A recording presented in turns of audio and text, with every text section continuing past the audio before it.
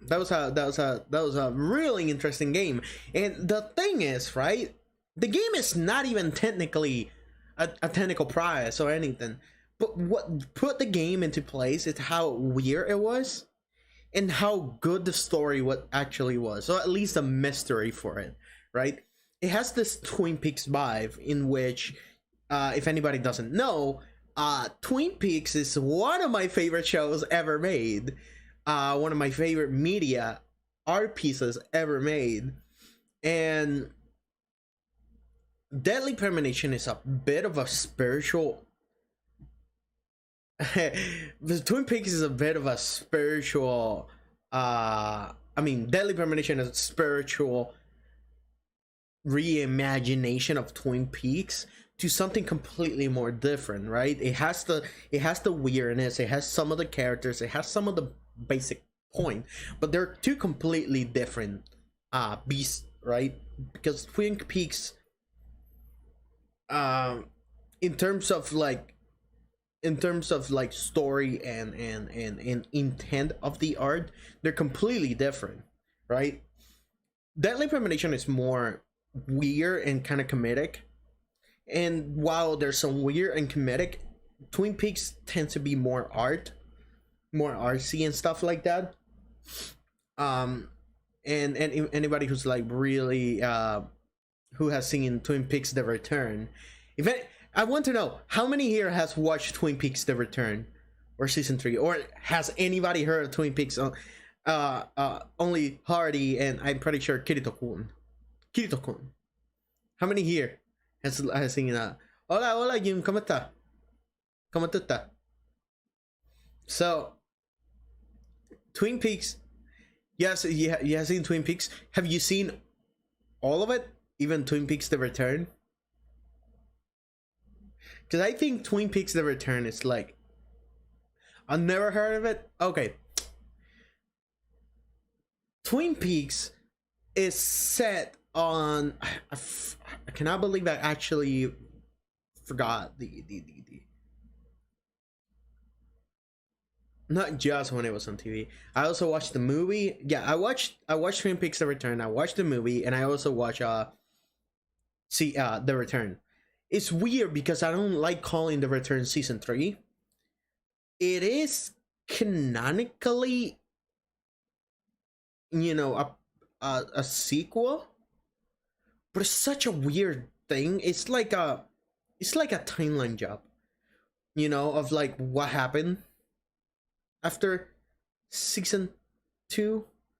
It is a sequel, but it's not, because it's weird. The Return is Twin Peaks The Return is a really interesting piece of media. It's basically, it's basically an 18-hour film, right?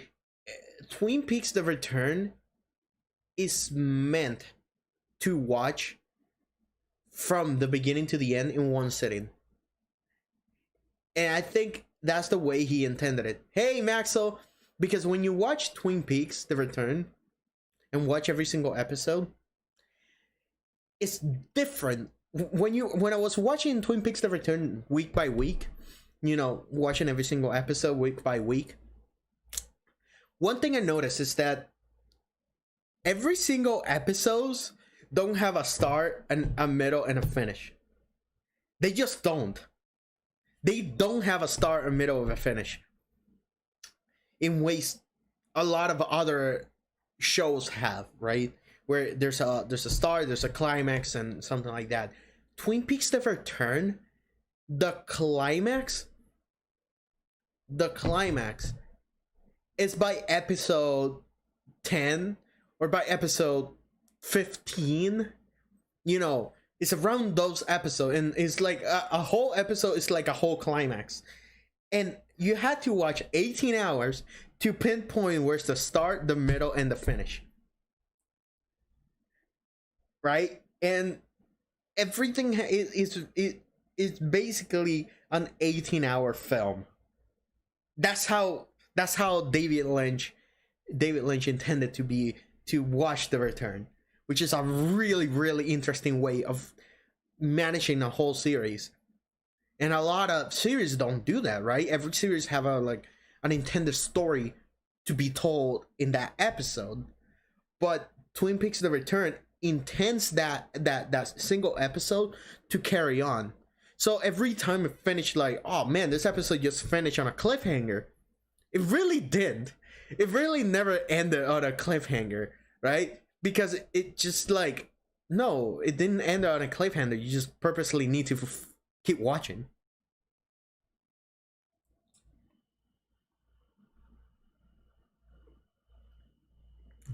That's a whack way to chrono a series. Yeah, but the thing is, David Lynch, if you know about David Lynch and how he does everything, he likes to do stuff on his own way.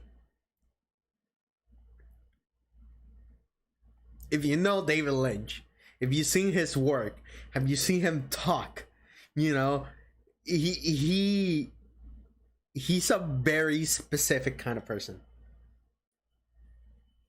So let's go back to Deadly Premonition, right?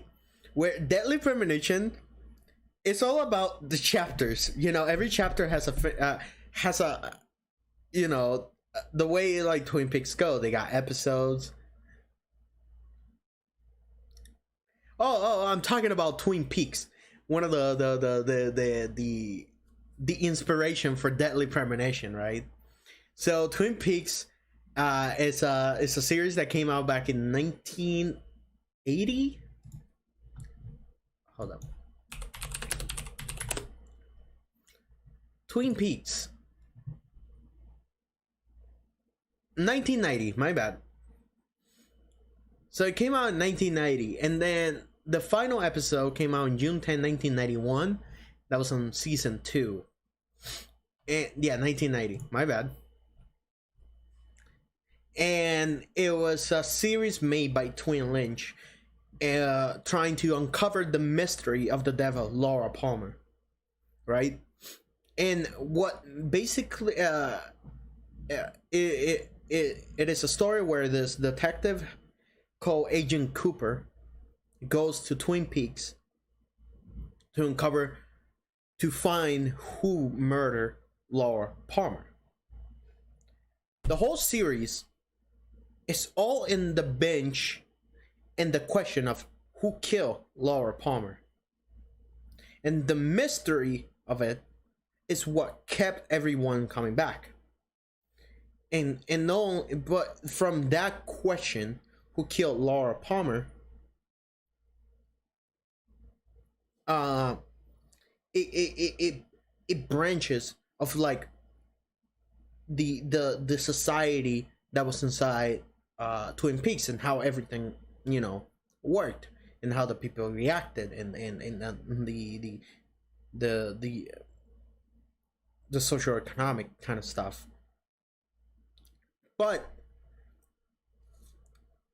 from that uncovering of that question is what it created a bunch of interesting characters, interesting places. Everyone bring life into the series.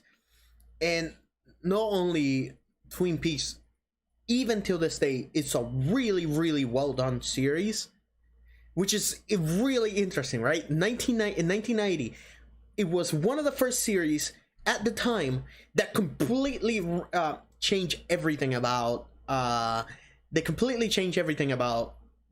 series, because back then a series was very tame. There was no story. Every episode was its own thing. It was all a drama. It was all romantic stuff, you know. It was all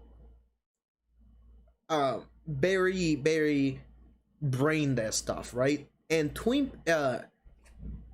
David Lynch hated TV and hated those kind of shows because it was not film. They had this medium of having long-term shows from episode to episode and never participated in getting like a good story to it and bring art into television. So what David Lynch decided to do, he decided to break all bounds and make a film, a TV series. And that film, whose that he wanted to make, and a story he wanted to make, and the art that he wanted to make, he made Twin Peaks, right? So yeah, he's like, I hate this media, I gotta make it good myself. He hated TV, so he wanted to break the boundary of what TV could do. The same can be said when he made Twin Peaks The Return, right? When you told me, oh, what a whack way of like making television, then Twin Peaks The Return is a criticism of that, plus a criticism to nostalgia, right? Now let's talk about Deadly Premonition 2. Deadly Premonition 2 is a completely different beast, something inspired by Twin Peaks, but what Deadly Premonition has a lot is the game. You can play it. You can play Twin Peaks basically. But the mystery of it and the characters of it, you know, who killed, I freaking forgot the name of that character, but you had to uncover who killed this woman and what is the red seed, right? And that's the mystery of it. Who killed all these ladies on this town, right? And you had to uncover the mystery of it. So you go to a bunch of places trying to uncover the murder places, and then you run into the hooded guy, and then you start taking, like, you start hearing witnesses and all that stuff, and it builds up this really, really interesting story and really interesting story and mystery that even till the end of the game you still don't know what's going on. You still don't know the complete history or the complete picture because of how good it is. Hola Angie, ¿cómo estás? So the idea of like that he can manage to make a really good mystery drama with the worst good looking and performing game is really good. Like, the game is not that good looking. It doesn't perform well. The music is good, but you keep hearing the same kind of music over and over and over again.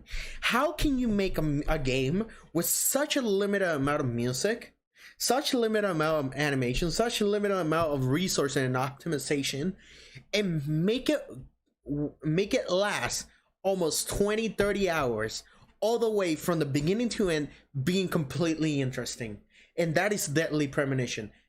A game carried solely by the mystery of it and the characters.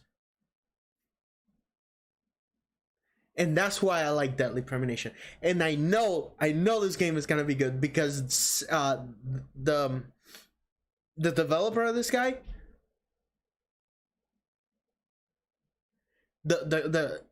I will tell you that the reveal of the murderer and the criminal is way better the way the Twin Peaks did it. And now I'm not gonna get any shit to Twin Peaks because Twin Peaks was basically forced to reveal who was the murderer, right?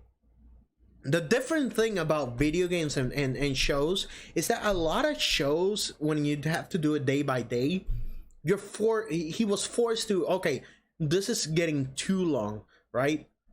This story was getting too long, the mysteries are getting too long, and people are they want to know who's the murderer.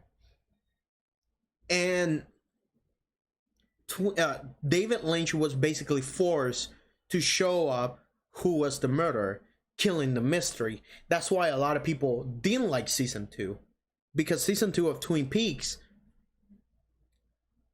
kind of didn't have that golden egg, right?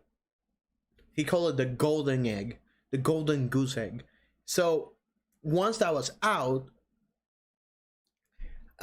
he didn't know what to do. He just stopped being involved in Twin Peaks until the end of Twin Peaks season 2, where he said, fuck y'all, I'm making my own stuff again. And then by the end of Twin Peaks season 2, he made a really different mystery, right? Agent Cooper is stuck in the Red Room at the end of it, and that's what kept Twin Peaks alive for so long. even when he finished season 2, and season 2 was so not that good, at the end of it, it didn't matter what happened all the way through season 2. At the end of it, David Lynch came back with a really bomb-ass episode. Only one episode. It was a bomb-ass episode. It was so good that the mystery of it lasted 21 years of people wanting more. And then we got Twin Peaks: The Return, an 18-hour film exploring Twin Peaks, and not Twin Peaks the town, but Twin Peaks as a concept. And I will not tell you, because Twin Peaks: The Return is like absolutely one of my favorite shows ever made. But Deadly Premonition, being a game developer, he could manage to make the whole game until the end to reveal the mystery of it. And even when you're like, oh, you got the police guy being the bad guy, no, you're wrong. You're completely wrong, because that was not a bad guy. The person behind all of this was the gardener. Not only that, you also find out that Zack is the real you. This whole time you thought Zack was you, and it was like, oh, the third third breaking wall of the the fourth breaking wall. No. The whole idea is that Zack suffered so much, and he got brainwashed into getting himself into another personality called York. So you were not even playing as the real character the whole time. Zack was only trapping himself inside on his repressed memory. And it was like, oh my god, game. It was such an interesting twist. No one saw it coming. I didn't saw it coming. I thought Zack was like an imaginary friend. But now Deadly Premonition 2 is here. And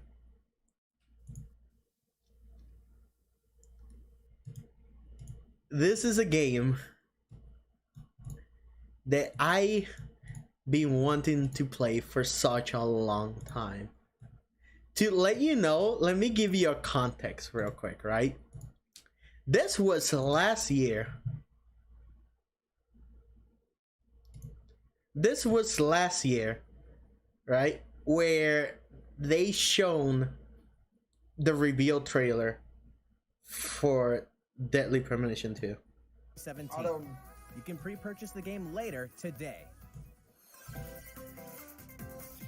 Welcome back to where what? No! 2019 all begins. I'm loud. FBI agent Aaliyah Davis opens an investigation into an old serial killer case. She also opens a door to the way! door that also takes us No! There you go.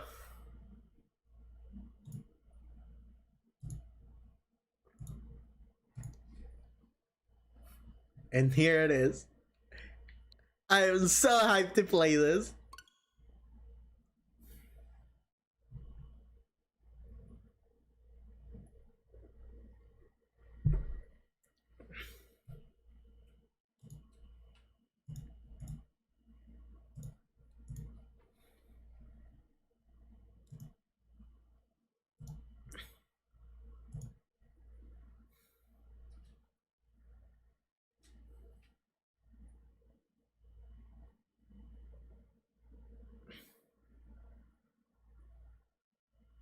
Here it is. Deadly Premonition 2. Now this is a game I wanted to play for a while.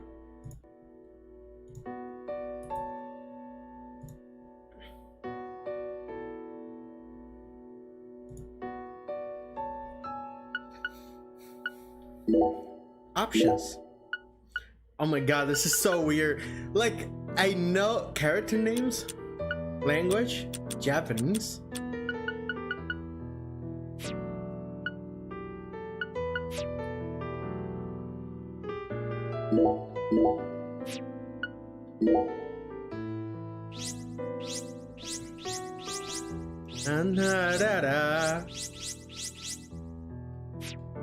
Okay, I'm gonna leave it like this. What happened? I want to see what happened if I leave it like this. Da da da da da. This is a theme song for Deadly Premonition 2. Okay, let's go. Oh, that's the tree. This is so weird because you know that this game is not completely like optimized, but it's so much better looking than the first game.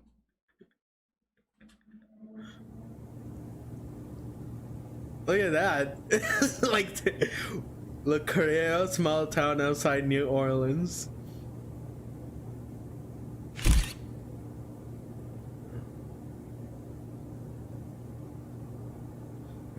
It's like, you know, this game is not gonna be that optimized, but even with that sound, it's still much better.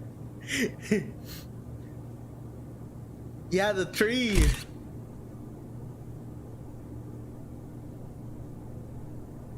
Hey Xavier, how's it going?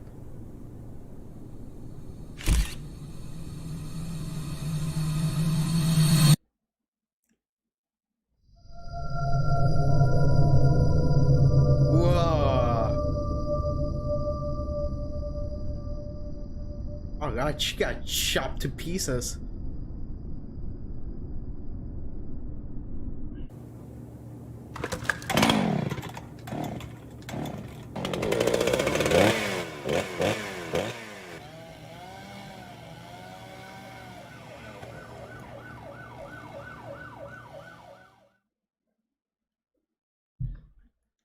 She got chopped to pieces.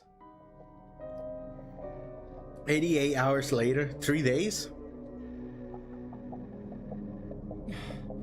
God damn it. What a way to start the new year. At this rate, I'll be dead by Easter. Quiet down, Agent Jones. You're on the clock. Quiet down? Ha!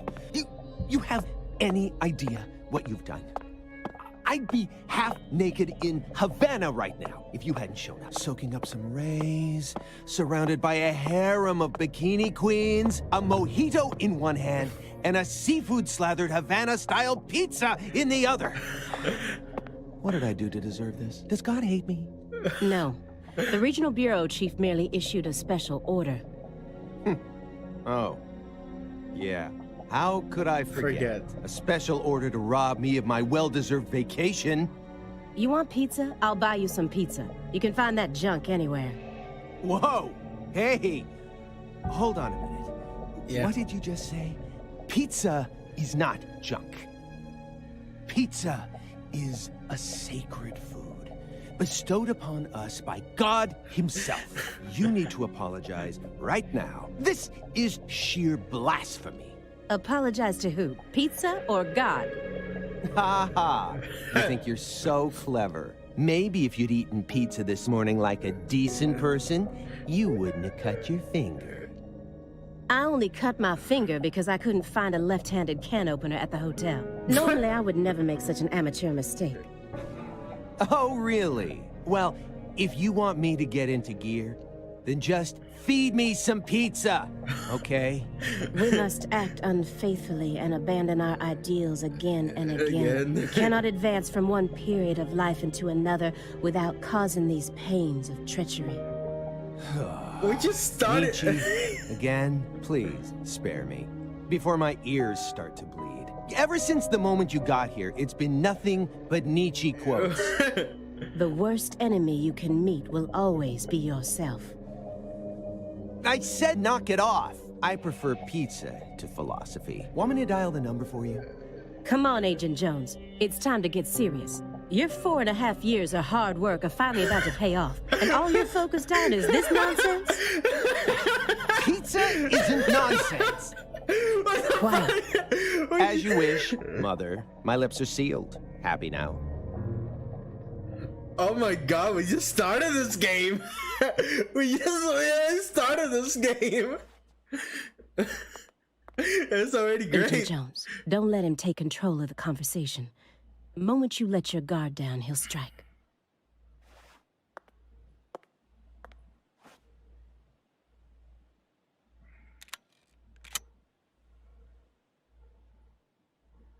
And no red, remember?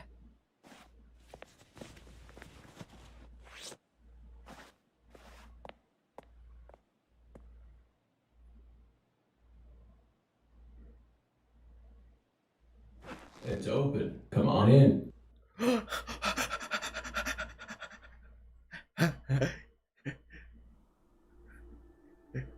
Whoa.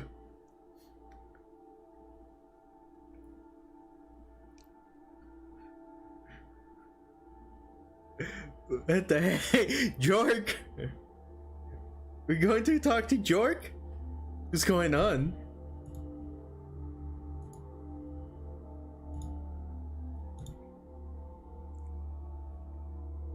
Wait.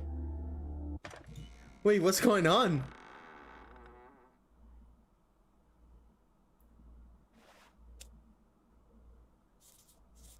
Yo, my man is rolling some weed. That's Jork! Wait, that's Sack! Wait, that's Sack!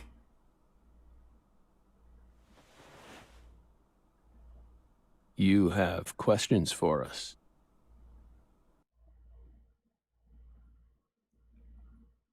That's why you're here, isn't it? Francis Sack Morgan!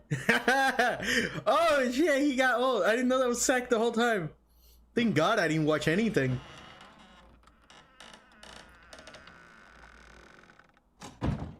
This is deadly premonition. If you, this is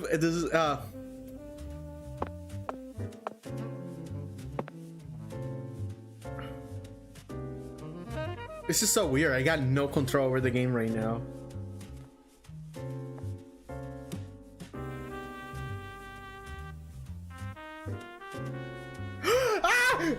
It's the remix. I'm like, da da da da da da da.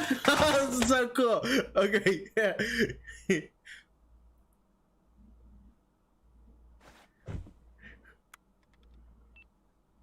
Mr. Morgan, before we question you, allow me to first read you your rights.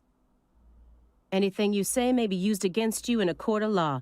Please keep that in mind as you speak. Do we have permission to film this? Aliyah Davis. Oh, this game is so cool already. Hmm? Oh yeah, dude. Don't worry, my Sack fairy. for Smash. If Sack free is to for do whatever Smash, they I will. like. I love Sack Something wrong, Mr. George Morgan? for Smash. I'm FBI Special Agent Aliyah Davis, and this is... Simon Jones, an analyst from the Boston branch. He's been monitoring us for years now. Oh, hi. Simon Jones. This is... Seriously. I'm already in love. A Southern belle I'm and a shaking. lonesome loser who can't catch a break. Quite the uncanny duo. You'd be the perfect stars for the latest video game. Isn't that right, my fairy?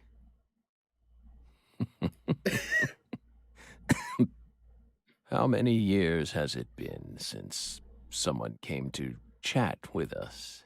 Oh, but don't ask me about my fairy.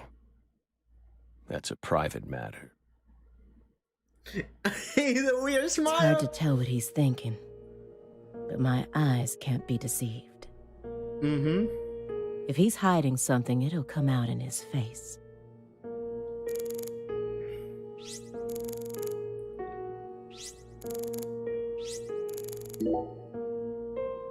You solved many difficult cases across your career, utilizing your own unique M.O. M.O.? You've expertly cracked cases that were otherwise thought to be unsolvable. According to our records, after joining the FBI in 2002, you quickly solved 2 drug ring-related kidnapping cases. In 2003, you solved the inside-out flesh skinner case in the suburbs of Pittsburgh. In 2004, the Jeffrey Dahmer wannabe case in Milwaukee.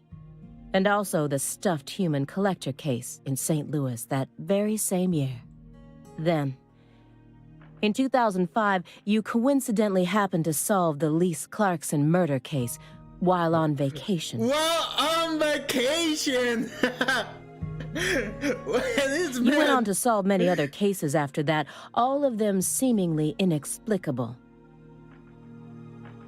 Did you really solve these cases all on your own? Yeah, my man did everything on his own. There are no records of you using a wide-scale investigative team or working with anyone else.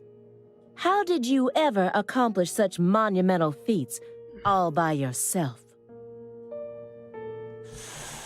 What a look at this. It was all thanks to our talented partner.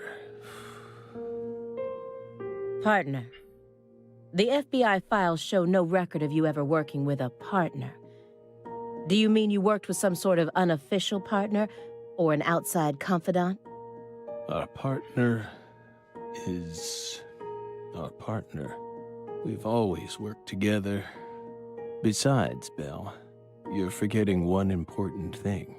Oh, After the St. Louis case, we stopped by a diner on our way home and caught Thelma and Louise, two highly sought-after fugitives.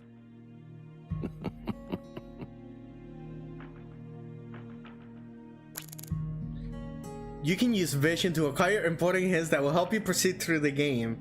Hold L to use vision. Using the vision will deplete your concentration, so be careful about using it too much. Ah, interesting.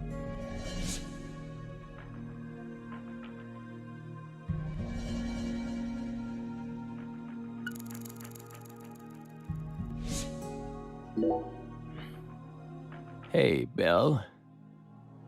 Why are you dressed so handsomely? Look at this man already hitting on her.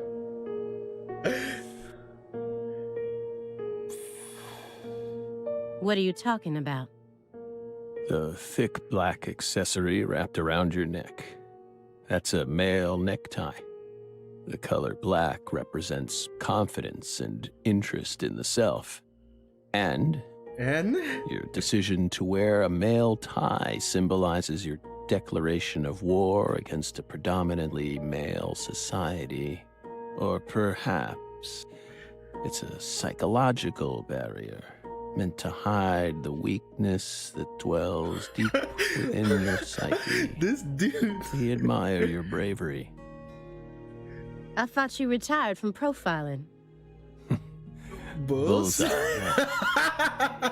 You're an easy one to read. Dude, I love this dialogue.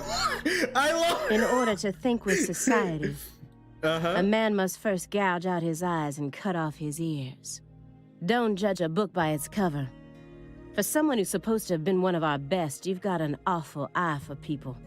Or did all that smoke and kill all your little gray cells? Okay, Aaliyah, that's enough. She's smart, but she's also more of a shrew than she lets on. Agent Jones, that's sexual harassment.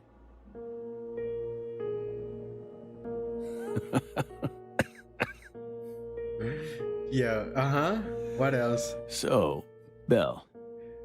Yeah, the writer needs a good pay. Does that barrier of yours also protect you from violent criminals? I love the voice acting so far, too.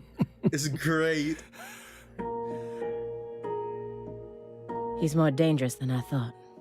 I can't read him. I'll just have to assault him head-on with questions then. First, I'll try using the files on the table to shake him up.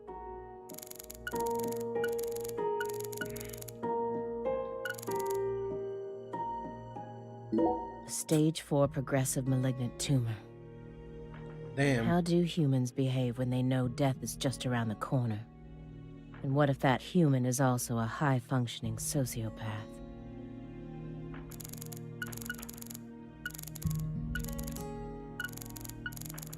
An ornate antique chessboard. Looks like he stopped halfway through the game. But who was playing with him? It was Jork. He was playing with him.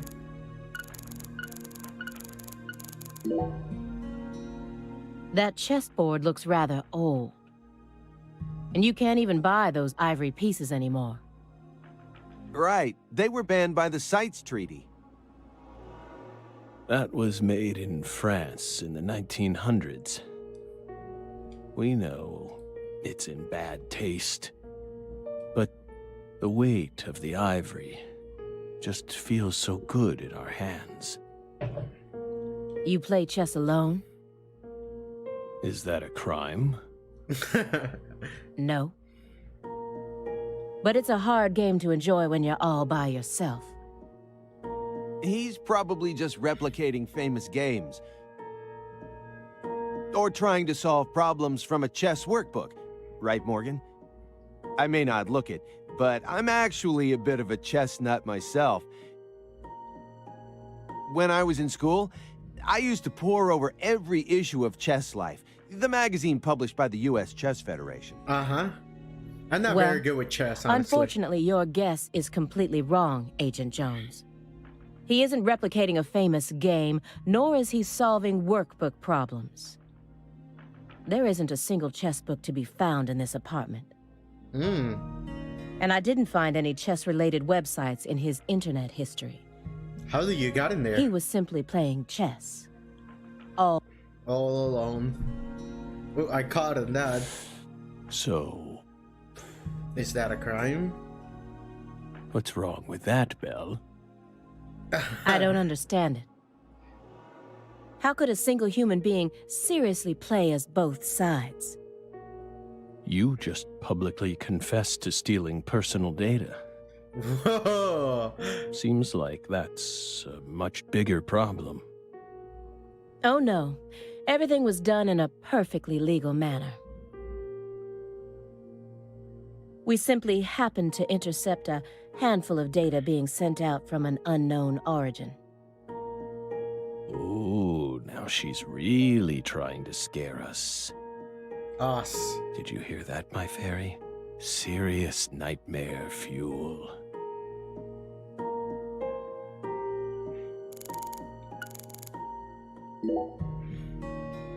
Do you remember the homicides that took place in Le Carre, Louisiana in 2005? Louisiana? L.A.? We Oh yeah, Louisiana. solved that case. Your report states the following. By coincidence, you encountered a serious incident in a town you visited while on vacation. You then decided to steal the right to investigate from the local law enforcement and took over the case. I don't know how that works, but you know, that's George Morgan. After several more homicides, you managed to apprehend the perpetrator.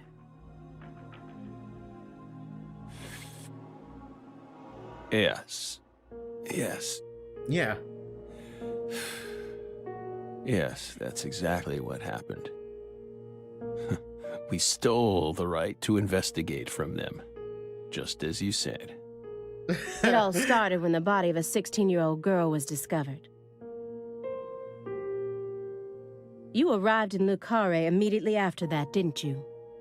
We just can't seem to keep ourselves away from dead girls. Ooh. Did you really visit that town just to take a vacation? We don't know. If you already have the report, then we suggest you read it, Belle. Either way, that case is closed. Closed. You sure about that? Huh? Don't you think this puzzle is still missing some crucial pieces? Come on. No need to beat around the bush with us, Belle. Uh-huh. They found Lise Clarkson's body. It was hidden deep within the Clarkson Food Delivery Services cold storage warehouse. After 14 years, we finally discovered the body of the very first victim. Ah. Do you know what this means? That's case, why we're here. the case has reopened. The first victim in the case he solved, Lise Clarkson. This is a photograph of what she looks like now. How will he react when he sees it? Let's The look. body that went missing for 14 years was suddenly discovered frozen in a warehouse. This is some kind of message from the victim to us. We're pleased that her body turned up. Deeply pleased. You claim to have closed this case, but now a lost body suddenly surfaced. Aren't you curious about the details? Body or not, we already solved that case. Lisa's body can't change anything now. And it certainly has nothing to do with us. Ooh. I suspect the body was stored there rather than abandoned, due to the unnatural state it was found in. That's true. If they found who did everything already, the case is solved. She was found frozen in a storage unit. Therefore, she looks exactly the same as she did when she disappeared. In fact, she's in such good condition that we can even determine the murder weapon and cause of death. Well, good for you.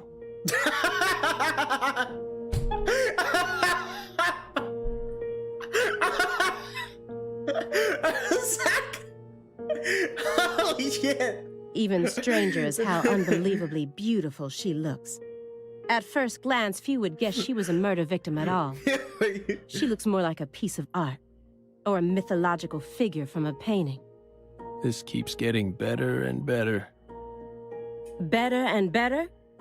Isn't that right, my fairy? A corpse as beautiful as a goddess. Sounds just like our story. Yes. Yeah. That went okay. Now I'm sure that Morgan's hiding something. He's I not. may be able to get what I want if we go deeper into the documents.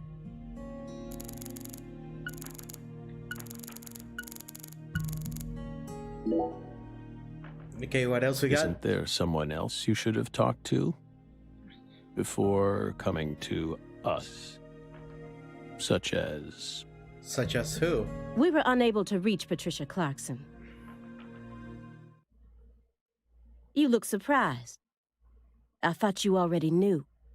After all, you visited Louisiana last week. We assumed you met with her during your time there. We haven't been to Louisiana. Not in 14 years. Huh. Is that so? We've been right here in our apartment this entire time. That man is our witness. Aren't you, Simon? He's right. He didn't even take a single step outside on Christmas Eve, which means that I didn't get to either. Are you positive about that? I took the liberty of checking some airline records. Last Friday, the name Billy Bishop was listed on a morning flight out of Boston. This is the fake name you used to use as an agent, isn't it? A mere coincidence. Yet that's not all. What else? That evening on the same day, a man with a large scar on his forehead allegedly purchased an '89 Cadillac from a small used car lot in Le Carré. He reportedly said he wanted something old, big, and strong. The owner of the car lot felt it was a strange order, so it stuck in his mind. It's the United States. I don't think an 89 Cadillac is something, you know, a lot of people like that. Our world is filled with mysteries, Yeah? and they always have the most bizarre timing. 2020. 2020 for you. Huh? Incidentally, on the following day, an identical Cadillac was taken to a scrapyard in Trenton, New Jersey. You can find that type of car anywhere. Isn't that right, my fairy? Did they match the bin number?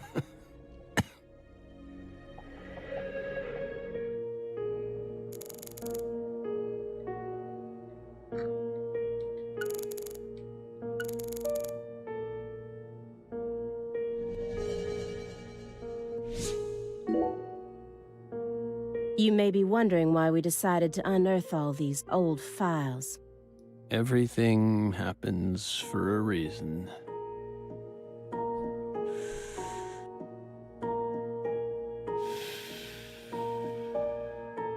The moment Lise Clarkson's body was found, we did the best we could to start our own local investigation. Uh-huh. But there wasn't much we could actually investigate due to the damage caused by the hurricane. Then we assume you also questioned everyone who worked in the warehouse. Of course. We questioned all the Clarkson Food Delivery Services employees who staffed the warehouse and its owner. But we still have yet to obtain any key testimonies. Par for the course with a 14-year-old case, if you ask me. Not to mention how bad the timing was. Most of the employees were on vacation. And why you didn't went to contact and trace them. So, you gave up on the investigation and came to see us instead.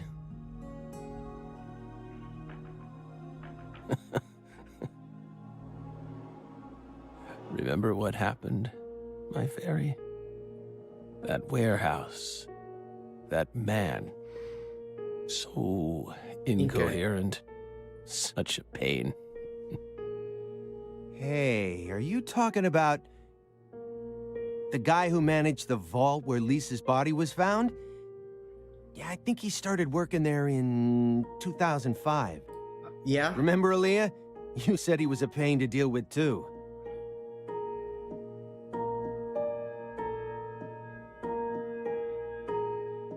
The large man, yes?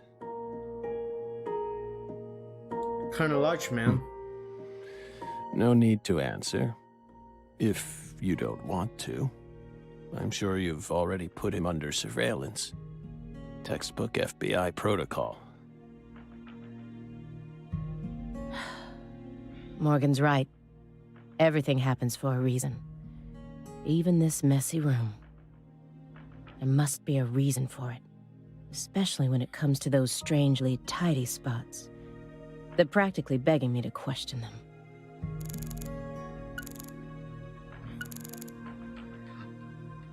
He got... I like the pile DVD because he loves movies. Mr. Morgan. I found several spots in this room that look strangely clean. Did you tidy up a bit because you knew we were coming? Those are sanctuaries. They've existed from the start. Sanctuary. Sanctuaries? What are you talking? Oh yeah, there's like another one up there. That's right. Sacred places. Hovels for pure souls, if you will. Were there originally objects in those hovels? Something you didn't want us to see? The soul's still there. We haven't touched a thing. But we know you can't see anything. Hey, Simon. Don't touch the sanctuary. Sorry. This dude has a pack of milk store outside. I just noticed that. What would you want milk outside? That's don't ever touch it again. You've been watching us for 4.5 years, and you couldn't even figure that much out. My bad.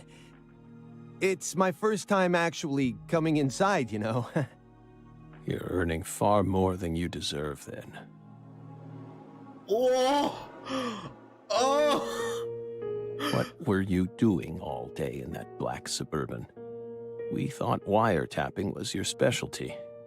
Don't tell me. Crossword puzzles. What do you think, my fairy?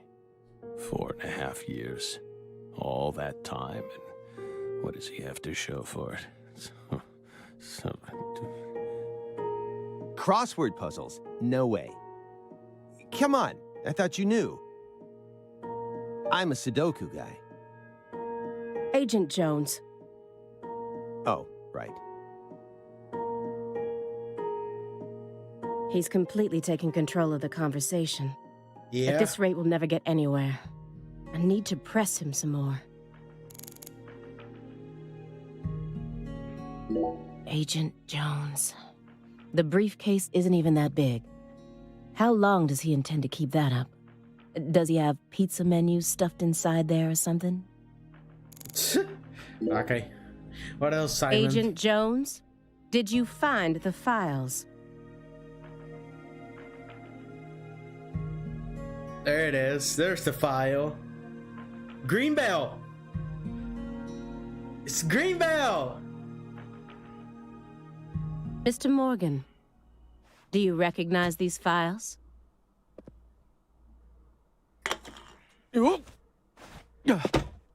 Uh-oh. Whoa! Ow! We told you. That's a sanctuary. Let him go! Assaulting an FBI agent is an obstruction of justice. We told you. Go. Ah! Stay back. Stay back. Sanctuary. Down. Surrounded. Ah! Ah! Ah! Yeah.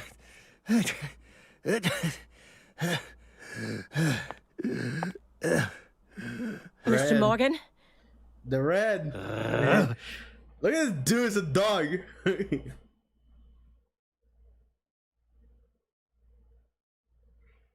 I cut my finger with that can opener this morning. I thought I stopped the bleeding, but it seeped through. How could I be so stupid?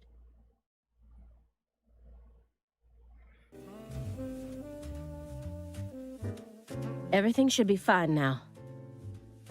I'm sorry for being so careless. I made sure to read through your file and learn about your condition. The color red. Such an unusual thing to fear.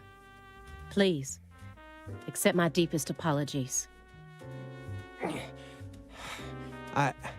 I'm sorry too, Morgan. I don't know what I was thinking. I'll never touch one of your sanctuaries ever again. I'm kind of surprised he slipped by a can. And no more red, either.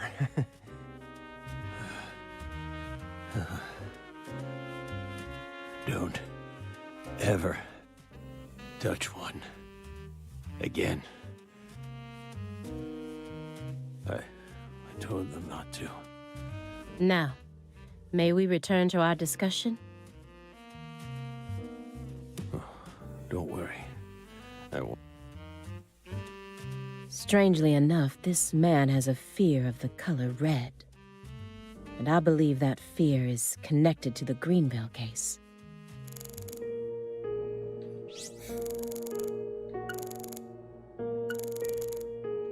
What's Here's this? another empty space. What does the word sanctuary really mean to him? Yeah, what does it mean? Hovels for pure souls.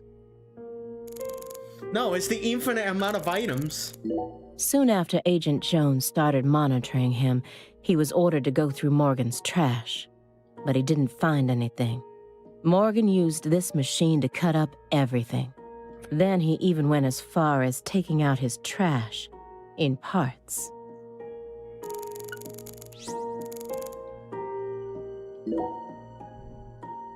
Mr. Morgan, I'd like to ask you some questions about this case now. We don't want to remember that town. Oh boy, it's Greenbelt. I'm sorry, but there's no way around this. I remember hearing about this case on the news when I was still a student. A high school girl named Anna Graham was murdered and the FBI stepped in to take over the case. I also remember it becoming a sprawled investigation due to evidence found in the victim's throat. Is that correct?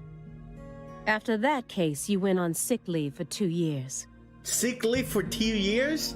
And when you returned, you requested to be switched over to desk work. What happened? That's a private matter. None of your business, Bill.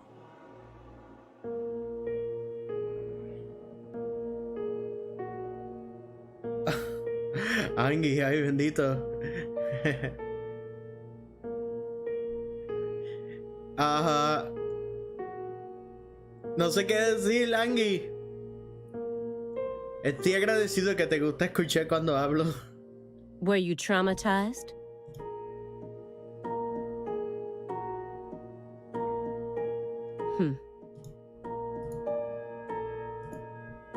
It's a common problem with prolific agents such as yourself.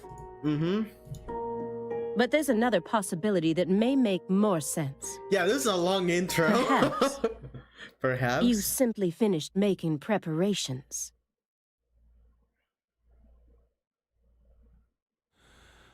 What are you getting at? Thinking too much about something will always turn it into a problem. The Greenvale case. Don't you think it resembles the Le Carré case? Read the report. We have nothing else to say.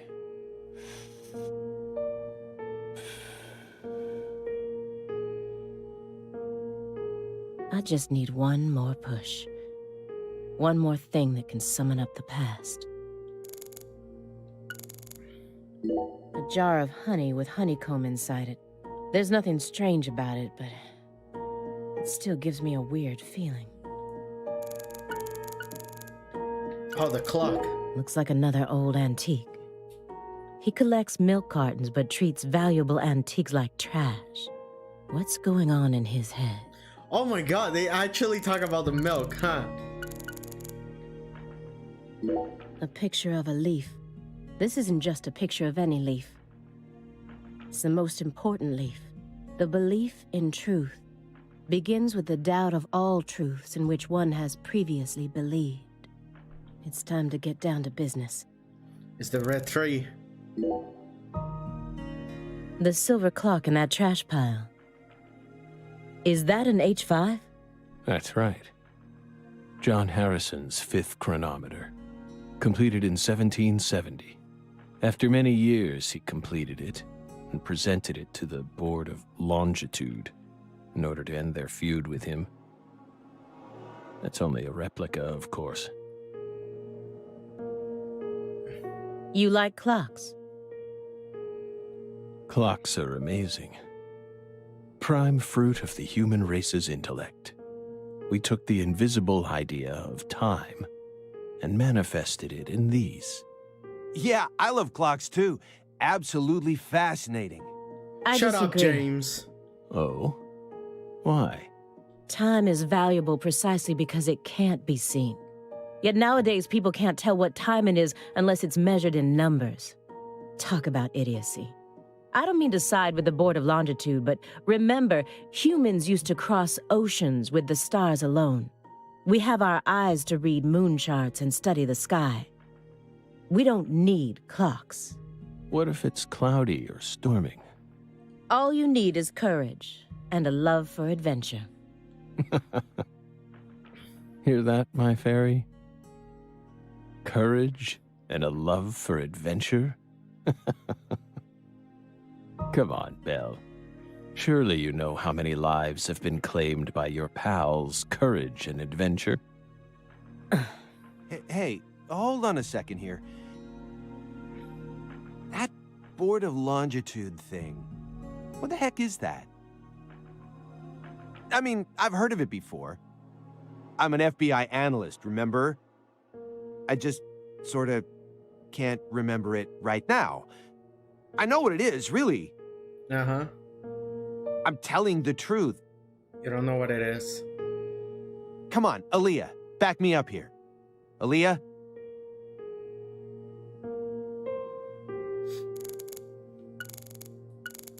Here it goes. Mr. Morgan, please look at this.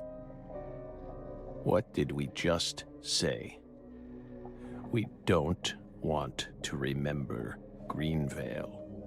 This isn't a Greenvale. photo from Greenvale. Look closely at it. Former Special Agent Francis Zach Morgan. It's the tree. This photograph predates Greenvale. It's from the Le Carré case you worked on in 2005. Red tree. Red tree. Yes, a red tree.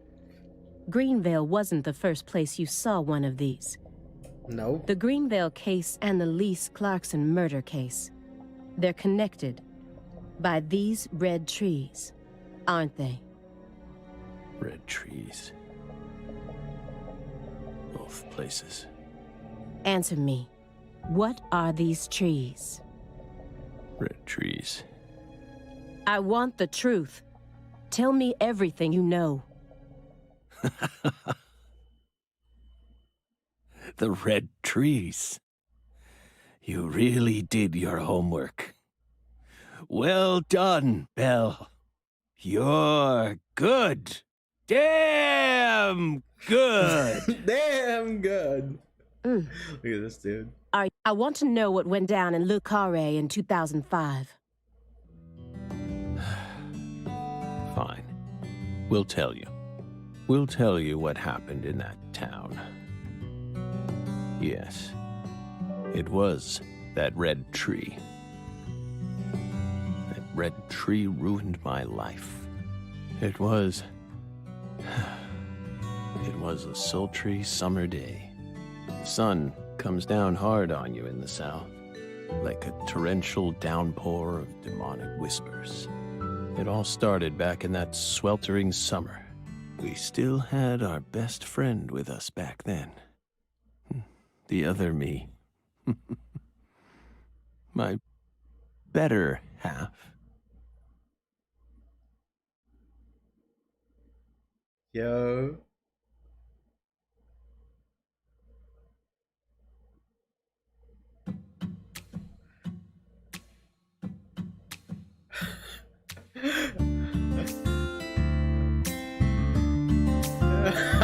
Never a choice.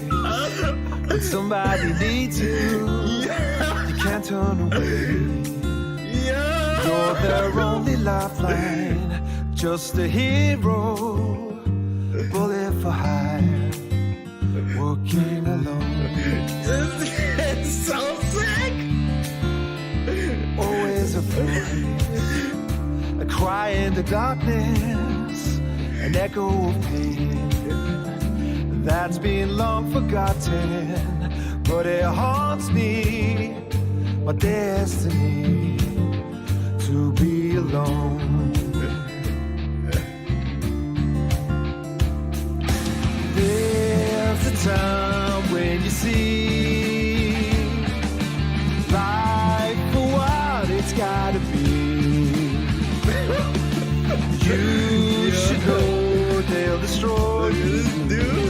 But call to me to keep searching, walk alone.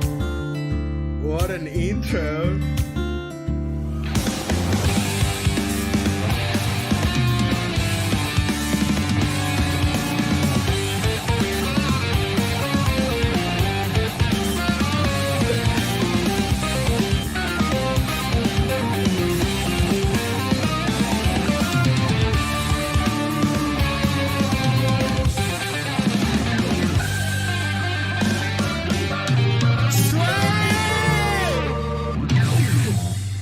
Sway!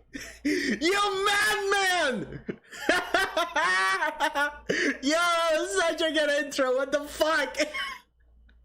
Holy shit! Oh, I'm so ready to play this game. Oh, I'm so ready. Oh, my body's shaking so hard.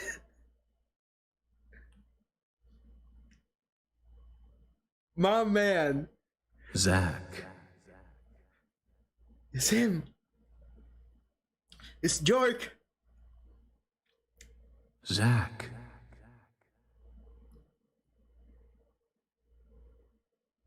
Can you hear me, Zach?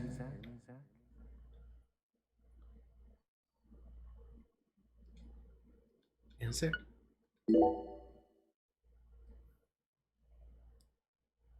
There you are, Zach.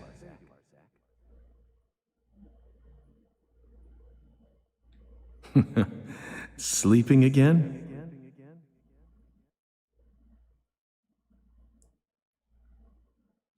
Well, rise and shine.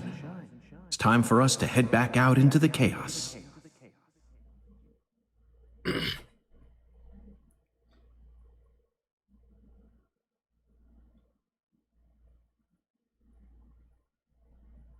Isn't that right, Zach? Isn't that right, Zach? I love they got the original voice actor too.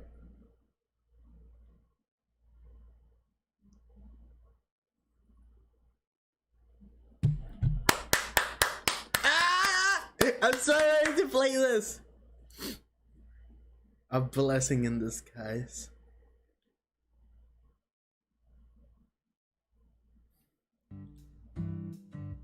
(2005) summer.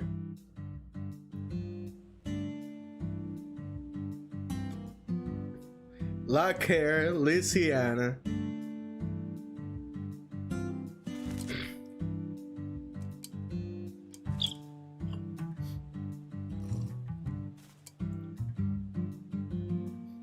There he is. Zach, it looks like she wants us to join her for breakfast. Perhaps this town's finally starting to warm up to us.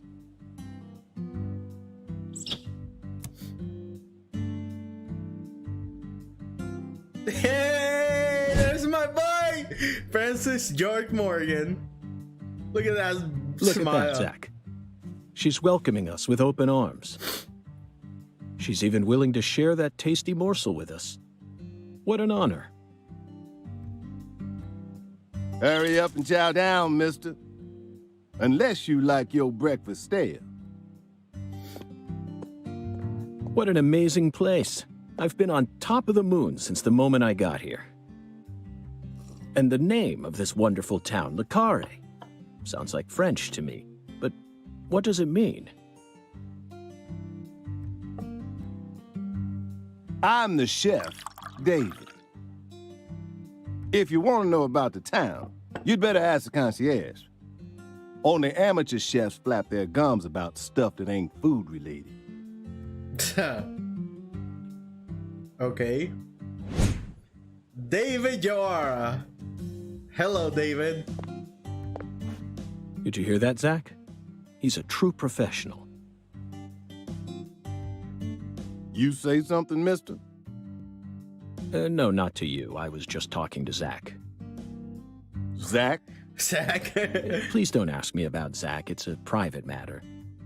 If you say so, still. Never thought the FBI would ever come out to a little old town like ours. I do work for the FBI, but I didn't come here for an investigation. I just happened to stop by on my way to New Orleans. Never thought there'd be a murder out here either. And it was a 16-year-old kid. Now I tell you, this country's seen better days. What you reckon, mister? Zach, he's definitely a professional, but it seems like he's also a bit lonesome. That's good. Ambivalence exists everywhere. Folks say the killer used an axe. Hell of an old-fashioned choice if you ask me. And they're showing an X in the back. Actually, Chef David, if you don't mind, I'd like to ask you a few questions about the incident. Oh, he's already, here we go. But shoot, I ain't the one you ought to be asking, Mr. FBI. I only heard what I heard. But seeing as you're fixing to grill me, I can tell you what I know. Please do. I appreciate it. They kept a weird smile. Ooh, there you go. Okay. What do you know about the victim? Where's Clarkson's house? What's the local law enforcement doing? Okay. You said the victim was a 16-year-old. Did you know her? Well, sure. I reckon the whole town did. Meaning? She's Lise Clarkson, the little grandbaby of the Clarkson family. The Clarkson family? That's right. You ain't seen they sign on your way in here? The one above that huge cold storage complex. Should have had a dragonfly on it. Anyway, that's the Clarkson family seal. They own most of the land around here, from the sugar plantations right down to the food processing plant. Yeah, I reckon they got a stake in just about everything. A wealthy family who control about the They town. even own the water tower on the edge of town, you know? They're the ones who built up this town, and they still support it. Interesting. Is the local law enforcement investigating the case? Shoot, mister, what you think? Now, I told you this ain't no city. We in the bona fide boondocks here. They got to know how to break up fights and keep folks from killing each other when they pissed, sure. They sit down and talk it out with you heart to heart. And when that don't work, they just beat your ass. That sounds like the police in America. Yeah, you That's got the it. deep south for you. This murder ain't like that, though. A little kid got killed. A weird way. Like something on a TV show. The sheriff's department ain't never seen nothing like this. Huh. So, where's the Clarkson house, huh? What do Where's you know that about the located? Clarkson's house? Is it a mansion? Now, I ain't got nothing bad to say, but I'm gonna talk straight to you. That family ain't just some gang. They're a whole different kind of beast. Ah. I They wonder what. folks with real power. Do they come? They love you Remnants stuff? of the good old boys who shaped America in the early days. Especially the head of the family, P.J. Clarkson. He's the kind of monster who goes around eating other monsters. There's always a bigger fish. And I'm sure he's on edge now with his granddaughter getting murdered and all. So don't go barging in with that shiny FBI badge of yours and think you'll be safe for nothing. Things are different down here. So if you plan on sticking around, you best remember that. I see. I'll keep that in mind.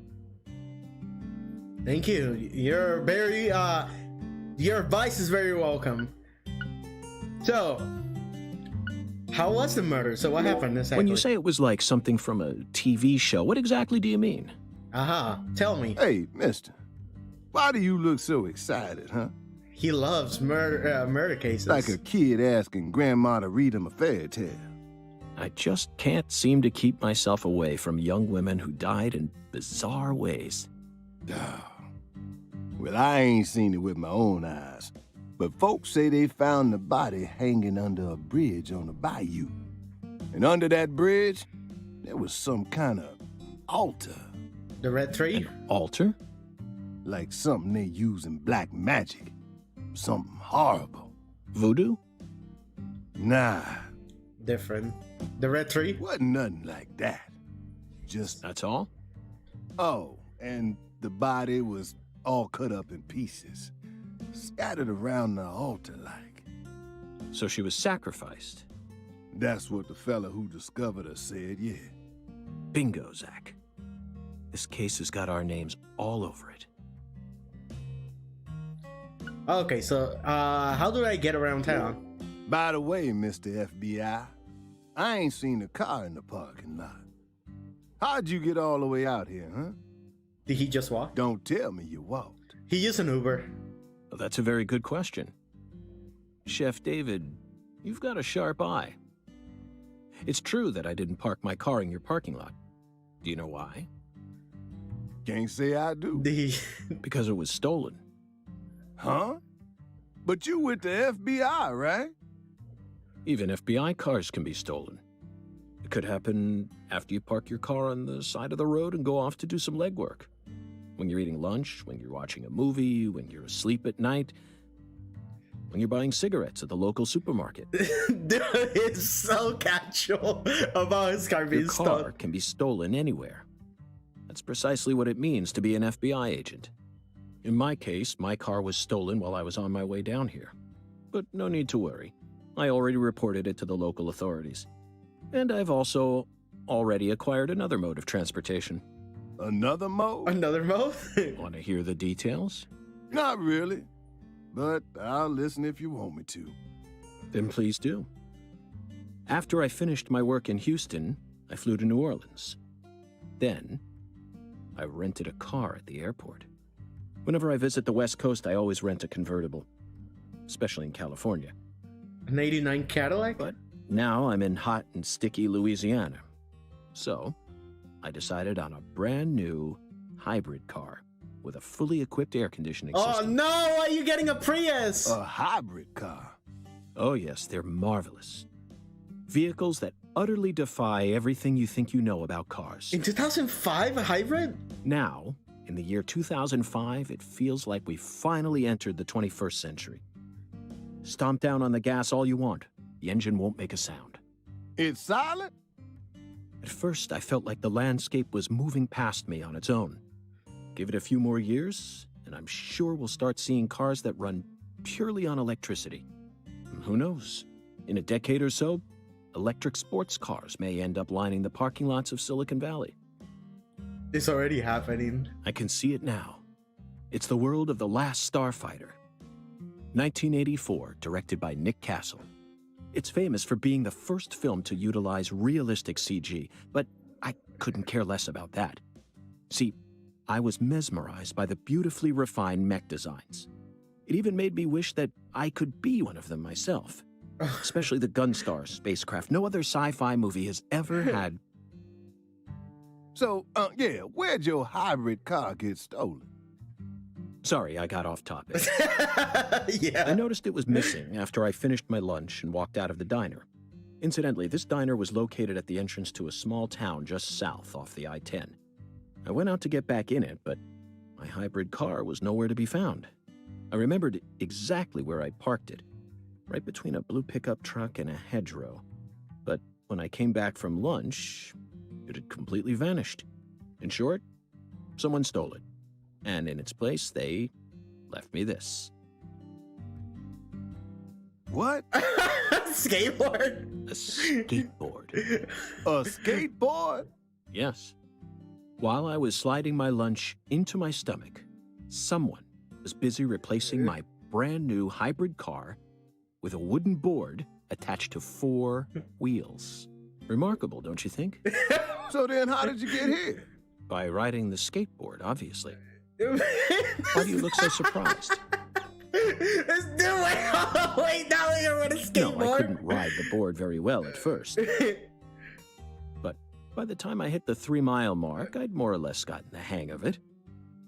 By the 10-mile mark, I'd even learned to do a few tricks. It was a journey of self-discovery. This dude just got his car saw a skater, and you're like, you know what, let's find. I feel like I want to learn how to skateboard now. Not even I knew I had this latent talent sleeping inside me. This dude. Live and Let Die, Angel Heart, and The Pelican Brief, right? 9 out of 10 people will name those titles when you ask them to think of a film set in New Orleans. They're all excellent movies, but to me they lack realism. Due to my line of work, I have a tendency to think deeply about what feels real and what doesn't. What's your point? Cat people. Cat people? Wait, me? That's my point. Cat People, 1982, directed by Paul Schrader. The crowning achievement of Nastasia Kinski, the ultimate muse of the 80s. The most vital element of that movie is the reality it depicts. Leopards who turn into humans have intercourse with humans and turn back into leopards. Then they can only turn back into humans again if they mutilate their lovers. I was awestruck by the sheer reality of it all. I was always too scared to learn about skating because I just hate falling. You misheard Shrek. Understand? I'm talking about hyper-realism. After watching it, I felt like I just had to experience the world of cat people for myself. That's why I decided to visit New Orleans. Okay. Another vital element of cat people is the presence of Malcolm McDowell. Malcolm McDowell from Blue Thunder. Oh, talk about a masterpiece. Listen carefully, David. Only an amateur would call A Clockwork Orange his best movie. His best movies are Cat People and Blue Thunder. Period. You need to remember this, because it's the truth. Whatever you say, mister. So, what's your point again? Never mind, don't worry about it. I already covered all the important parts. This summer's gonna be another hot one. It's supposed to get over 95 today. Ooh, 95. That's Watch not. out, That's you hot. don't go getting heat stroke. The Lise Clarkson case needs us. Don't you think so, Zach? The cat people are what guided us to New Orleans. We should be thanking Malcolm McDowell. Once we get home, let's watch Blue Thunder again. I'm already looking forward to it. Aren't you, Zach? Zach, the searing light. These scents. It's the deep South. That was a fabulous breakfast. You're the world's greatest chef. He didn't hear anything. Wait, mister. You didn't take a single bite. Well, the tea was to die for. But I'd prefer coffee next time. What would a morning be without coffee? That's true. Man, York is the exact kind of person I fear being. Hell no. York is the person I strive to be. I want to achieve. Welcome, Jack. How's it going? Welcome to the stream.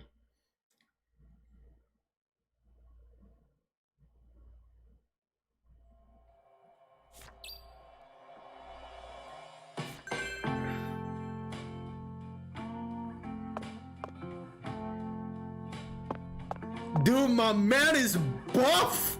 Holy shit, look at this. This man is shredded. Look at his shoulders. He looks like if you try to fight this guy, he will break your nose. Deep inside your skull. This dude's shredded. This man is jacked. Just imagine a freaking a wrestling match between this guy and Chris Redfield. JoJo Part 3 looking ass. Yo.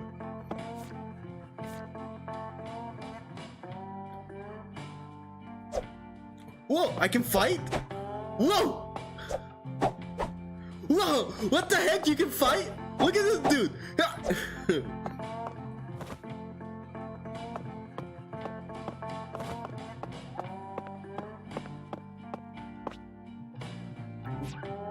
Oh, the red room. This is the pause.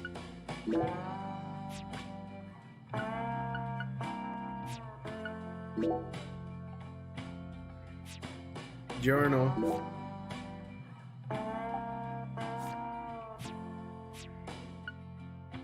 I love the freaking UI.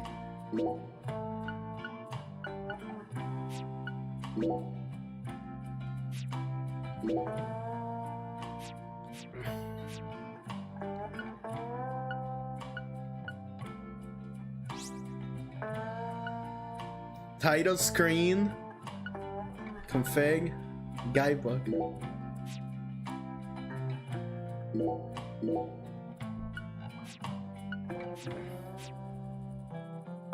Hi, Noodles! Okay. Be right back. I need to pee. And I actually want to start making some coffee because I want to play this game with some coffee. Be right back.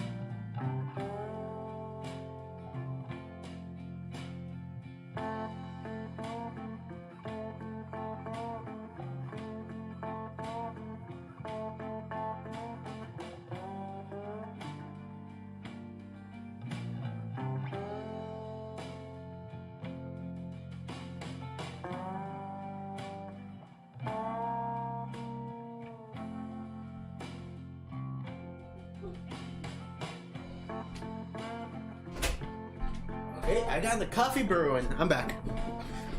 While the coffee brew, I'll be here. Okay, let's play a little bit.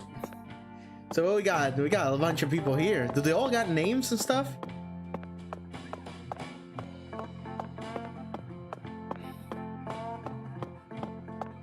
This dude is in a sleeping pajama. Hey, pizza. So I gotta think about not liking pizza that much, because the last time I ate pizza, like really, like a lot, I had constipation. And I had to even go to the hospital for it, because I was in constant pain. I do not enjoy it one bit.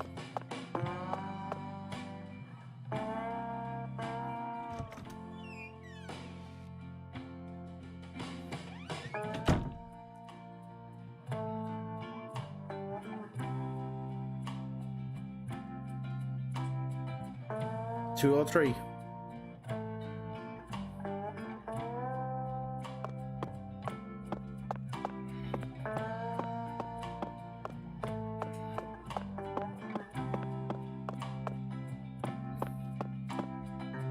Look at this game. What the fuck?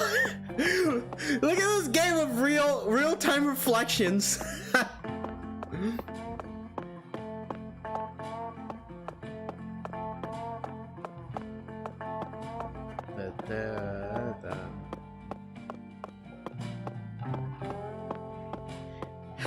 Ooh, look at it. Yeah, this art right here is what I feel. I can comprehend that one. Why there's a hallway here leading to nowhere?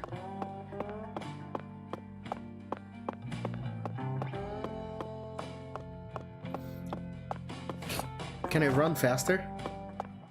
Oh yeah, okay.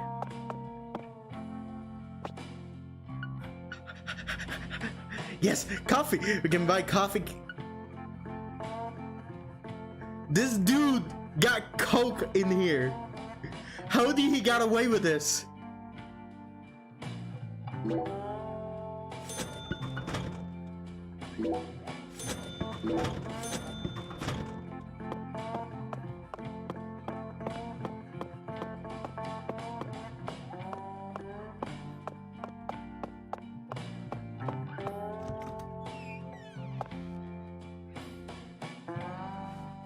Pick level design.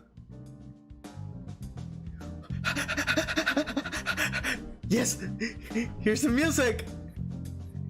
Sang Rouge. I've been chasing it all over America. But I feel like we're finally on the verge of finding something now. Don't you, Zach? Yes! I think it's about time we ordered a new briefcase. Yes, I know this one carries a lot of memories, but it's seen too much. These holes from the shootout in Tucson. And this stains from Miami. How do they know about that? Now that was a fascinating case. Billy, our perp, cut his own torso right in two. Even with the help of the drugs, a feat like that still requires incredible mental fortitude. I was so impressed that I forgot I'd left my briefcase on the floor. Same floor his blood gushed out onto. Ew! What the fuck, York? I know, Zach, I know. Now isn't the time for a trip down memory lane. Evidence organization stars. An emergent drug that's been on the rise in 4 southern states. Personally, I think it originated right here in Louisiana. And Lise Clarkson's murder must be connected to it somehow. The 16-year-old girl who was murdered. Her body was found beneath a bridge over the bayou, along with a strange altar. The powerful man who essentially controls the town of Lucare, and he seems to be more fearsome than your average gangster. I doubt he'll be willing to cooperate with any law enforcement, Zach.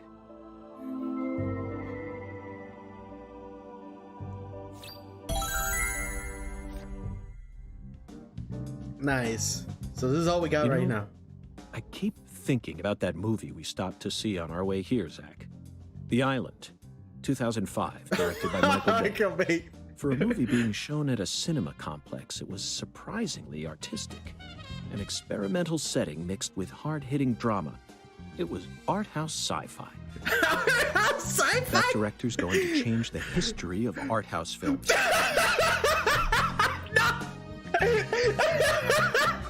Michael Bay! Art house film! Are you following me here? This is another special film that's setting a new standard, just like Star Wars and Blade Runner did. This is a turning point, Zach. You may be witnessing the birth of a vital new word that will soon become a part of film history. Yes, this single movie may be responsible for creating a whole new genre several years down the line. A genre known as island movies.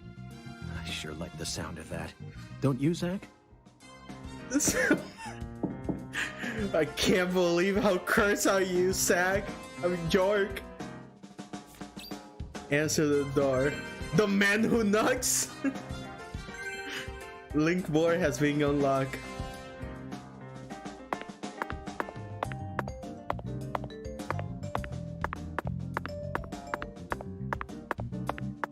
Okay, let me get my coffee. Be right back. Oh, I'm in love. I am so in love with this game so far. I love everything. I'm so happy that the original feeling of the Link Premonition is still here. Be right back.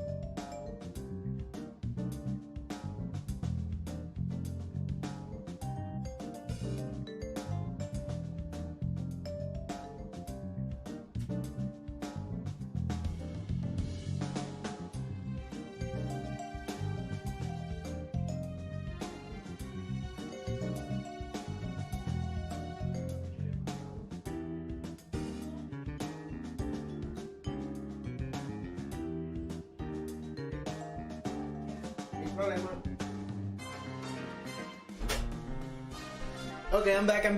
That was quick. I hope that was quick enough. I got my coffee. I got my cup of coffee. You're not late, don't worry.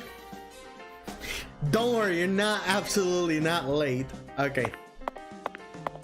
Da da da da da da da da. What's this? Oh, it's a save point.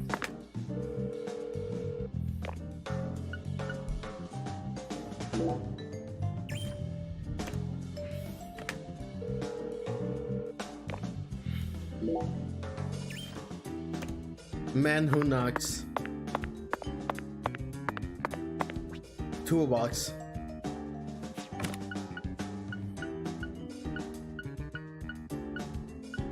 Yo, he got so much. Lollipop. Nice.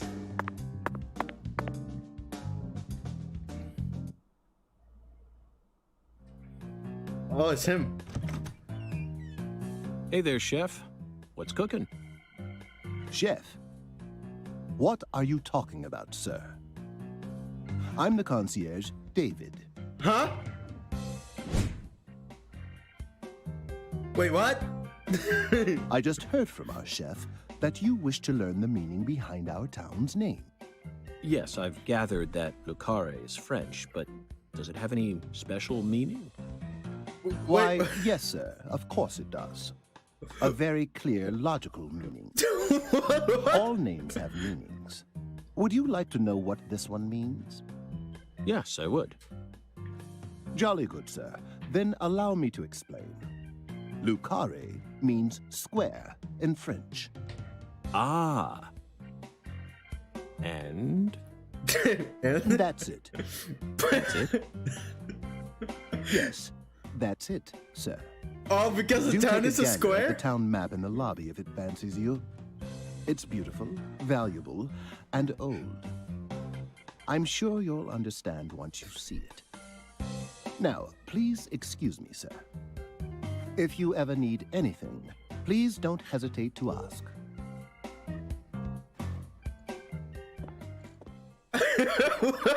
What? Ah, creepy smile! Did you see that, Zach? That was clearly David. Not a twin, not a split personality, just the work of a true professional. It's bizarre, but I can understand it. Remember what they say, the job makes the man.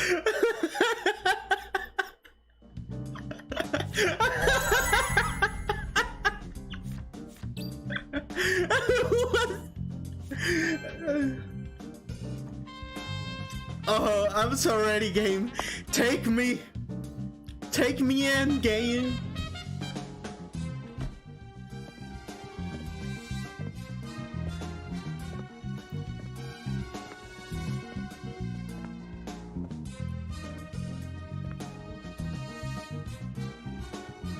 Do you feel that, Zach?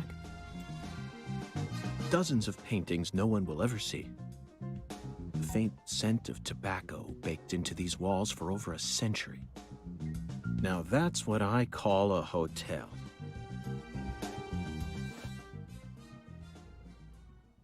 Zach, can you see him? His fashion sense is beyond me, but he appears to be a gentleman. Perhaps we should talk to him.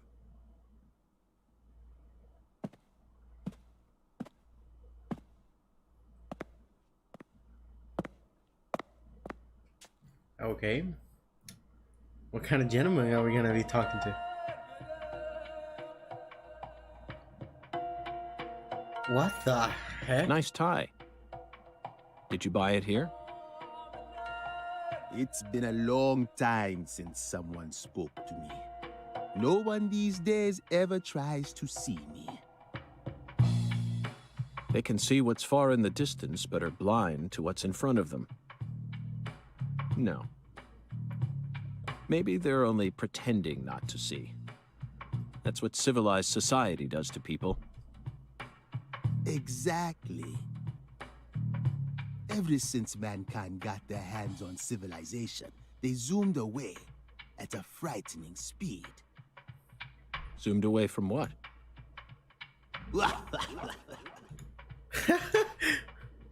Don't be a fool. You know the answer. As for me, just call me Hoongan. Hoongan. The title given to a leader in a certain religion. Is that what you are? What the frick?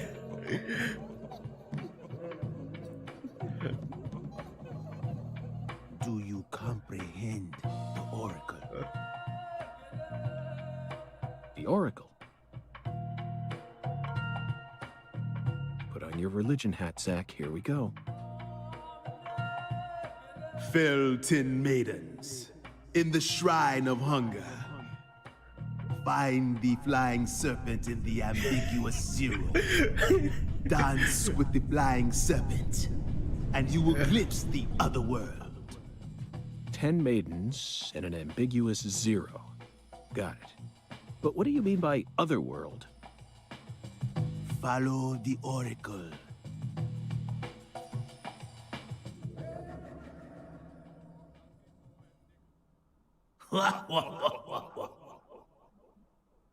Zach, did you hear all that? Looks like we've already taken our first step into chaos. But such is our duty. We need to accept the chaos, let it inside, then carefully dismantle it piece by piece. And after we've put all the pieces back into their rightful places, the truth will reveal itself. Let's capture the truth and present it with a shiny pair of silver bracelets, Zach. I am so into this. This is literally my favorite type of things, and this game is just, we're only an hour in and I'm not ready what's gonna happen. What do we have there? Zach, here's another perfect symbol of the human condition. Hunting trophies. And it's a buffalo hunting trophy. Now that's a surprise. I've seen several trophies made out of human skin, but never a buffalo's. Looking at him brings out this strange feeling from within me. Yes, the very same feeling I got when watching a certain film from 1984, directed by Peter Hyams, 2010. The last scene in that film filled me with such a sublime, majestic feeling. It was filled with everything that was missing from the finale of 2001: A Space Odyssey. Just talking about it makes me want to watch it again. Let's watch it once we get home. Promise, Zach. Promise. Oh, another phone. Frankenstein became Dracula. What is this place? Night fog. There's so many interesting things to look at.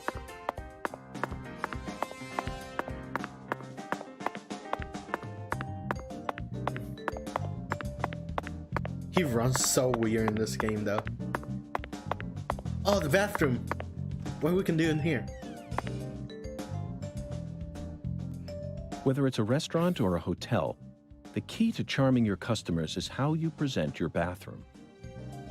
I'm sure you feel the same way, don't you, Zach? Yeah. Now this is the kind of bathroom a person can really get excited about. It might even trump the one we saw in that drug dealer's house in Austin. Remember? The art piece on display in there utilized the natural curves of human ribs in such a novel way. Oh, dang it, I can't. What are you talking? What's behind this? What's under there? Why there's like pieces behind there?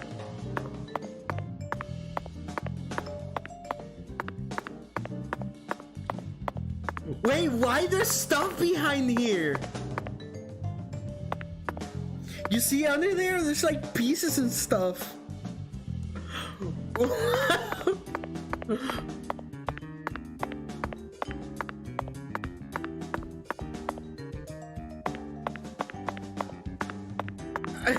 There are things behind there.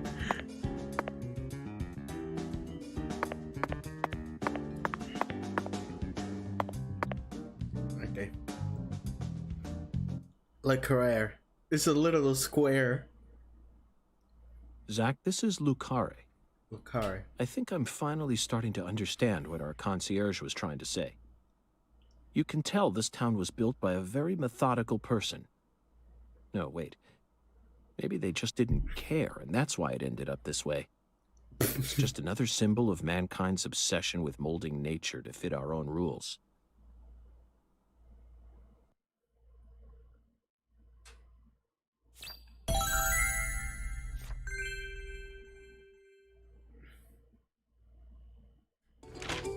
Zach, what did you think of Hungan's oracle? Despite all the dramatic build-up, it's little more than a childish riddle. Heartwarming, really. Exactly the kind of feeling one gets from the good old-fashioned countryside. Now let's start by tracking down those 10 maidens. The oracle gave us a place and an act. You need to go to the Shrine of Hunger and fell 10 maidens. Now where in this town can one satiate their hunger? The hotel and where? The and diner. The 10 things that need to be knocked down. Simple, right? Diner. Alexis's Diner and Lane. This is it, Zach. There are even pins and a bowling ball on the sign. I bet we'll be able to eat some Cajun cuisine and bowl there. Maybe even both at the same time. Hey, French man. Nice job, Zach. I knew you'd be able to find it. Now for the other oracle.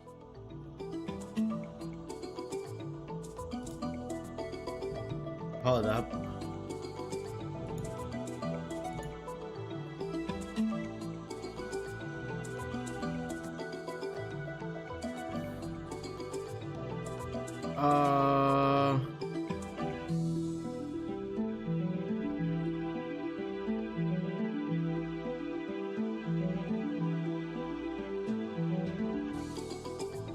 Excuse me a moment.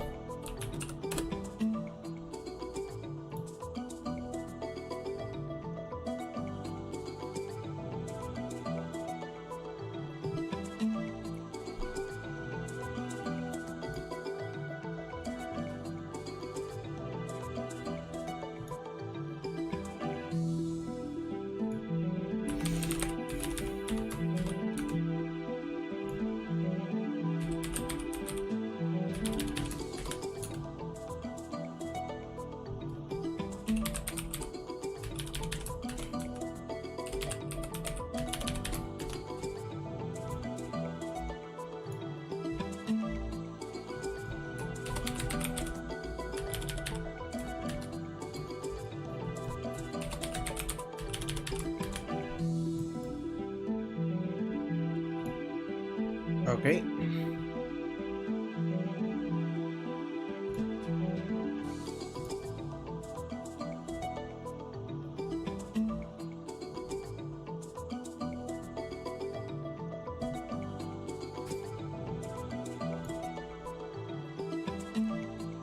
I got a suspicious smell.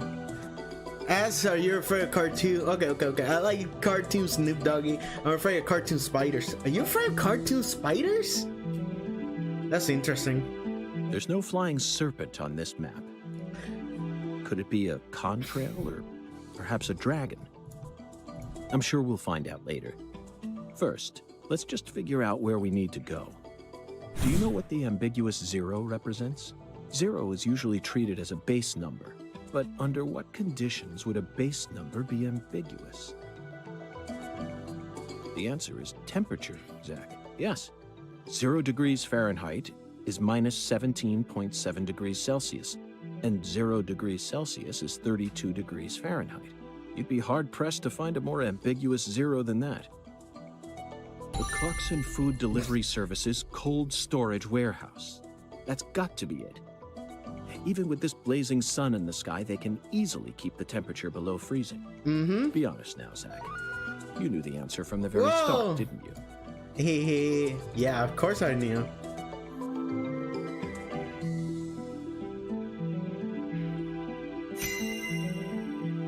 I got $15 for encrypting that? Hell yeah. And how about that Hungan? What a mysterious character. His oracles may end up determining how much time we spend in this town.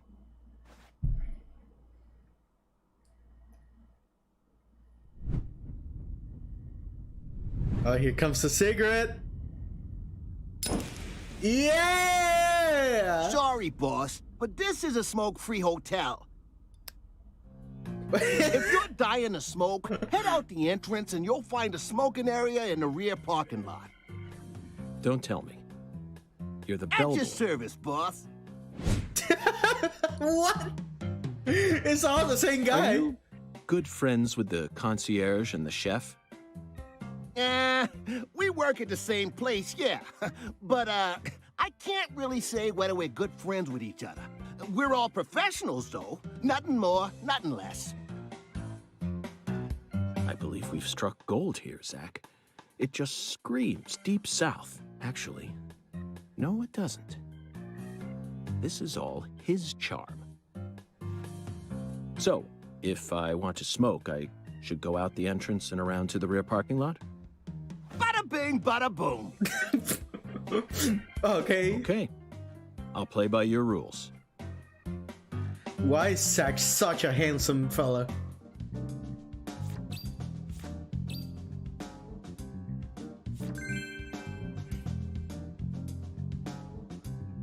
Okay.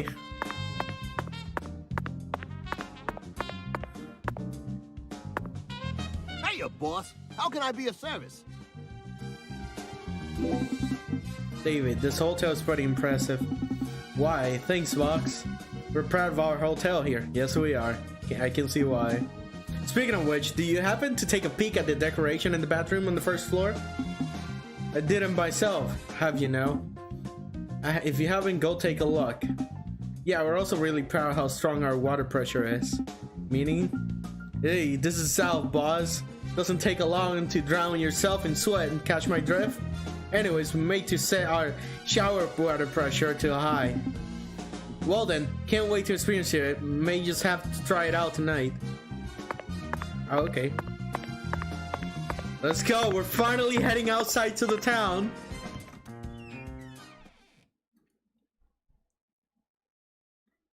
We still haven't started this properly.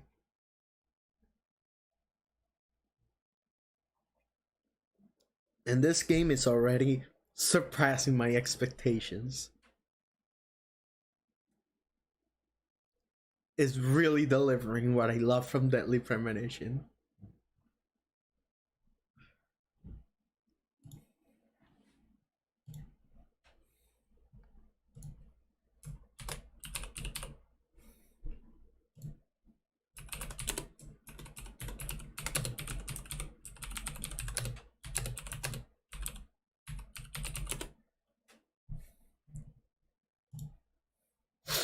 Okay. Well. Hello? This game still has faster loading than Bloodborne.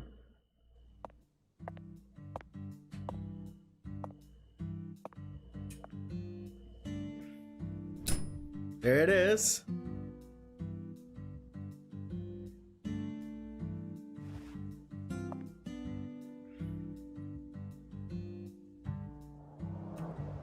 Compared to non-smokers, smokers have a 4.7 times greater chance of getting lung disease. Oh, thank you for that. You Who are know that means it's more likely than getting asbestos poisoning? The risk of death from lung cancer is actually much lower than what you think it is. In fact, it's tiny when compared to heart disease, strokes, and pneumonia. We're always surrounded by easy ways to die, you know. Some people even get randomly struck by lightning and die right there on the spot. Then I reckon you also know that secondhand smokers have 1.3 times greater the risk compared to smokers? Of course. So you won't mind paying the damages when I die of lung disease? How about writing that in a contract for me? You got a pen, right? Who is this little sassy brat?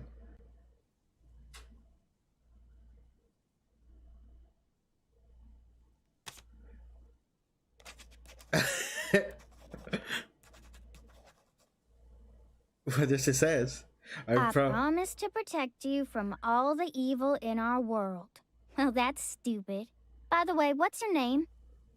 FBI Special Agent Francis York Morgan. Please just call me York. That's what everyone calls me. Is something wrong with you? Adults ain't supposed to act like that. I only asked for your name so I can write it on the contract. You should have been able to figure that out if you're a real FBI agent like you said. Come on, sign here. Right here on the paper. Just as I thought, Zach. This contract paper, it's a Sang Rouge wrapper. Sang Rouge is here, too. This Sang must Rouge. mean that Sang Rouge is connected to the Lise Clarkson murder case somehow. This is a sprawling case that spread across the entire South. It's within our jurisdiction, Zach. We'll need to steal the right to investigate from the local authorities at once. By the way, miss, what's your name? Patricia Woods. But I gotta write my name myself, or else it won't be a real signature. Hi, Patricia Woods. Tell me, Patricia, does this town have a sheriff? Or is it under the jurisdiction of the nearest city police? Perfect timing. Well, go on and steal it if you want it. I was just thinking about how this is way out of my daddy's league. Thank you for the information, Patricia. Okay, Zach, it's time to get to work. How should we seize control from the sheriff this time? What did you gotta do? Are you just gonna go there and play chess or something?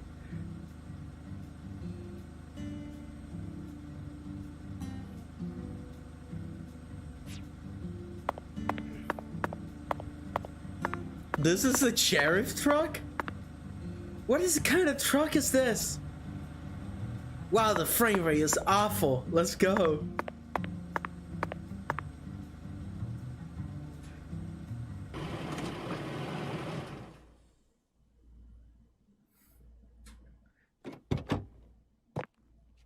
Hey there. So, you're the fella from the FBI I've been hearing so much about. What are I'm you Mel. talking They call me the about, sheriff Christian around Mendez? Melvin Woods. Yo, hello there. FBI Special Agent Francis York Morgan? Just call me Call Joe. me York if you can. That's what everyone calls me. Huh? Well, all right. Mr. York. How's that sound? Fine by me. I'm sure you figured this out, but our town's a small one. Yeah, folks are already busy spreading gossip about how some FBI agents come to town.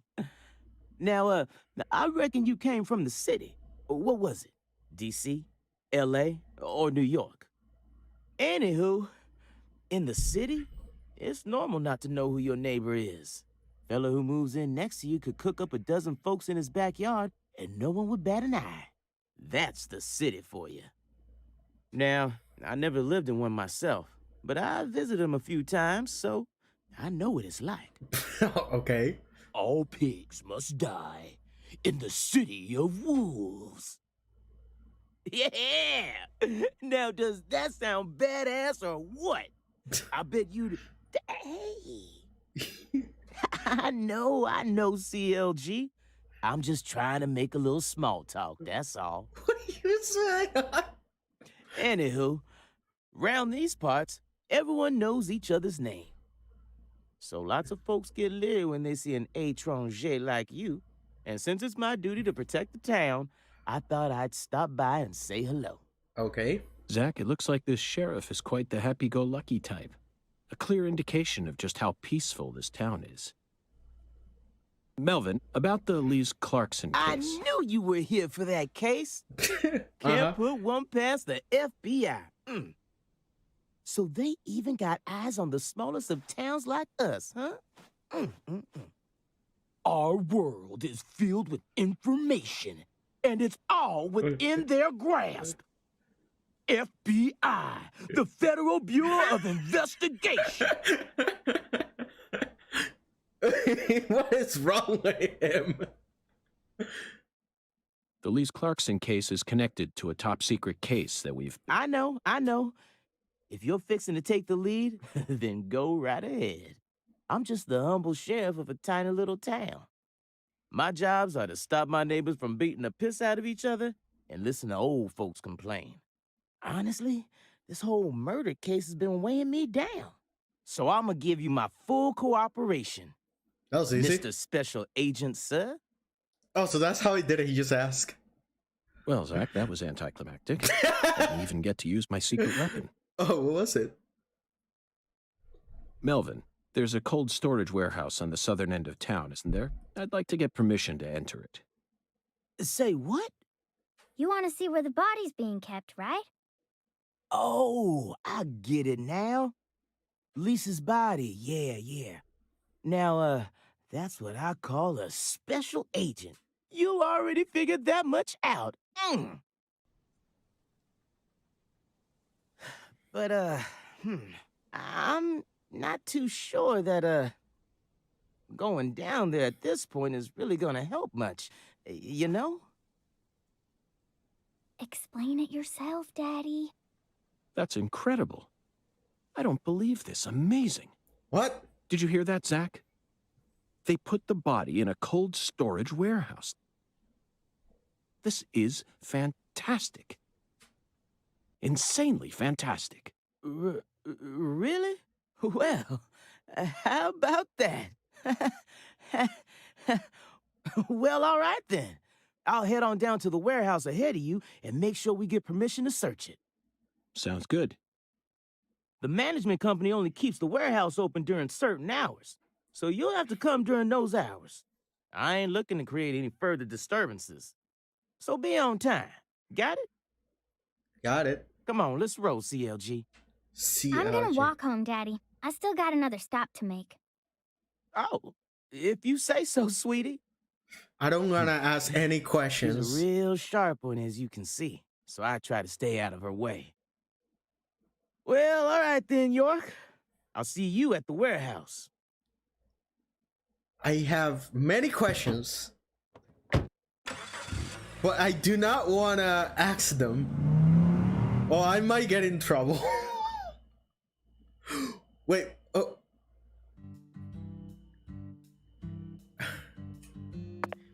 Are you his biological daughter? Is that a real question, right? Is that a legit question to ask? Are you adopted? Oh, it's a Jeep.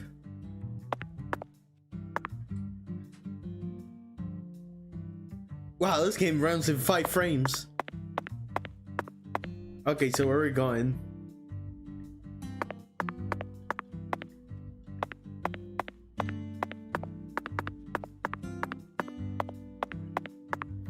Wow, we do really need to walk over there, huh?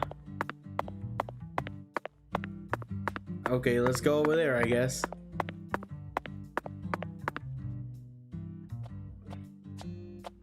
Hey, you. You ain't secretly cutting kids up and sticking them into jars while you work as an FBI agent on the surface, are you? Or using your FBI connections to sell kids to child trafficking organizations? I've arrested people who've done both, but I've never engaged in either of those activities myself. Of course, I have imagined doing such things in order to learn more about the psychology of the criminals I deal with. Whoa, hey, whoa, George! It was just a joke. Why are you getting all serious? And don't tell me what you imagine, or else I'll get scared of you for real. Huh? Hey, can I come with you? Armpit.com. Wait a second, what the heck? Wait a second, what? I cannot read.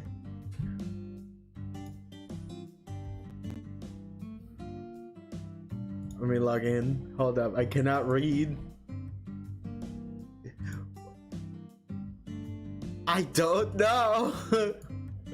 I don't know what kind of jokes they're into these days.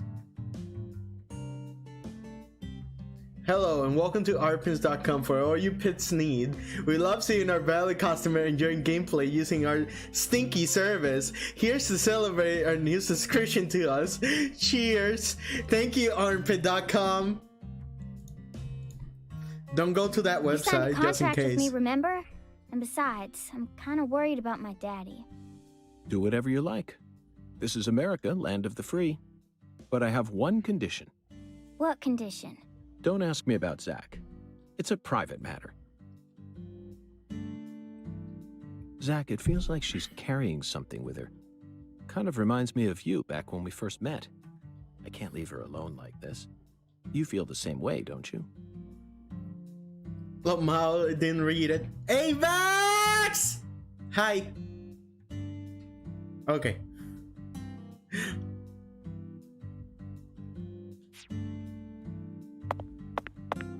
Wow! Look at this frame rate. They thought this was okay.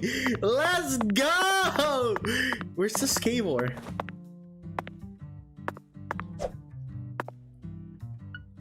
Yo, this dude fight like this dude's fighting like a Spider-Man mobile game. Like one of those Spider-Man mobile games.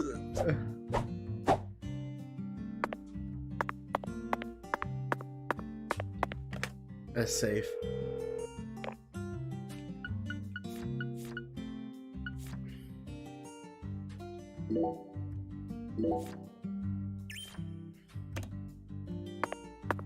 Who is this guy? Hello.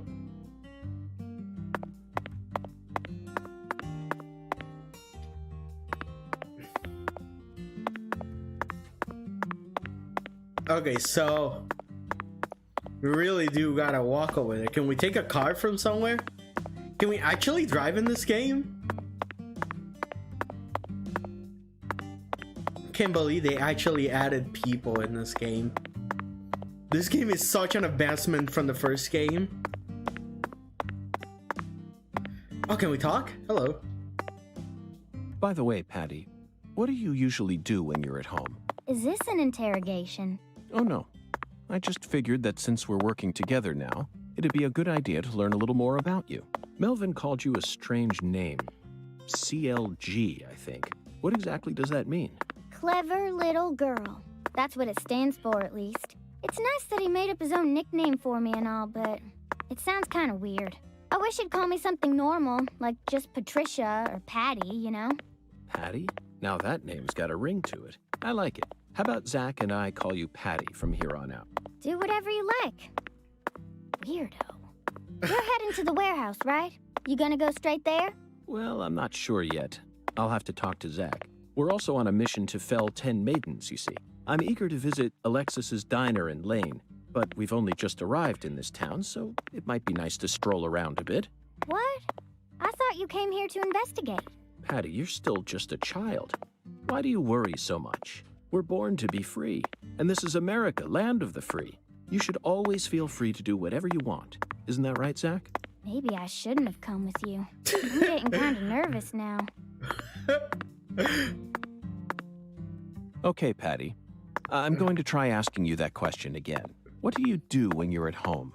I watch TV and look up stuff on the internet, I guess. 2005? Ain't much else to do when you're out in the middle of nowhere. Really? For some reason, I envisioned you working hard to take care of all the chores around the house. Well, of course I do stuff like that too. But doesn't everyone? Why bother talking about it? Other kids your age don't help out their parents. They're No. too busy talking with their friends on the phone or through emails. That's stupid. I don't get why everyone's so obsessed with taking pictures of themselves. Then they send them to their friends just to get approval? Talk about cringeworthy. How do you prefer to boost your self-esteem then? I don't need to. I have my family. And besides, my daddy's the town sheriff. All I need to be happy is a normal life. That's awfully mature of you. Everyone else is just childish. I'm totally normal. Okay then. So what do you do after you finish all your chores? You don't turn on CNN. Uh-oh. CNN? Patty, is something wrong? I got something to say. When I first met you in the hotel parking lot, you mentioned Saint Rouge, right? If you want to find it, maybe you should track down Professor R. Professor R. Yeah, Professor R owns the jazz bar on the other side of the bayou. How do you know that? Because. Because, huh? Interesting.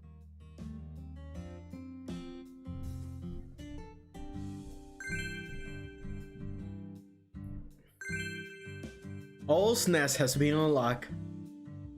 So you clearly love TV shows, but what about movies? Movies? We don't even have a movie theater around here. so I can only watch what I manage to catch on TV. I love the Like what? conversation. For some reason, the only movie channel we get at home is the sci-fi one. Oh, So I sci-fi. just watch a lot of sci-fi. Like what? What's the last one you saw? The one with Schwarzenegger, where there's all these clones. The Sixth Day, 2000, directed by Roger Spottiswoode. You must be very well versed in sci-fi if you can appreciate an Arnold S. film. I thought it was way too easy for them to make Arnold more S. clones. What a way and to- you'd never see a clumsy investigation like that on CSI. That's right. It's realistic. Everything about that film is so realistic. It may be difficult for a child to understand. But, Patty, that's not your fault. All of Arnold S.'s films are filled with hyper-realism, you know. On top of that, Roger Spottiswoode is a director who excels in dealing with hardcore subject matter. Turner and yeah. Hooch, Stop or My Mom Will Shoot. Each film features one of the toughest tag teams you'll ever find. I can see why it's beyond you, though. No, what I'm trying to say is, Schwarzenegger's character was just a pilot, right? Why was he so strong? It's okay, Patty. You don't need to try and act like an adult to impress me. I didn't understand the charm of Arnold S. films when I was your age either. You need to take your time and slowly reel the film in. Do that, and Arnold S. will greet you with a big, warm smile. Whatever, just stop calling him Arnold S., okay? It's irritating me. Zach, she's at a sensitive age. We both know full well that this is the official way to refer to the film star, but she isn't used to it, so it's bothering her. When in Rome, Schwarzenegger will greet you with a big, warm smile. Zach, my mouth feels weird. How many fingers do you think we'd need to count the number of people who actually call him Schwarzenegger? We'll just have to stomach it for her sake, Zach. Patty, we're investigating here. I think it's about time we cut the chit-chat and got back to work. What? You're the one who brought it up. Yeah. You hardly even let me say anything. Okay, let's go. Let's see what's happening on the diner. Oh, this game is gonna be great. Oh, this is gonna be so good. This game is gonna be so good.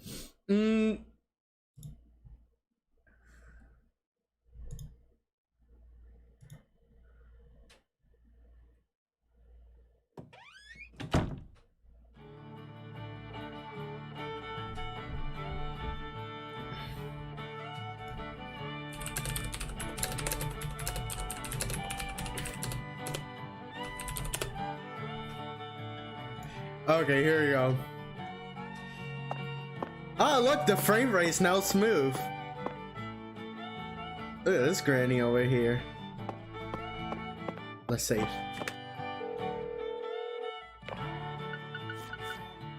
Oh, there's an autosave, so I don't need to even care about that.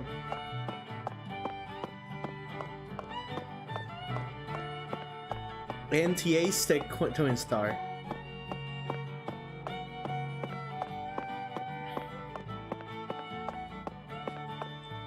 Oh, hello there. What's this? Special sale for Sunboard customers only? Huh?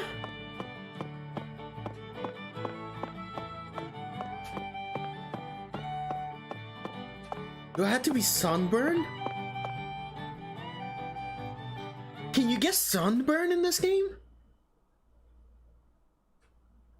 That'd be interesting. Oh, this is reminding me of The Professional. Have you seen The Professional?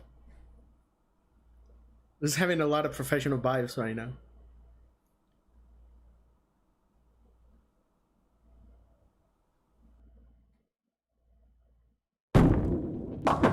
Ten maidens, Zach. Let's topple their hourglass figures and complete this oracle once and for all. Oh, my Lord.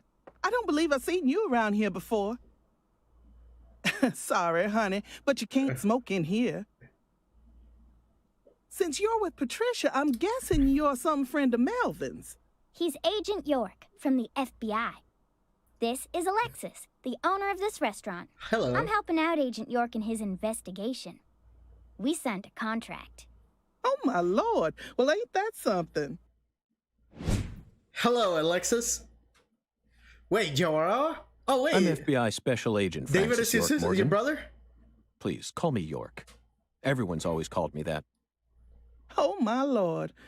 Well, that's got to be the strangest introduction I've ever heard. No wonder everyone in town's been talking about you.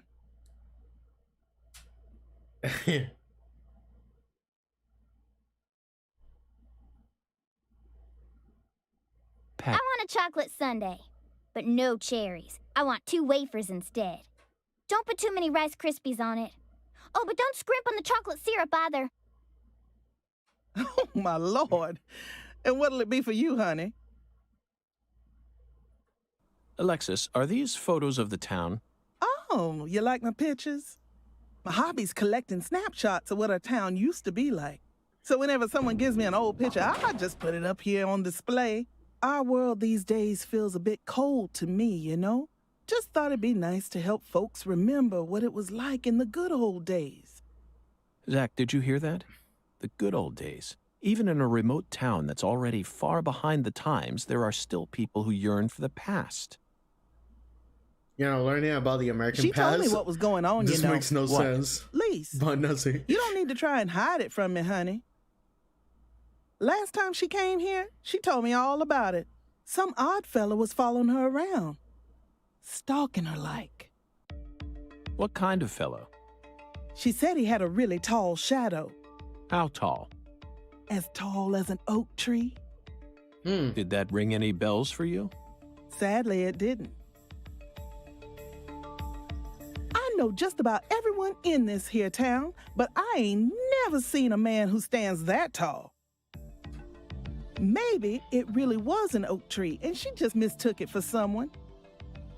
Sometimes I like the this track silhouettes here. of them trees with lots of Spanish moss hanging down make me feel a little funny, too. I don't think so, Alexis.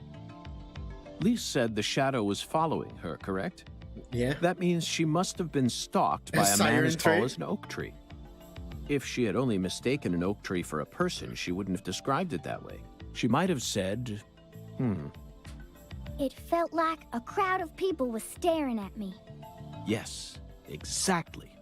She certainly wouldn't have talked about being followed by someone. Thank you, Patty. Zach, this data is all very intriguing, but it isn't the answer we're looking for. We came to knock down the 10 maidens, remember? Oh, yeah! Booyah! What? I got a turkey! Yo, she's hot. Truly mesmerizing, Just Zach. popping up. This is why I never tire of small-town investigations. Same goes for you, right?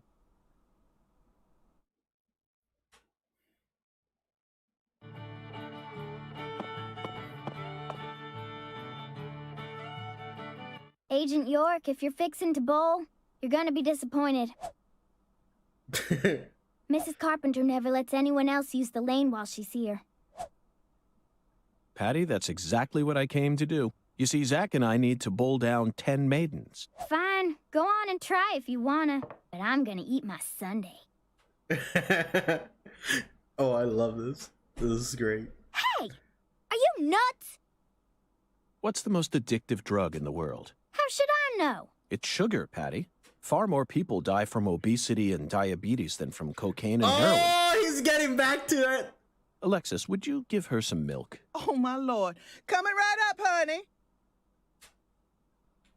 Sugar might be dangerous, but it ain't against the law. You got no right to take that from me, even if you are some FBI agent. Actually, Patty, I do. We signed a contract, remember? I promised to protect you from all the evil in our world. Hey! Delicious. What an amazing chocolate sundae. Zach, I think we just uncovered an incredible treasure here. I feel like I could eat one of these every day while we're in this town. Oh, what?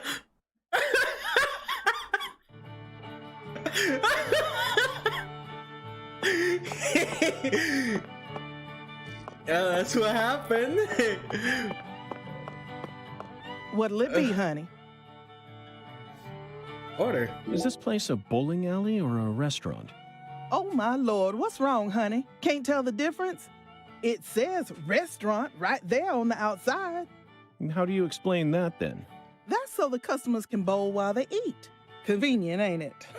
If you want to bowl, honey, you'll have to ask Mrs. Carpenter to open up the lane for you. But if you just want to eat, then all you need to do is call my name. Got it? Oh. Ooh, look at this. Here it is. It's a chocolate sundae.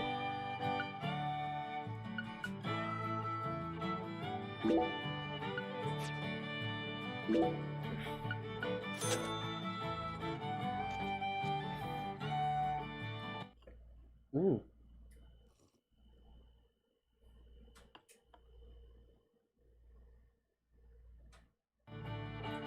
So, what do you think of my Cajun food, honey? No complaints here. No wonder you call this restaurant the best Louisiana's got to offer. Oh, my Lord. Ain't that nice of you? I'm sure glad to hear you like Cajun flavor. It's nothing like that Creole food.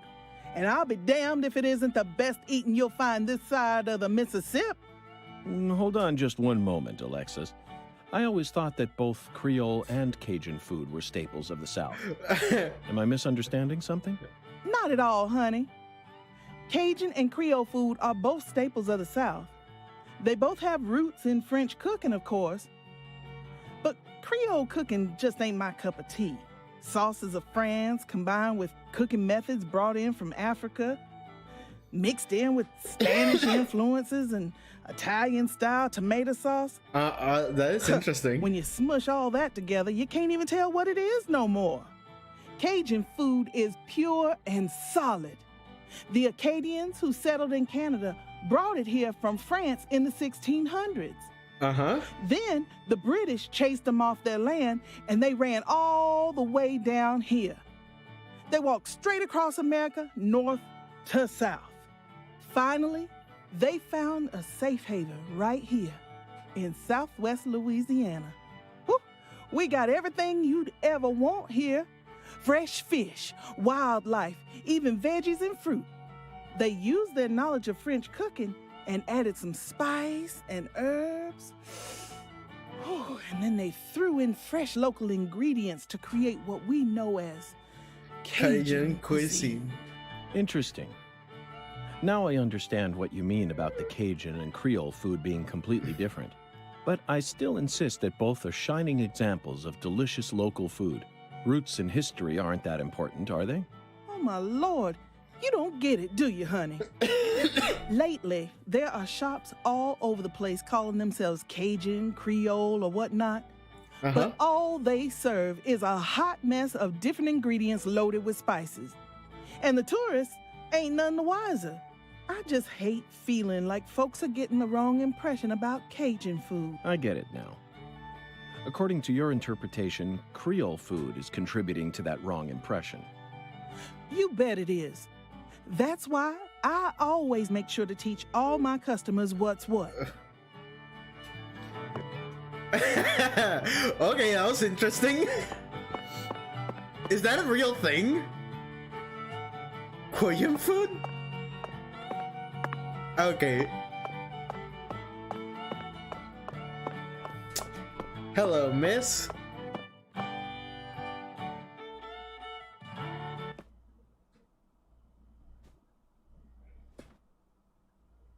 Excuse me, ma'am. Oh, howdy, stranger. My, you're a handsome one. You came out here from the city, didn't you? I can always spot you city folk from a mile away. Hey, Carpenter. I'm FBI Special Agent Francis York Morgan. Would you mind calling me York, ma'am? Oh, so you are from the FBI. I thought as much. So sophisticated. Well, my horoscope in the paper today told me I'd be meeting someone new. Oh no, horoscope! Horoscopes never miss. They're the real deal. Well, one even predicted when I'd bowl my first perfect game. Oh no! Oh, could you stand a bit closer to me? Whew, that was a close one. If you move any further that way, you'll cast a shadow over the lane. Well, the sheriff did that once, and something horrible happened. The next time I bowled, I got a gutter ball. First time in 12 years. I was mortified. And I am going to make sure nothing like that ever happens again. In our world, some routines lead to good things, while others only lead to the bad. Yeah, that's why I tell my mom, don't stand over there. I don't want something bad happening to my channel. Is that understood? It's her routine, Zach. Understand? Just like us and coffee. Incidentally, ma'am, would you mind letting me use this lane too? I'm investigating the Lise Clarkson murder case. And I need to topple 10 maidens, no matter what it takes. No, absolutely not. Not even the FBI can take my lane from me. I haven't given it up once ever since my husband passed away over a decade ago. Wow. I'll never break my promise to him. But... Now, if you'll excuse me.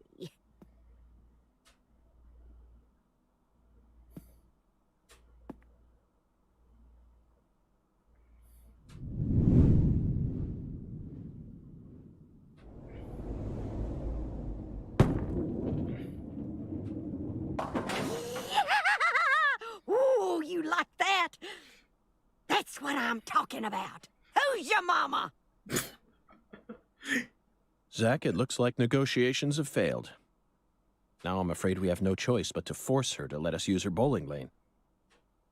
Yes, I know. I won't do anything illegal. She's gonna give him a heart attack.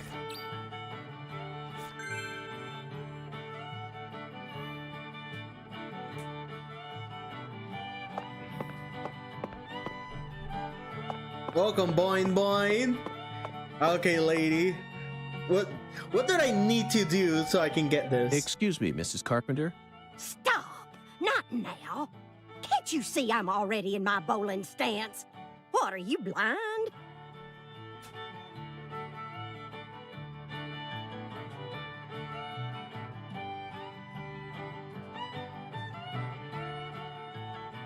Holy mother of bowling balls, let me pick up this split. Holy mother of bowling balls, let me pick up this split. Holy mother of bowling balls, let me pick up this split. Yo, she's into this stuff.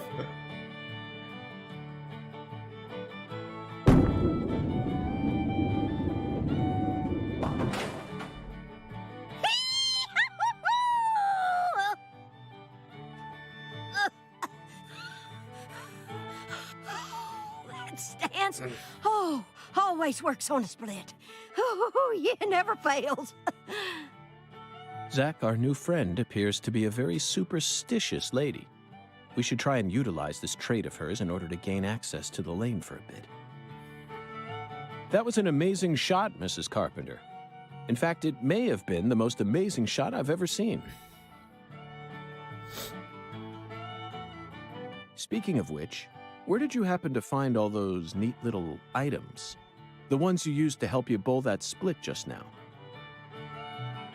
Ooh, you got a keen eye there, Mr. Special Agent. Uh-huh. So what we got in Taking a there? liking to my collection, have you? It's all Buddha stuff? Oh, yes. A great liking. I buy all my charms and power stones from Erzuli Frida. Erzuli Frida. Who's that? Yes, it's a mystical establishment run by the Mirror. The Mirror? If you're interested, I can mark it on your map for you. Okay, let's go over there and see what we can get for her. Zach, this is it. Erzuli Frida. There must be a treasure trove of dubious trinkets on sale there. We may even be able to find something capable of changing her mind. It really feels like we're in the deep south now, doesn't it?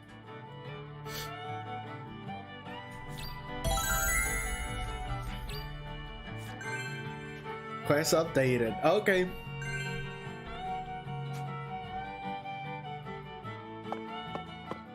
Okay, let's go. I'm gonna try to get something for this lady, because I need to play ball, baby. I'm gonna show you how can I help me get a turkey.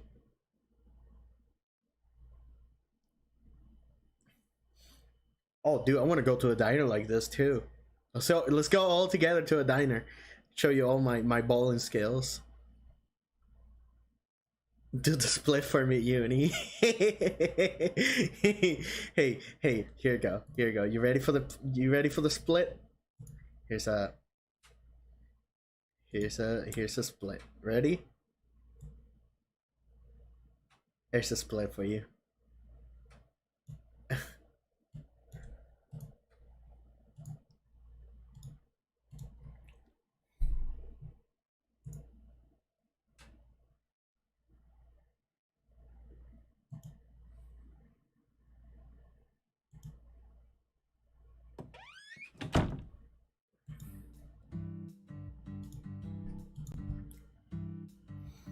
I thought you came here to bowl. Yes, I did. Then why are you leaving? You gave up on trying to convince Mrs. Carpenter to let you play? Not really. No, Patty, neither Zach nor I have given up on anything. We're just going to stop by Erzuli Frida. Erzuli Frida? What do you want with that place? What do you know about it, Patty? It's a dumb store that sells stupid voodoo charms and even stupider souvenirs. No one who actually lives here would ever be caught dead there. Daddy even told me to steer clear of it. And why is that? 'Cause they sell guns. You mean Erzuli Frida is a gun shop? It's kind of like a gun shop and a voodoo shop had a baby. A voodoo shop? Thank you, Patty. You just helped me make up my mind. We're going to use the power of voodoo to help us steal the right to use that lane. Okay.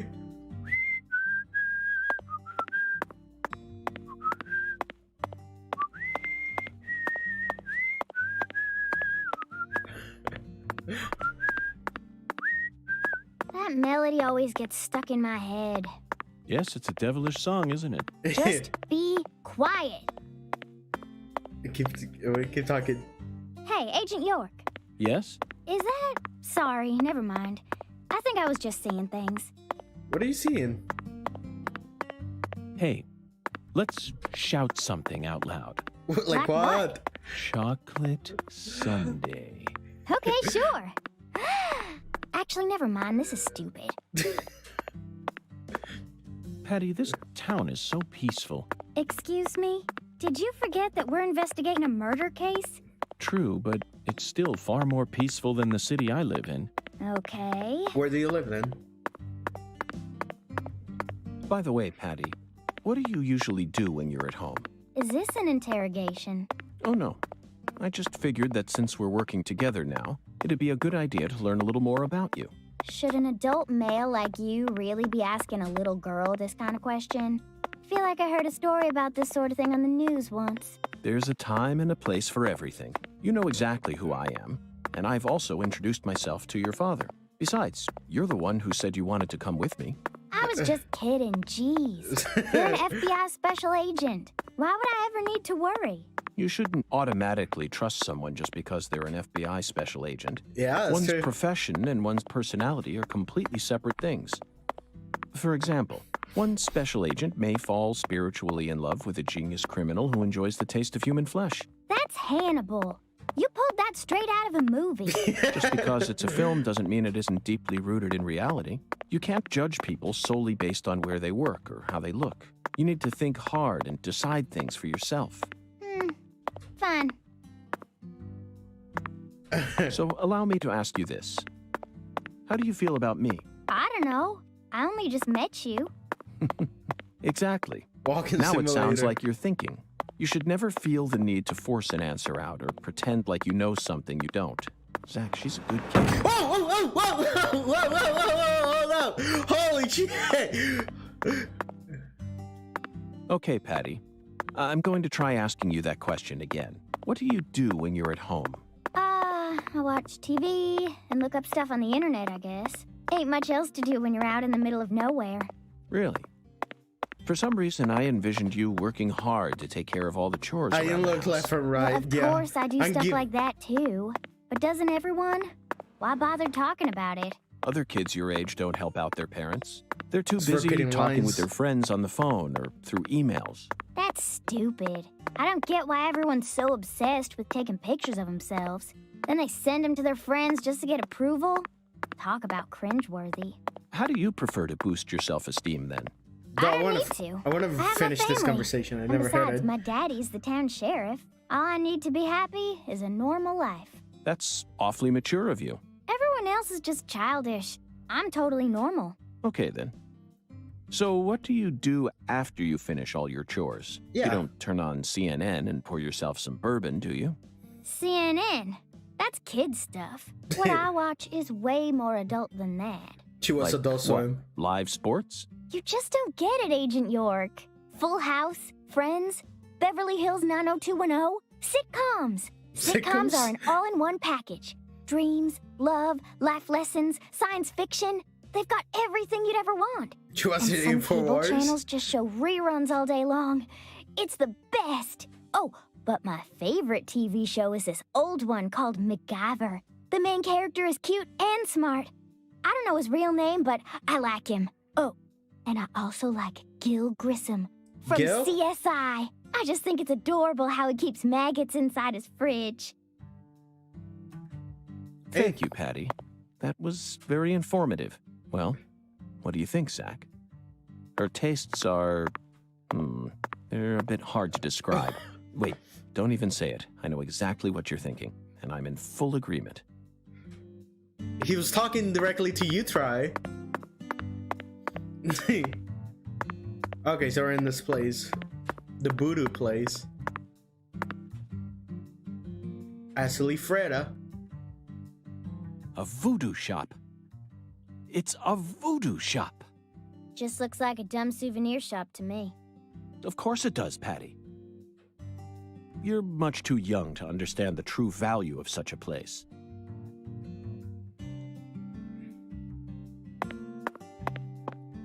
Okay, so let's see what we got in here. A voodoo gun shop. Nothing can go wrong with that. Yeah, what can go wrong? Absolutely nothing.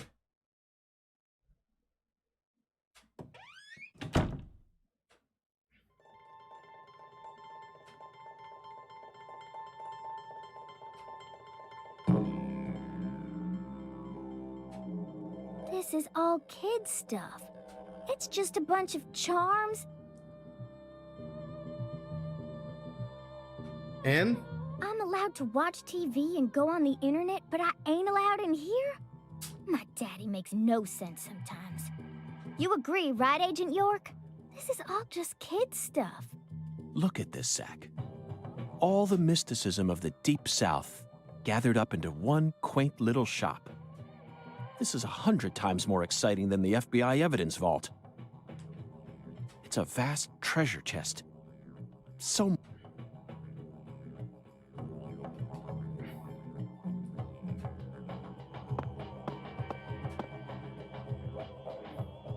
I like how the frame rate is so smooth here.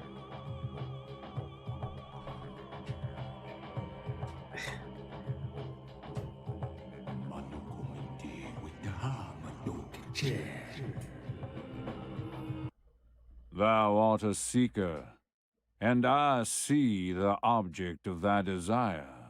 Uh-huh.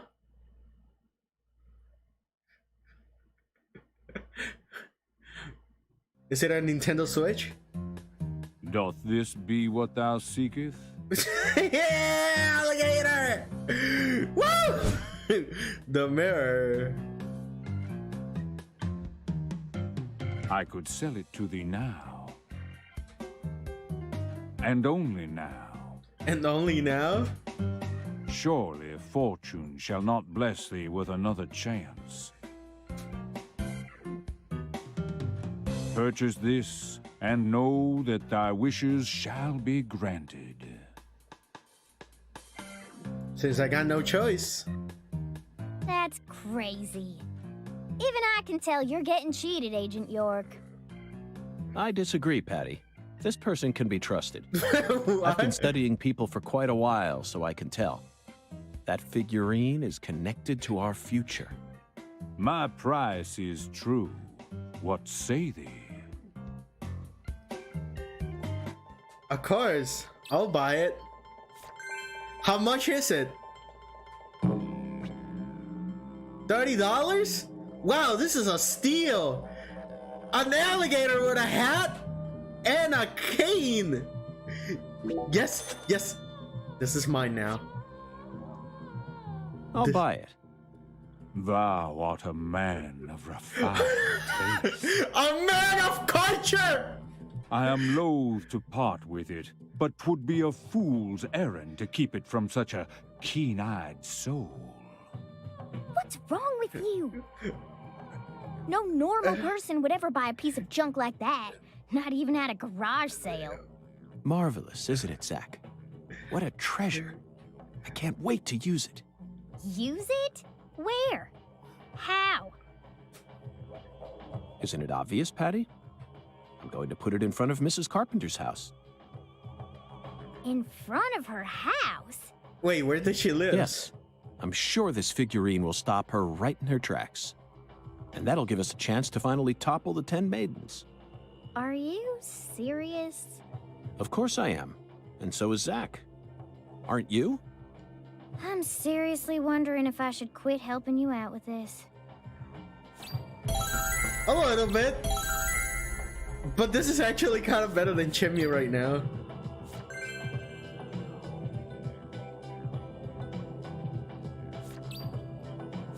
I gotta say, like, Deadly Premonition 2 right now is actually being better than Chimney than Chimney 3. Verily, much shall serve thee well here. Whoa, okay. Charms can help you in various ways. Necklace boosts bullet elemental effects. Dolls boost physical abilities. Incest boosts your skateboard abilities. Talisman boosts your performance in minigames. You can create charms at Ezerelia Freda and equip them at the altar. You can enhance your charm as Ezerelia Freda and pick what charms you like the most, then enhance them to create your own personal Buddha loadout. You can also expand your altar so that you can equip more charms at once, creating and enhancing and expanding with what all costs you some materials and money. Search every last nook and cranny of Lurker to gather what you need. I got nothing.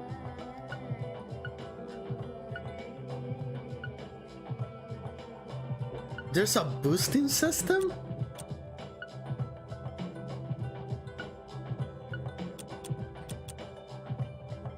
A clown doll. Yes, I'll buy this. Oh, I need materials. I need materials to make a clown doll. Incest.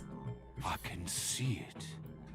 Thy return is imminent, if thou hast discovered the very purpose of my emporium, that is. This dude also has a gun shop in here. This doesn't sound shady at all.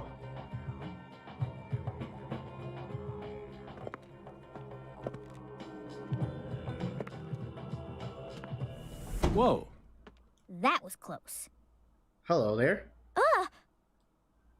Well, look at you, all standing there like you're expecting me to apologize. Huh, it's your fault for not paying attention. Oh, it's a Clarkson. Is her sister? Got a moment? Can't say I do. I'm in a hurry here. I won't take up too much of your time. I'd just like to ask you a few questions. I said I'm in a hurry, Peckerwood. Now get out of my way. White woman. Patty, who was that? Kalina Clarkson. PJ Clarkson's second daughter, and Lisa's mother. Zach, we've found ourselves a Clarkson. Oh no, she's not here. My dolly. Oh, she's not here. My dolly isn't here. One of the key persons in this case just came out of the woodwork to meet us. Now things are really getting interesting. Isn't that right, Zach? Isn't that right, Zach? There's a smile! Let's go, let's ask.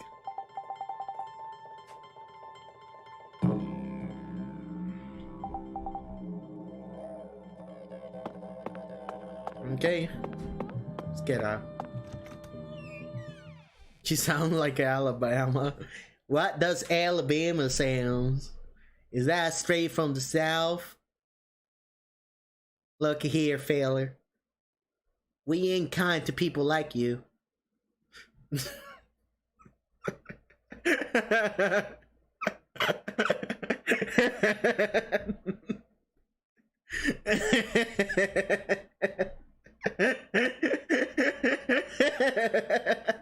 What the heck was that?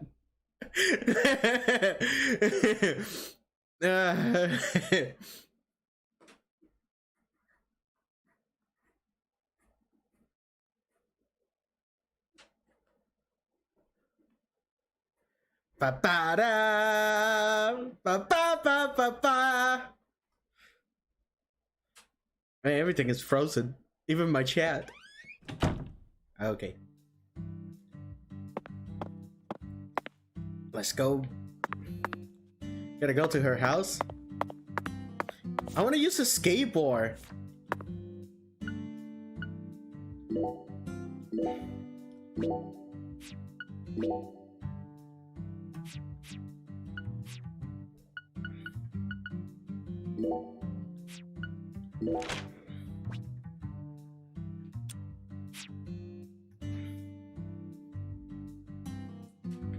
At least there's a map now, waypoint. How far does this map go? Whoa.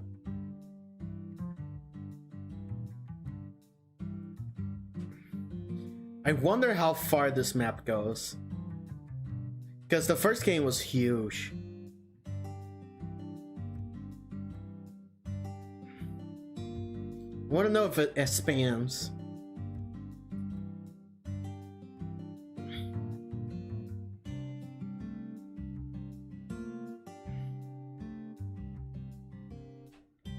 Oh, this is a tree right here?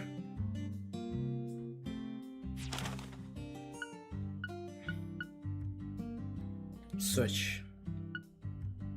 Oh, link boards.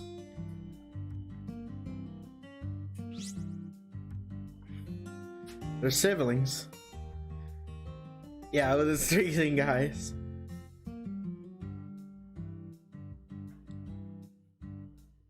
Oh, I like this.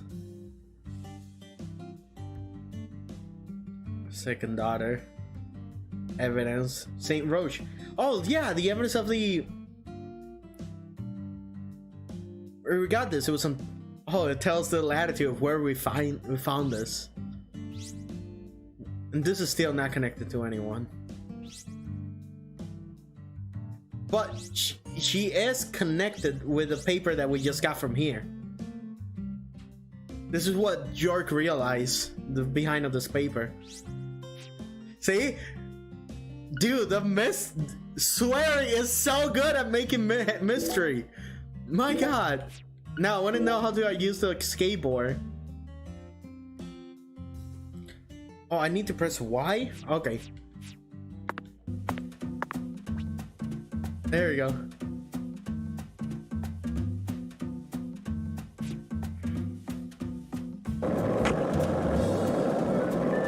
Whoa, that's loud. Wow, that's loud. Hey, Zach, it looks like we were right on the money. Tracing the Saint Rouge district.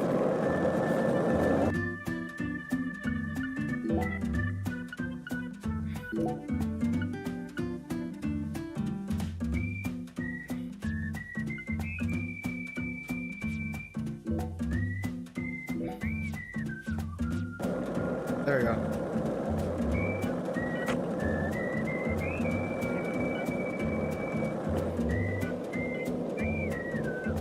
So, what do you think of him? Yes, I'm talking about him. Bundan. Is the skeletal gentleman friend or foe? Or does he merely exist outside the realms of either? Still too early to tell.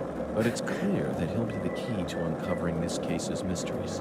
That's what my soul tells me. By the way, Zach, Bundan feels very familiar to me. You might even say he reminds me of someone. Yes, I think I see the connection now. A cheerful, wise, yet also mysterious African American who appeared in a variety of different films. My mind must be overlapping him with the skeletal gentleman. Do you remember his name?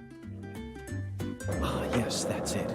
Scatman Crothers. In 1980, he played Dick Halloran in The Shining. And in 1983, he was in The Twilight Zone. He played the man who...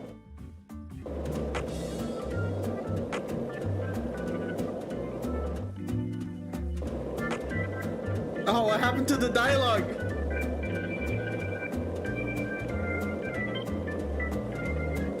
Did you notice it yet? The streets in New Orleans were a mess. All busted up and undergoing maintenance. The city was built on a swamp, so the ground is soft. All it takes is some heavy rain to cave it all in. There were also a lot of places where large tree roots were pushing up parts of the asphalt and the sidewalk. Those... no. I don't know how to do a flip. Wow, it's going faster. This is the Deep South. I feel it every time that molten hot sun pours down on me. Don't you, Zach?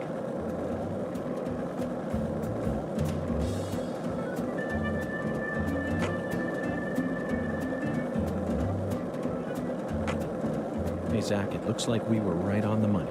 Tracing the San Rouge distribution route led us right to Louisiana. You know what that means. We've got a hot hand, and Lady Luck's given us far more favor than she ever has before.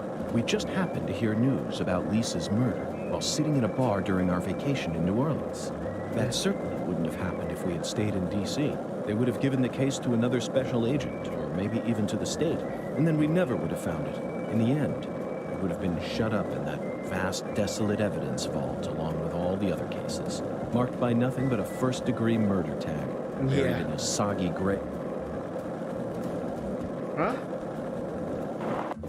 Wait, what the heck is going on?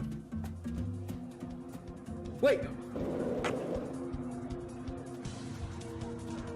Wait, what the heck? Did the squirrel just stole something from me? Wait, what?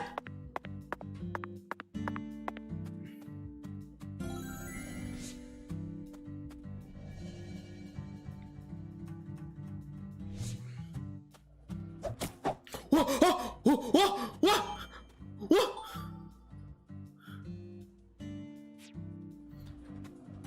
I can punch squirrels. Whoa, oh, yo, what? Why we can do this?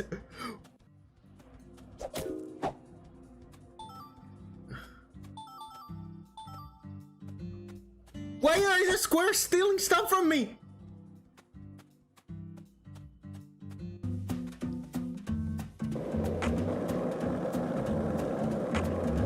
Why can we fight squirrels? So, what do you think of him? Yes, I'm talking about him. Boondock. Is the skeletal gentleman friend or foe? Or does he merely exist outside the realms of either? Still too early to tell. But it's clear that he'll be the key to uncovering this case's mysteries. That's what my soul tells me. Mocha get brutalized, murdered by Junii, 2005. No, He Mocha! reminds me of someone. Yes, I think I see the connection now. A cheerful, wise, yet also mysterious African American who appeared in a variety of different films. My mind must be overlapping him with the skeletal gentleman. Do you remember his name? Ah, yes, that's it. Scatman Crothers. In 1980, he played Dick Halloran in The Shining, and in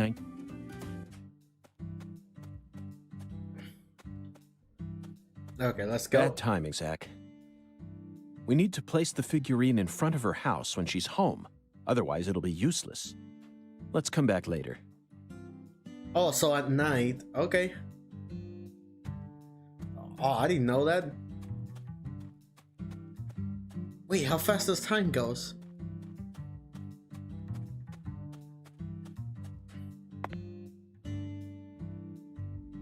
Okay, so...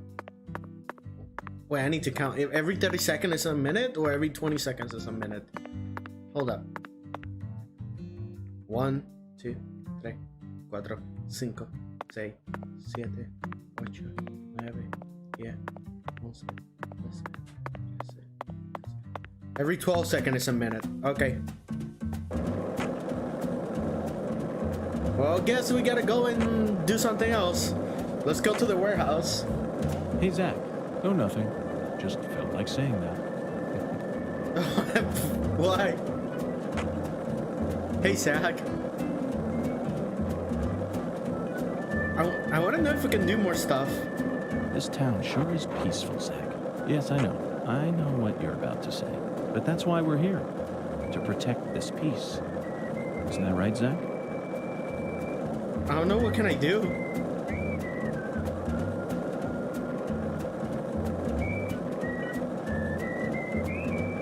Hey, Zach, it looks like we were right on the money. Tracing the Sang Rouge distribution route led us right to Louisiana. You know what that means. We've got a hot hand. And Lady Luck's given us far more favor than she ever has before. We just happened so to let's hear go to the news about warehouse Lisa's now and see if we murder can while sitting in find a bar out during our what's going on vacation in New there. Orleans. That certainly wouldn't have happened if we had stayed in D.C. They would have given the case to another special agent, or maybe even to the state, and then we never would have found it. In the end, it would have been shut up in that vast, desolate evidence vault along with all the other cases, marked by nothing but a first-degree murder tag, buried in a soggy grave at the bottom of a sea of data.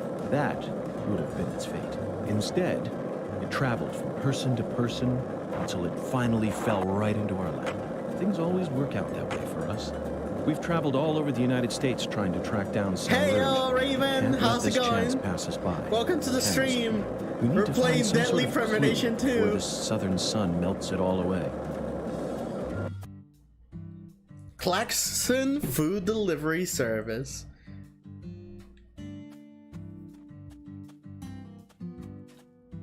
By the way, Patty, what do you usually do when you're at home? Is this an interrogation? Oh, no. Oh, we're I just running out of figured that lines. since we're working together now, it'd be a good idea to learn a little more. Mr. York, that was mighty quick. Really? The special agent does it again. You sure don't waste any time. I bet my CLG's got a lot to learn from you. Clever little girl. By the way, Mr. York, looks to me like you aren't packing anything. I was on vacation in New Orleans before I happened to stop by here. Well, shoot, that won't do. Here, I got something I think you'll like. Is he gonna give me a gun? I call him Mr. Alligator. It's a tranquilizer gun for the gators. Non-lethal gun made for self-defense. It can only fire rubber bullets. We're an American. They don't use rubber bullets. And here's a radio. With this, you won't have to worry about any expensive roaming fees.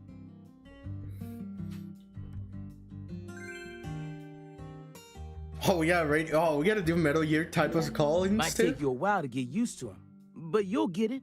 Are we gonna have codes in this game?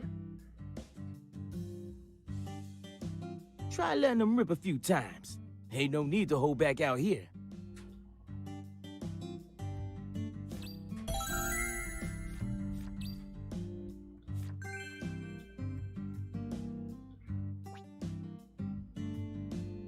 Non-lethal rubber bullets. You can purchase more rubber bullet at shops, so keep out in stock. Okay.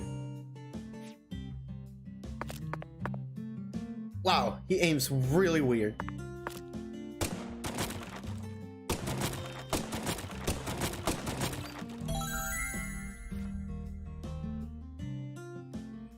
Mr. Alligator, a weapon to surpass an many. intriguing weapon. For a tranquilizer gun, it really packs a punch. But I'm afraid I'll decline. After all, this town is peaceful, isn't it? Well, sure it's peaceful. At least the humans are. But the animals are a different story. Remember what I named it? There are some real mean-ass gators out there in the swamps. And every now and then, they wander into town. One of them even went and ate a kid once. It happened a long time ago, but still. One chomp's all it takes. They swallow down every last bit of you. Poor kid's parents didn't even know what to put in his coffin. Wow. The worst part is, that taught the gators just how tasty we humans are. So now, those suckers just attack on sight. Man-eating crocodiles will feast tonight. In Blood Swamp! You know he's fibbing, right? Gators don't attack folks. I never heard about no kid getting swallowed by a gator. Actually, Patricia, you're wrong. I'm what? Alligators do attack people, and it could happen in any town. Huh? Alligator, 1980. Directed by Louis Teague.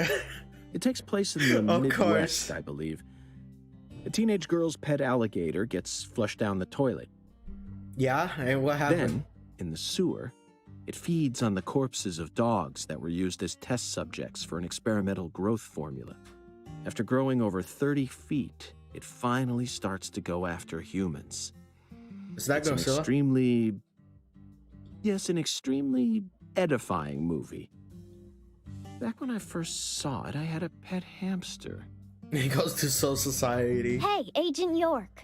What's your first order of business? You're in charge now, remember? Well said, Patricia. I nearly lost sight of my true goal. Melvin, I couldn't help but notice the name on the side of that truck. This facility is connected to the victim, isn't it?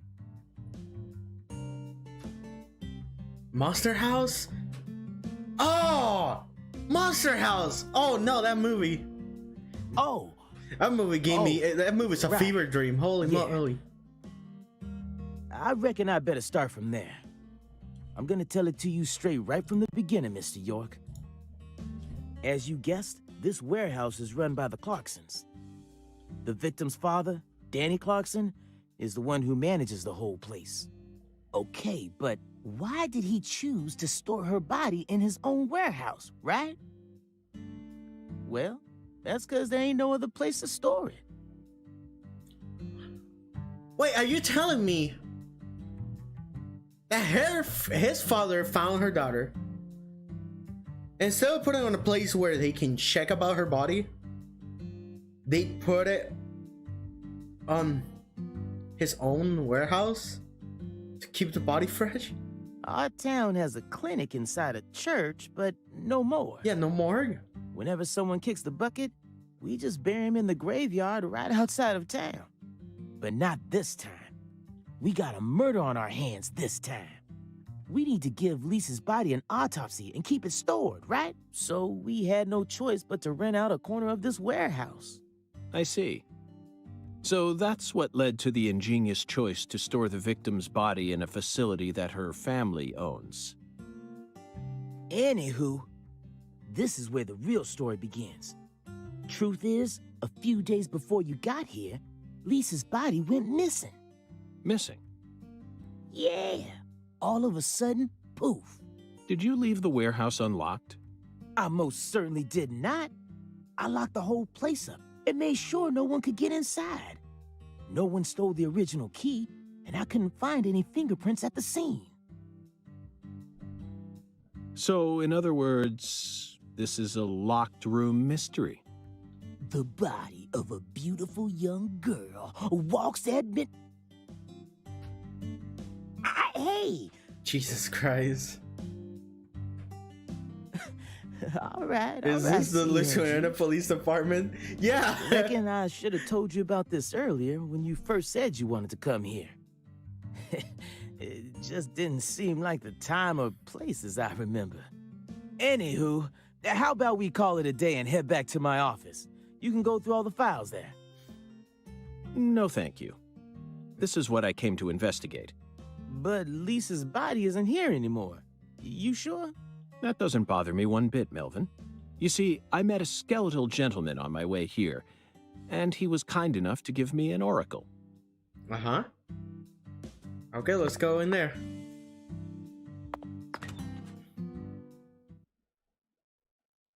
Finally, we're gonna start investigating.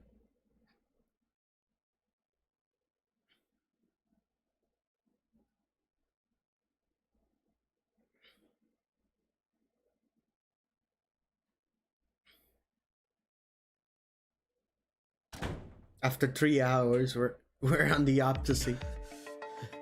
You holding up okay, CLG? Sure you don't want to wait outside? Ooh, I'll be fine, Daddy. Just make sure you don't take your eyes off of him. He's so selfish and inconsiderate. I'm still not convinced he's actually a real FBI agent. Look, he's talking to himself again. Zach, this is the ambiguous zero, the deep freeze. Let's hurry up and find that flying serpent, shall we? Flying serpent.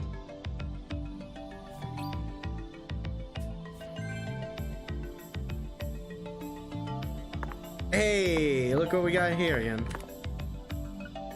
Rubber bullets. How much bullet we got? 194? Holy.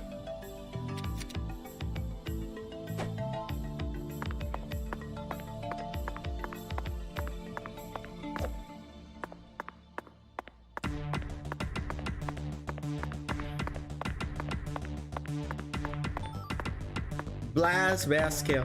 Ah, I want to hear the sound effect for it. Oh.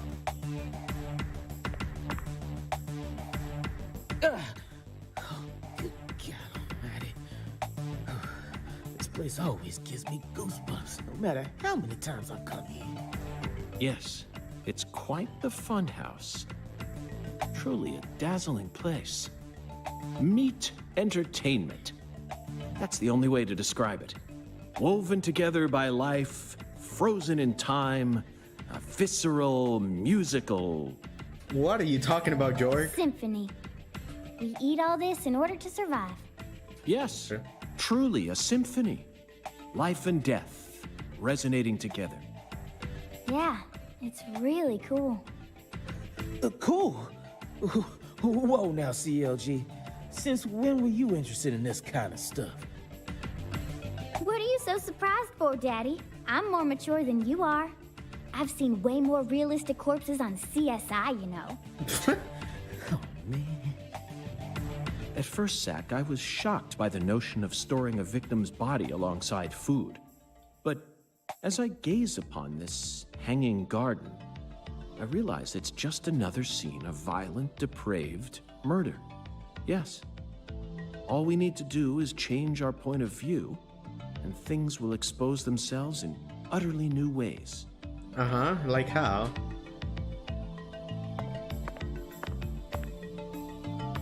So tell me. Say. Hey, Mr. York, this is kind of, yeah. Melvin, if you have something to say, then just go on and say it. Yeah, you're the sheriff. Otherwise, you'll simply be insulting this beautiful landscape. You think this is beautiful? Oh, yes. It's the abnormal world that supports our normal lives.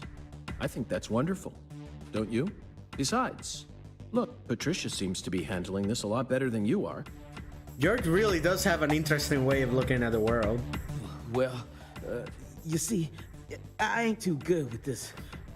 Is that a Crescent Call reference or a Flying Squirrel reference? I Flying Serpent.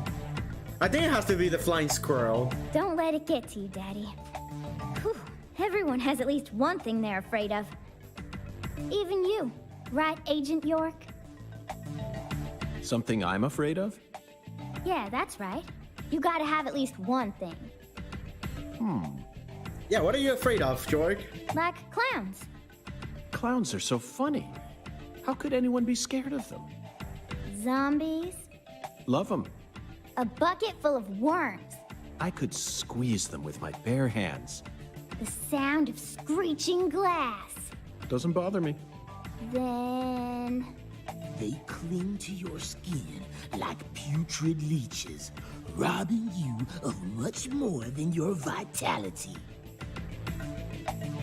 The wet socks. Wet socks? Crusty socks? Why does Crusty socks keep coming back to me? You're a genius.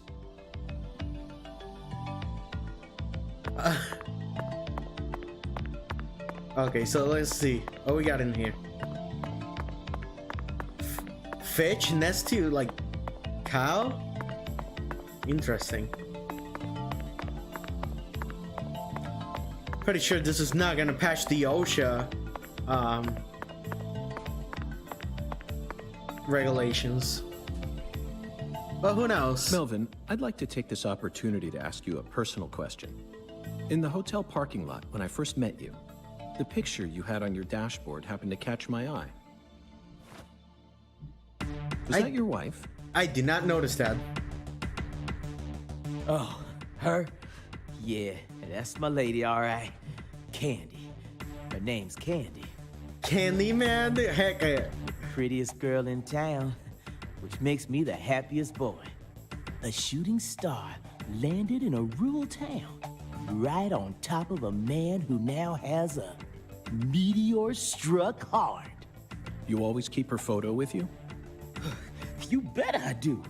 The truth is, Candy's a little sick right now. She can't even leave the house no more.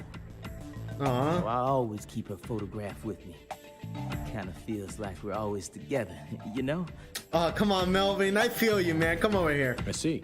I understand you care that. for your wife a great deal. But this means that... Yeah, that's right. My mama had me before she married Daddy. Well, you had to... It don't matter. He's still my real daddy to me. Oh, thank you, CLG. And you're my pride and joy. Well, Zach, isn't this a heartwarming scene? But there's one thing I just can't get out of my mind. Don't you think that photograph looked a bit too old? How Perhaps old? Candy is already... No, let's not think about that. It might be a private matter, just like you, Zach. Huh. What are you thinking, Zach? Okay, let's go over here. Ooh.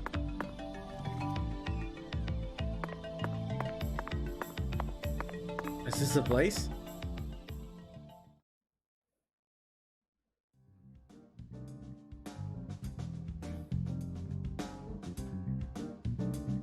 Yeah. Here we are, Zach. The morgue. They stored the victim's body in a cold storage warehouse operated by her family. I'd love to shake the hand of whoever came up with that one. Hey, Agent York. What's wrong with you? Did you just come here to laugh at rural officers who are doing the best they can? We don't have any special facilities like you people. What else did you expect us to do, huh? Don't compare us with city folk. This is Lucare. And maybe you're just disappointed that you didn't get to see the bloated, decomposing corpse of a young girl. Sorry, you're right. I went a bit too far just now. But don't misunderstand. I honestly think it's a fantastic idea. I'd never try and bully your daddy. Bullying is bad. Remember, guys? Don't bully me. Better not. Thank you for understanding. Check be trying to bully me when I'm trying to be as honest as possible in here.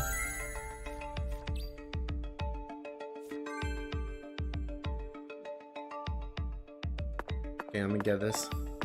A black base scale.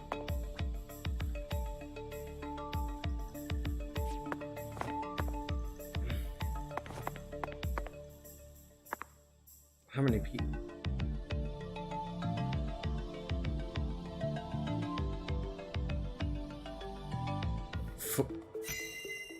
Inspection start.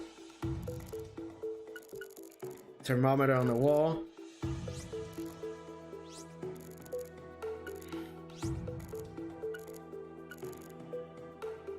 Boxes of the past or presence of the future? Either way, this is a curious time capsule.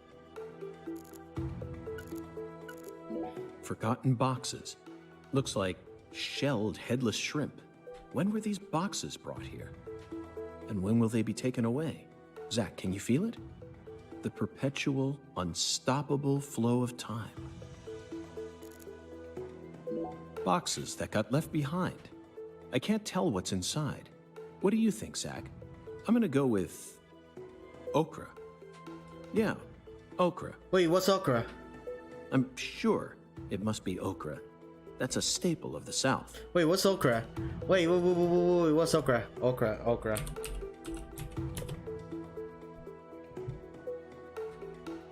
Ah, interesting.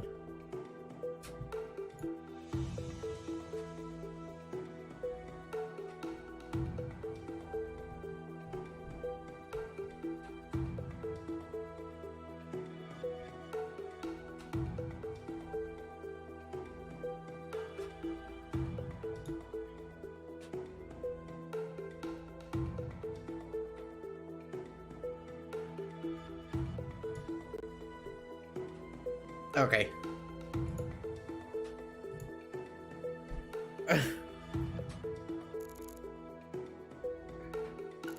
I'm bad with food.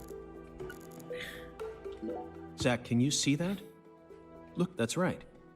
There are 4 imprints in the frost on the top of this. Huh. It's hard to believe, but I think these are fingerprints. Yes, Zach, that would lead one to believe that the body napper is a giant who's over 10 feet tall.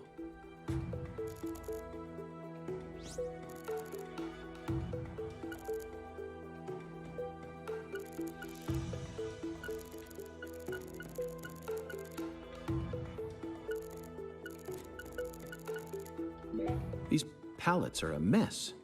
Looks like this area isn't used often. Still, the idea to store a body here, it's a novel, sophisticated idea, unlike anything I'd ever come up with.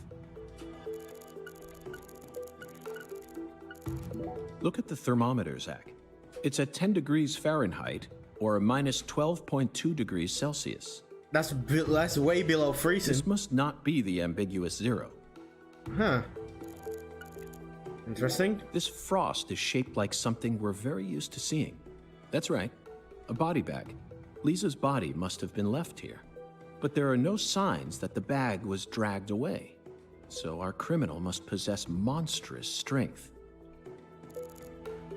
Zach, these are human footprints, and they're extremely large. Yes, Zach, I agree. These footprints must belong to someone who's used to walking around in cold temperatures.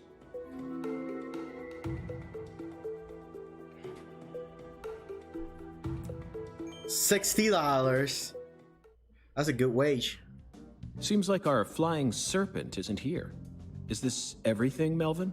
There aren't any other rooms in this warehouse? No special rooms? Well, there is the luxury foods warehouse. Luxury foods?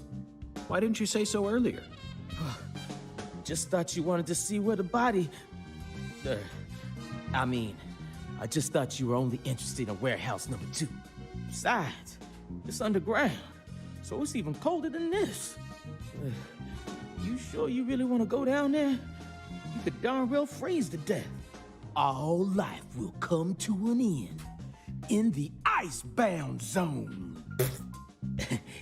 You feel me? Let's head there at once. I'm sure that must be where we're meant to go. But what about searching for Lisa's body? All we need to do is find a 10-foot tall man with monstrous strength. That giant knows where she is. 10 foot tall? But finding the flying serpent is more important right now. Now please, guide me to the luxury foods warehouse at once. Yeah. These luxury foods are most likely being used in local Cajun cuisine. I'm so excited to see what we'll find. Aren't you, Zach? I am excited. I wonder what's the flying serpent. Is it like another key? Or is it like a little flying squirrel? I mean, flying serpent. I need to pee. Be right back.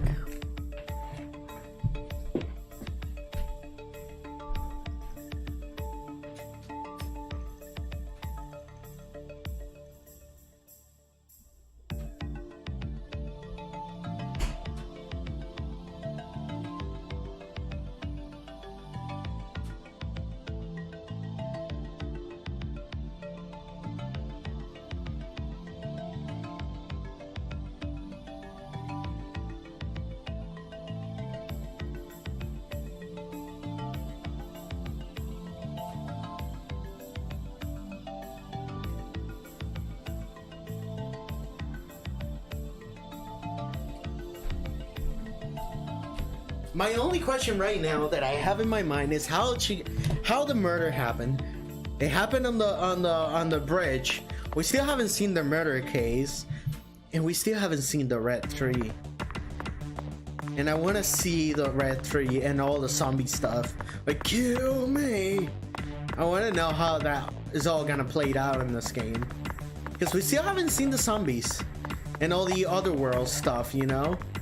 Are we gonna have some type of like Red Hood Man as well?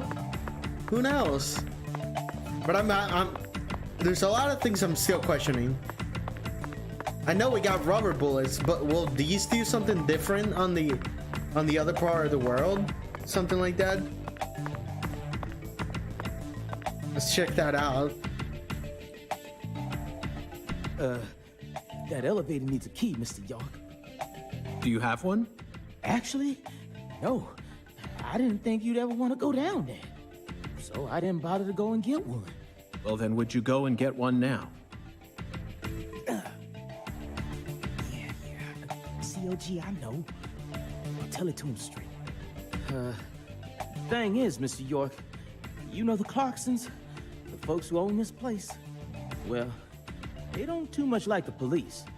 And they sure as hell don't like them when they're my color. Oh boy. It was, real hard for me to get permission to open up this place for you to search through. So they ain't gonna be too happy if I go back to them now, asking for another key. What should we do then?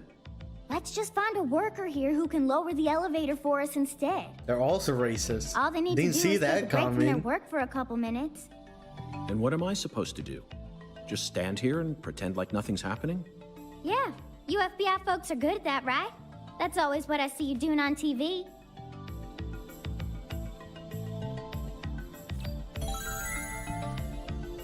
We need a way to find go down there.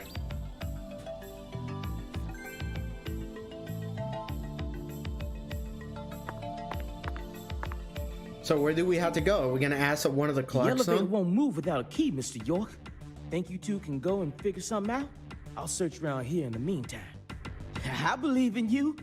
I know they didn't make you a special agent for nothing.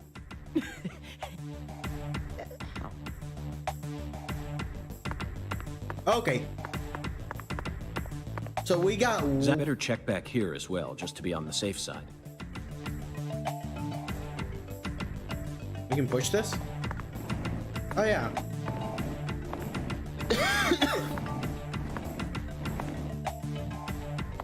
I was thinking, I thought we were gonna try and talk to her daughter to see if we can find something out.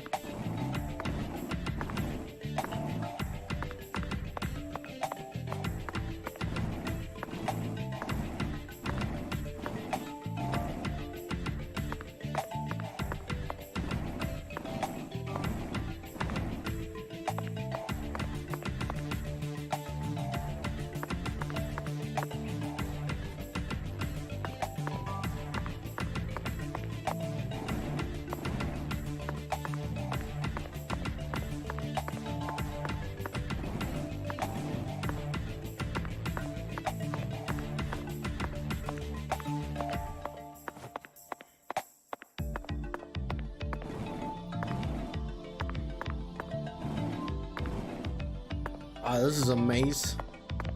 What we got here? Zach, the human ability to adapt is a frightening thing. Some humans have the power to sleep anywhere as long as they set their minds to it. Are we gonna steal his key? Now we should be able to operate the elevator. No need to worry. This facility no longer has a body to steal. What else do they have to lose? A few cans of crawfish? I feel bad for him, but it's for the sake of the investigation. I'll write him a letter of apology later. See you later, dude. Does the gang has a hunger system? Because I got no idea. Yeah, it doesn't seem so.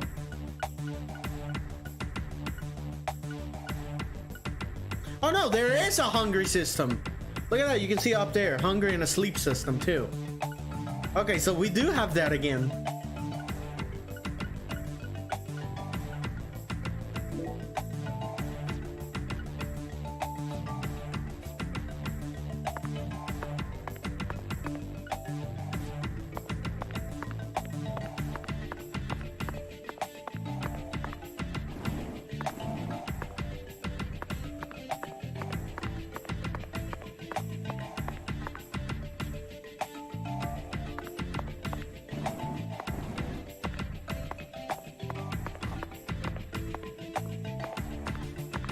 Yeah, it was pretty small. I did not notice it. Like you don't even notice it unless you go here.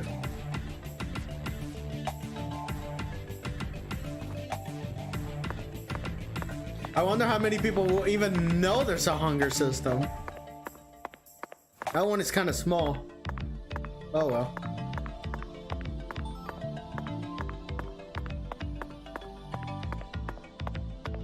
I got the keys. Mr. York, did you find a key? Ha! Now that's my special agent. There ain't no stopping you. Want to head straight down? You bet. Let's sally forth, Melvin. Let's sally forth, my guy.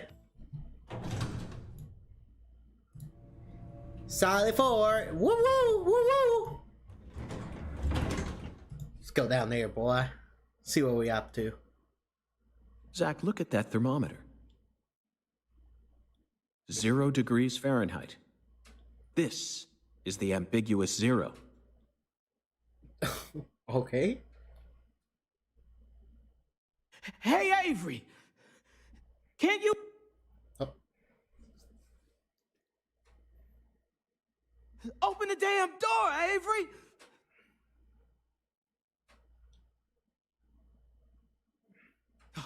It ain't no use, Mr. York. Once Avery starts working on something, that's all he sees. He just tunes out everything else. We'll have to wait until he finishes and comes out to us, I reckon. Or we could come back tomorrow. I disagree, Melvin. Time may be on our side, but that doesn't mean we should waste it. You gave me Mr. Alligator precisely for moments like these, didn't you? Wait, Mr. York! What are you gonna do? Those tranquilizers may be non-lethal, but it's still dangerous to use them on humans. Of course, Melvin. I never said I was going to shoot him. Wait, what are you gonna do? You're gonna shoot some meat to get his attention. I'm right, ain't I?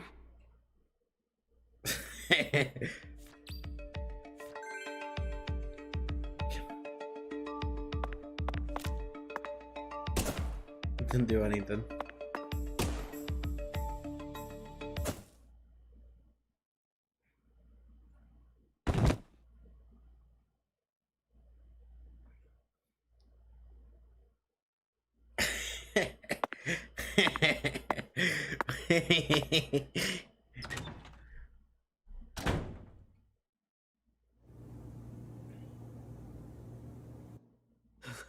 This is Mr. York, an agent from the FBI.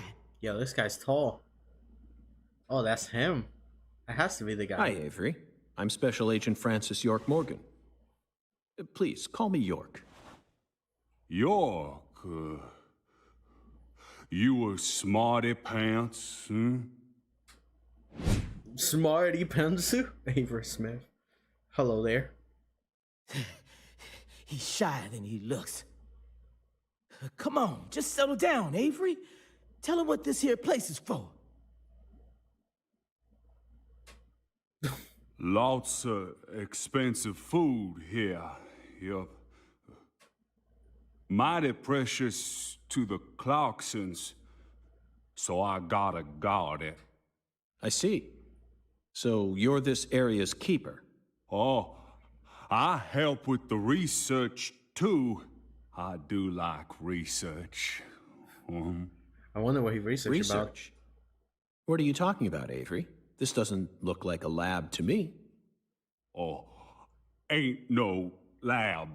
It's a warehouse. Ain't no lab. Smarty pant scientist does the research. I ain't no smarty pants, you know? He's a bit slow in the mind, but he ain't a bad guy. Are you worried that there's scientists coming in here? Your story about the giant who carried Lisa out.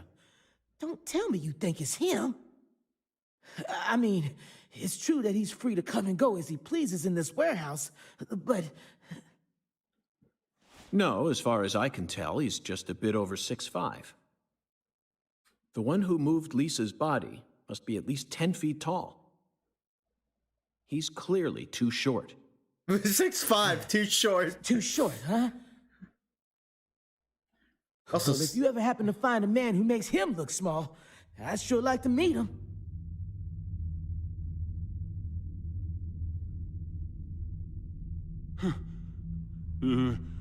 Lease. Hey,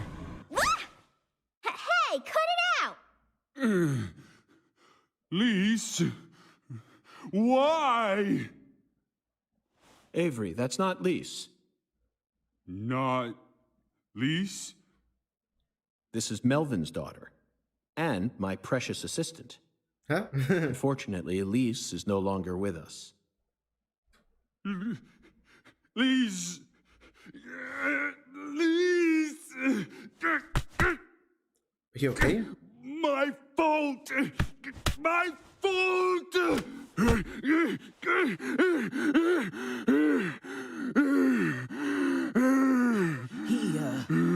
I guess he's sort of like Lise, you know? See, the poor fella's got himself a childlike mind. You know how normal kids tease other kids in order to get attention? Well, with this big lug, sometimes folks who don't know him too well see something and end up calling the police. But I know that deep down, he's got a good heart. Hey, Mr. York, I'll keep him busy, but I'd appreciate it if you'd hurry this particular inspection along. Just holler at me if you find anything. I reckon that'll make it easier for you to go do your thing, yeah? Yep. Melvin, I think you're finally starting to catch on.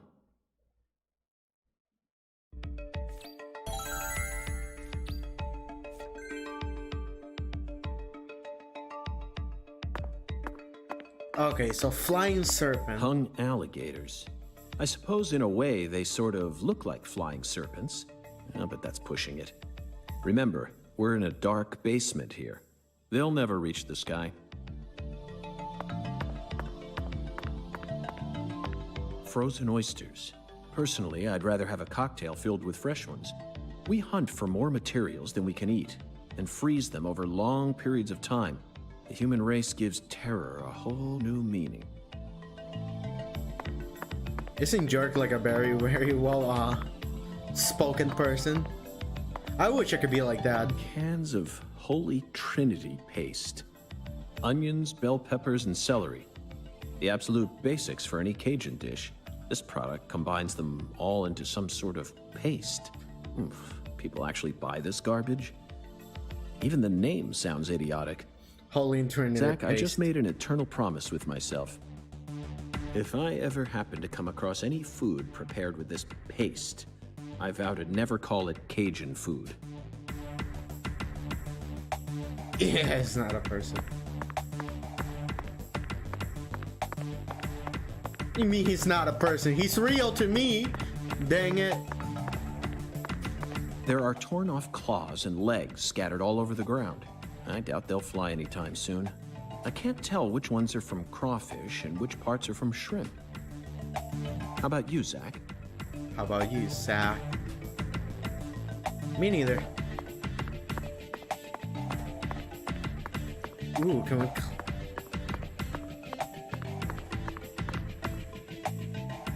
Clarkson food.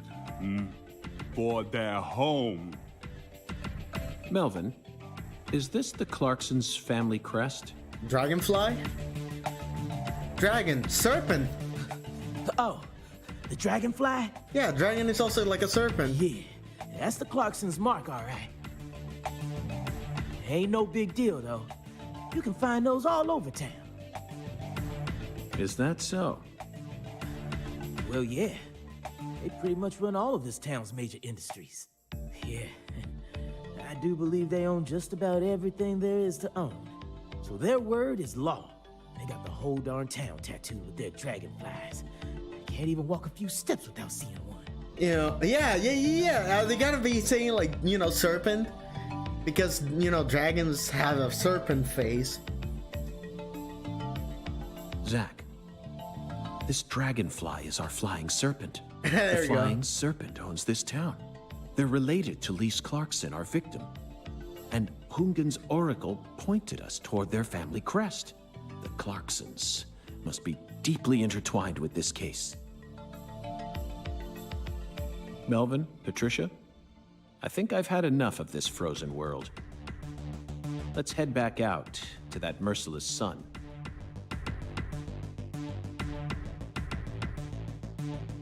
Well, what are you waiting for? can't bear to spend another second down here.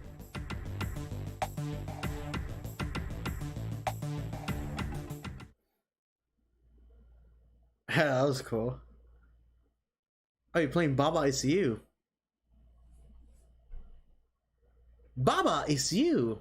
Baba, baby.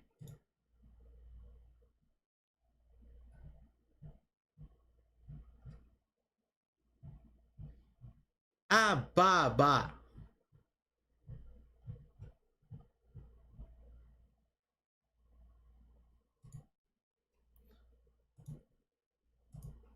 Yo, hey, Ace last night doing baby noise. He's being like a bottom. That legit caught me off guard. I was not prepared for that.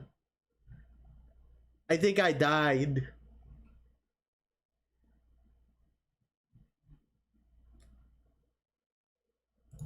He's like, Baba. Ace does make like a very good bottom boys. What do we do now, Mr. York? Zach and I will take things from here. Then what should I do? Tend to your sick wife? I don't know. You're free to do as you please. I'll stop by the sheriff's office when I need your help again. I suppose that's what I'll do then. It'll sure make Candy happy. But I am the sheriff of this town, so I do intend to get some work done. I know. How about I search for Lisa's body while you're busy? Not a bad idea. Just be careful that you don't get attacked by a barefooted giant. Hey, don't scare me like that. Why do you keep talking about that giant anyway? You really think some giant was responsible for all We this? have the giant too. Melvin, don't be silly. Of course I do. Just when I thought you were starting to catch on. Disappointing, to say the least.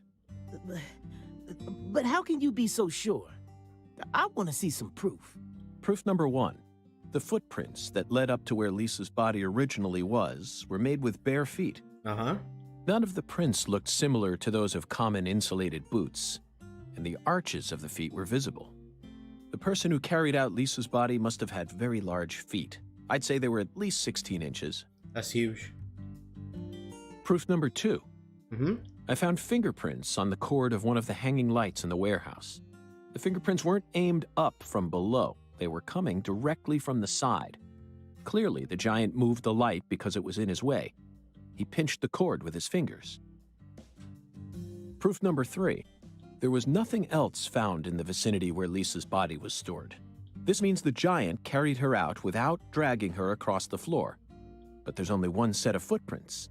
The only conclusion I can draw from this evidence is that a barefooted giant, standing over 10 feet tall, carried Lisa's body out. That concludes the entirety of my proof. Any objections, Melvin? But there ain't no way a human could ever be that tall. Have you seen every human alive with your own eyes? No. Well then, you need to forget all your preconceived notions when embarking on an investigation. Whether you come face to face with a 10-foot giant or a skeletal gentleman, you always need to accept everything that comes to you with a clear mind.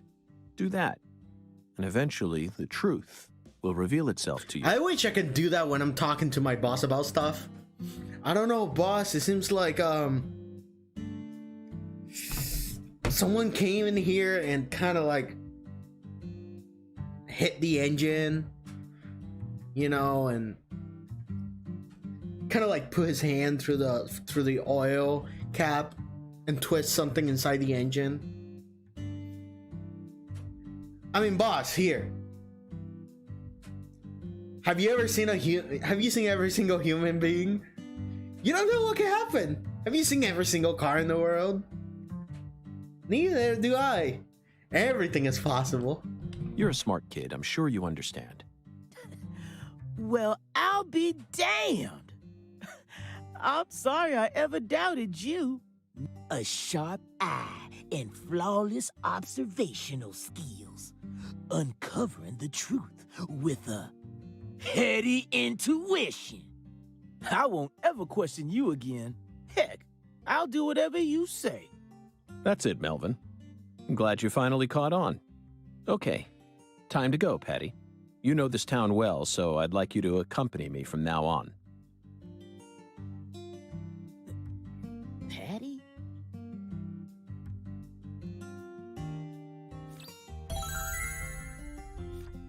Zach, we found the flying serpent. Now we simply need to locate the 10 maidens. It's time to head on to Alexis's diner and lane.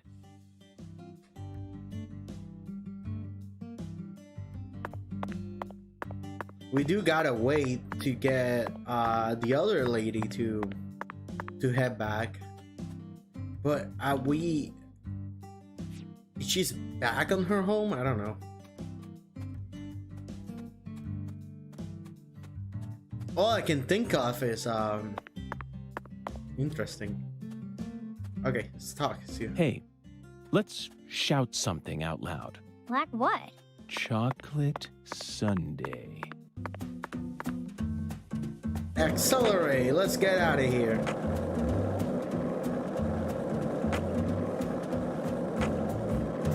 So, what do you think of him? Yes, I'm talking about him. Undan.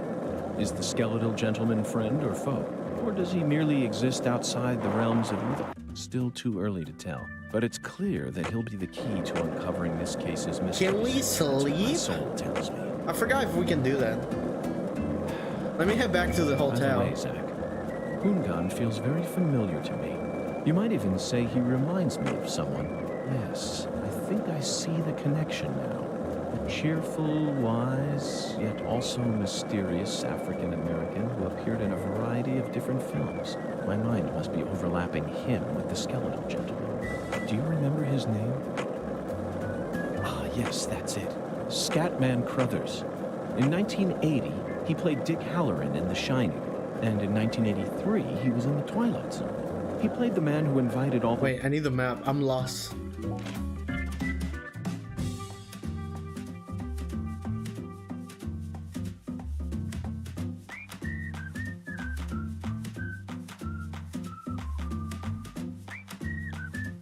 Okay.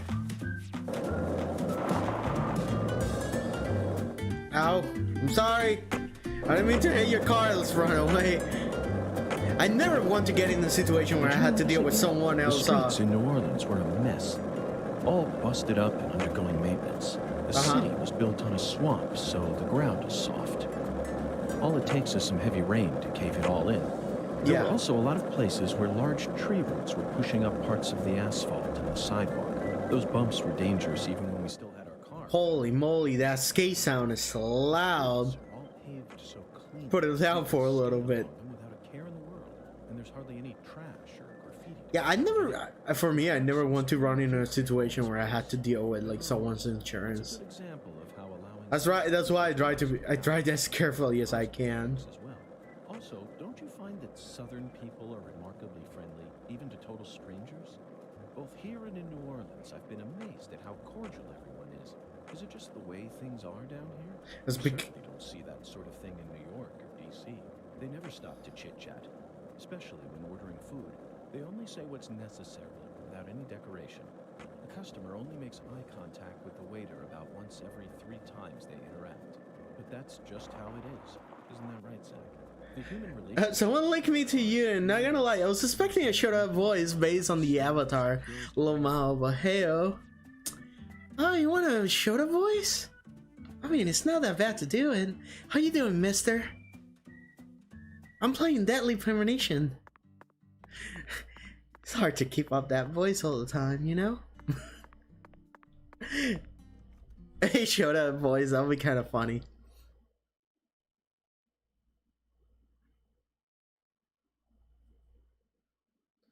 If you want a really short voice, you can check for Naikase. He does have a bit of a more cute voice, I guess. Hi, welcome to my stream. How you doing? Welcome. It's kind of hard to talk a lot over this game because there's so much thing going on. But I am in love so far. Hi Sterling, how's your day been?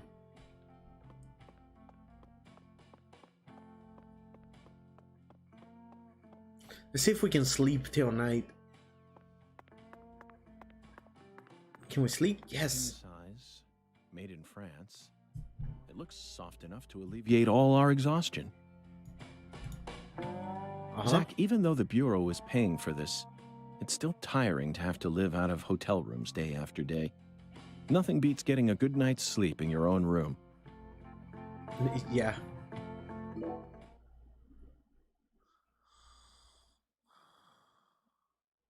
Hold up, did I make a mistake?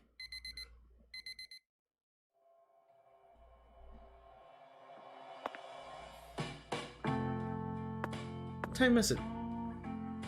12:24. Is it night out?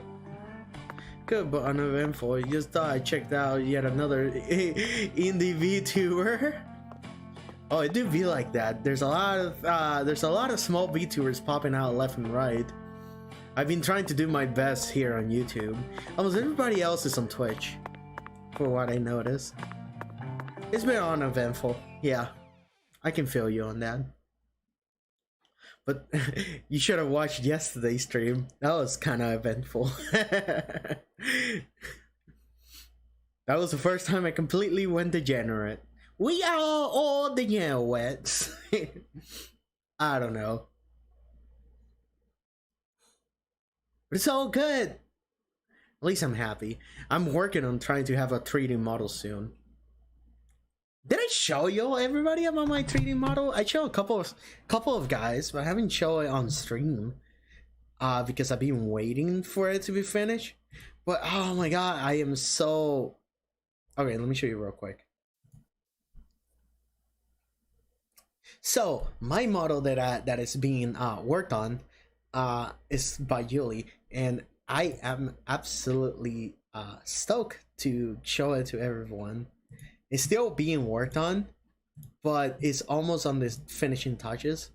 Right now, Junii is moving, but I am absolutely stoked to show this to everyone.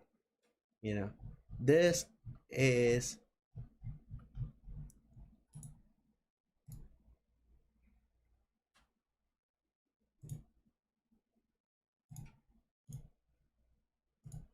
here.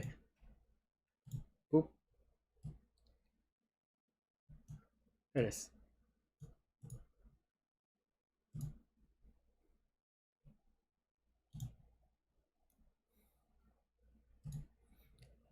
That is right now my let's look that.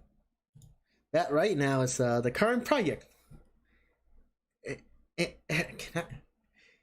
you go. I cannot wait to use this on stream.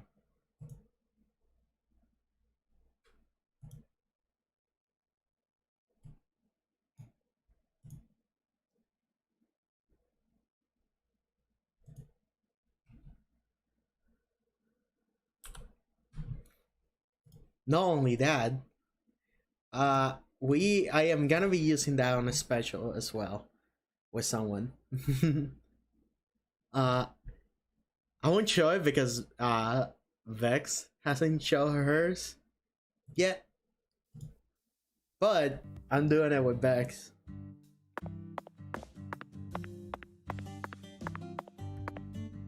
I mean anything. Right now I'm gonna be trying to learn Blender streams.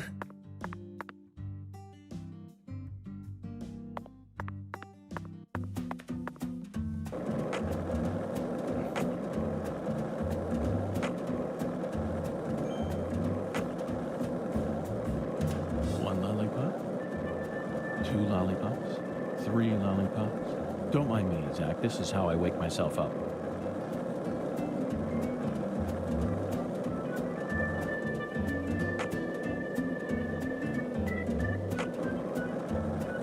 Did you notice it yet?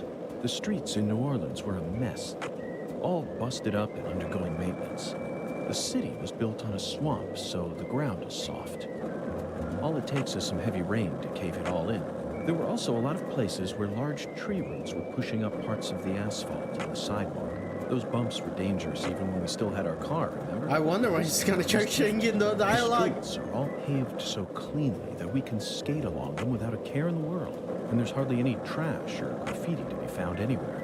The Clarksons truly do control this place. For for better or worse, it's a good example of how allowing certain... Okay. Is she back? Bad timing, Zach. We need to place the figurine in front of her. Let's come back later. Heck. How are we gonna do that? Looks like a case of bad timing, Zach. Let's come back later.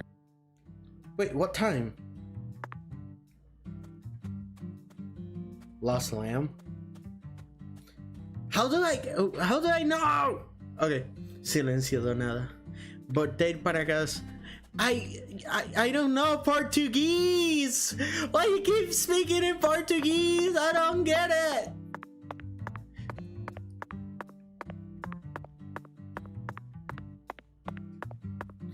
Just look at your Twitter and notice you speak Spanish. No lo hablo bien, pero es interesante ver un VTuber hispanohablante. Ya, yo hablo español, solamente que no lo hablo tanto. He encontrado un montón de gente que también habla en español aquí. Es que se me hace bien difícil tratar de manejar los dos lenguajes.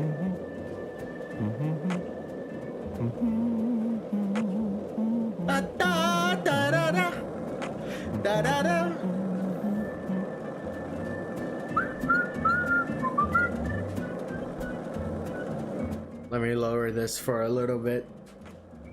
Are you talking to me about Portuguese? I'm confused. 2 lollipops, 3... I do not speak Portuguese. This is how I wake myself up. You keep talking to me in Portuguese and I don't know how to respond. Because I don't know Portuguese. This is the deep south. I feel it every time that molten hot sun pours down on me. Don't you, Zach? I don't get it. I have a hard time. Plus, I gotta to properly understand when you're talking in Portuguese. I have to translate all the time. So, what do you think of him? Yes, I'm talking about him. Unga. Is the skeletal gentleman Unga? friend or foe? Or does he merely exist outside the realms of either? Still too early to tell. But it's clear that he'll be the key to uncovering this case's mysteries. That's what my soul tells me. Okay. Let's see if I can make this happen. Let's translate.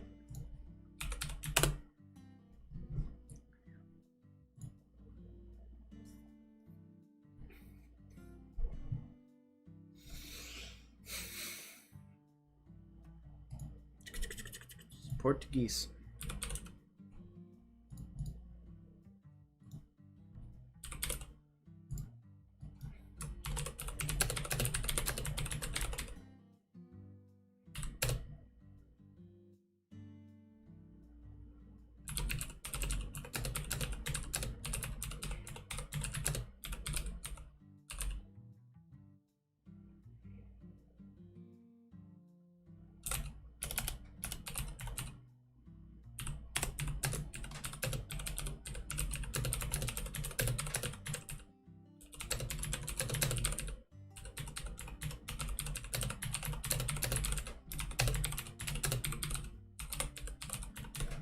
Ok.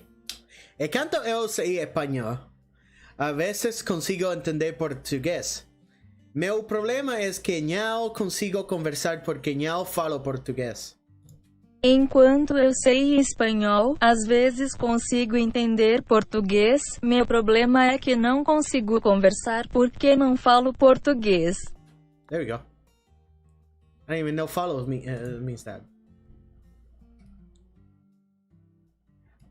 I hope that was understandable. Just arriving that everyone is quiet. People don't like me. So much anger that I do.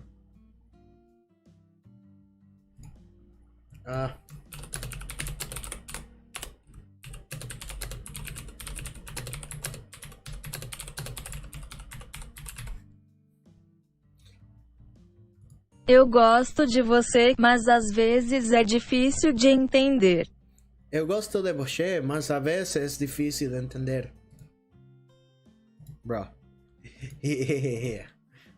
I'm not trying to be rude. It's just I really don't know Portuguese.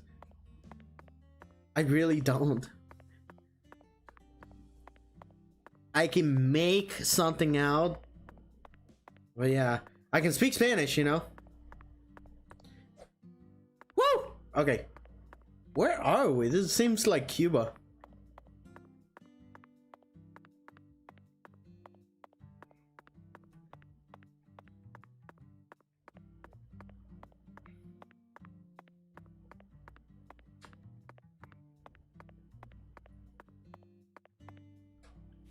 Oh, Jane, you know Portuguese? That'll be very helpful. That'll be very cool. Thank you.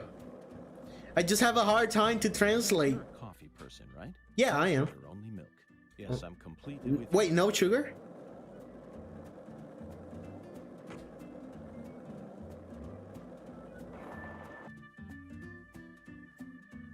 Wait, excuse me? Hello? Hello there. Whoa, whoa, whoa, whoa, whoa, whoa!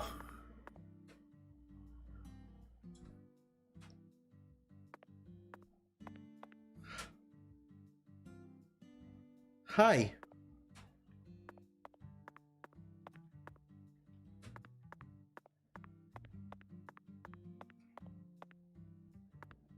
Wait, that's the new Tony Hawk game? Yeah, it's Tony Hawk Pro Skater.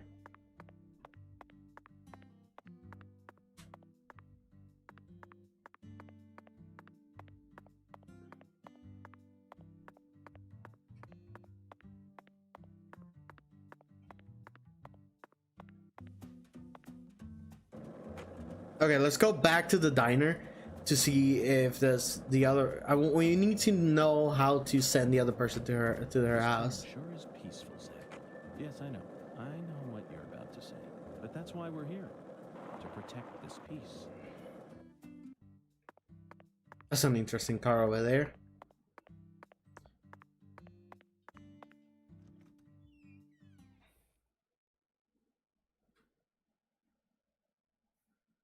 Come on, old granny. I need to friggin' play ball. I need to continue this game. Please tell me she live. Did she left? Oh my god. Till what time they have this place open?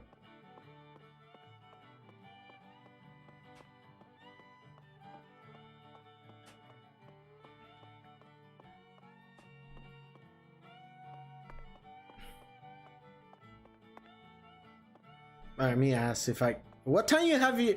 Till what time you here, my girl? There, handsome. Reading the lane, the first step toward becoming a better baller. Surely you don't think you can get constant strikes simply from tossing the ball the same way every time, right? If you make it to my level, you'll be able to figure out the oil distribution ratio from the sniffing the lane. Is that a thing?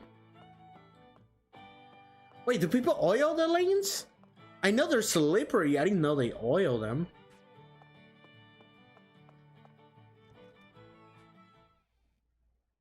Wait, the smoking pastime? I don't remember if you can do that.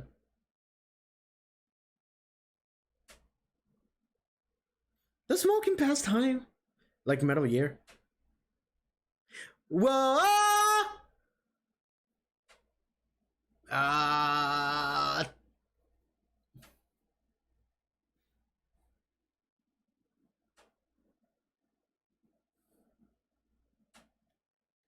Excuse me, Zach. Can I time travel? Well, these loadings are kind of long.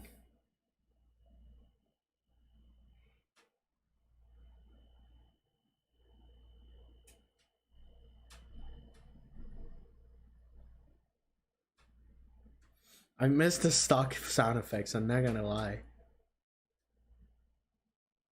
I need more music of the original game. Da da da da da da da da. Okay, can we pass time by smoking?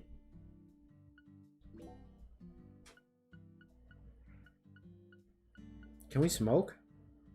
Slowly pass time. Yes.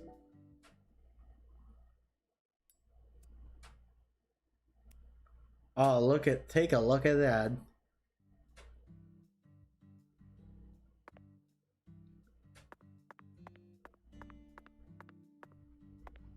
Wait, how often we can smoke?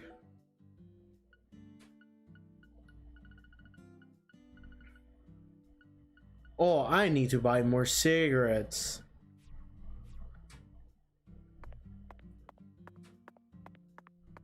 Oh, heck. Oh, there she is. She's out. Hi there, handsome. They're in to spell out for you. I'm eating, obviously. Once I'm finished, I'm gonna dash back to the diner and regain control of my lane. Okay, she's out there. She's out there. Can I use it now? Zach, let's come back during business hours.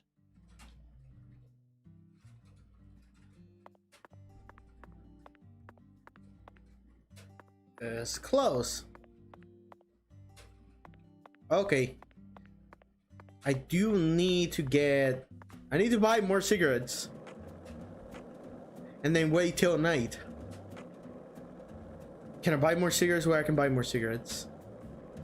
This is the deep south. I feel it every time that molten hot sun pours down on me. Don't you, Zach?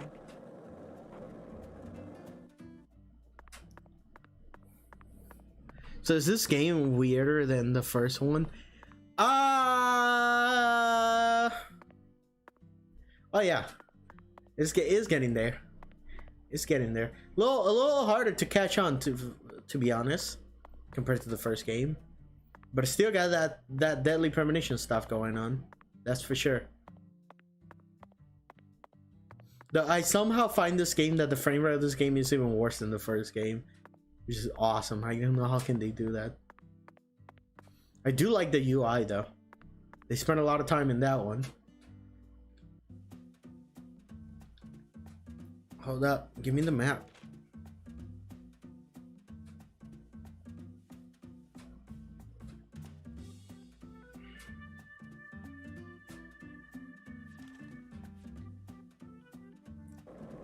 Let's buy a bunch of cigarettes. We need cigarettes, so that way we can pass time. And then do that thing. Deep south. I feel it every time. Oh my god. Ooh. There we go. Gimme. I don't think you can even drive in this game. I think they took the whole thing. I'm like, you know what? Driving? Heck that. We don't need it. I am wondering when all the like zombies are gonna appear. It's been a while. We still haven't fought any zombies.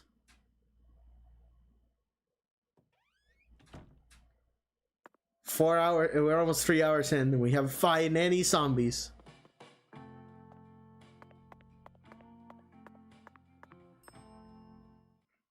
We always strive to provide our guest with the finest of service, sir. Our humble, therefore, we decided to provide a modest selection of daily necessities right here at our very own front desk. Great. Sounds convenient. Exactly. We can buy. Okay, well, we can buy. Cigarettes. There you go. Oh, middle cigarettes?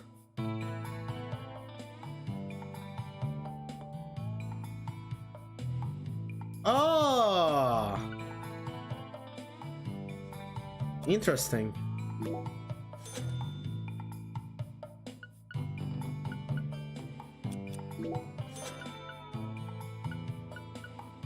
Yo, do we have a donut?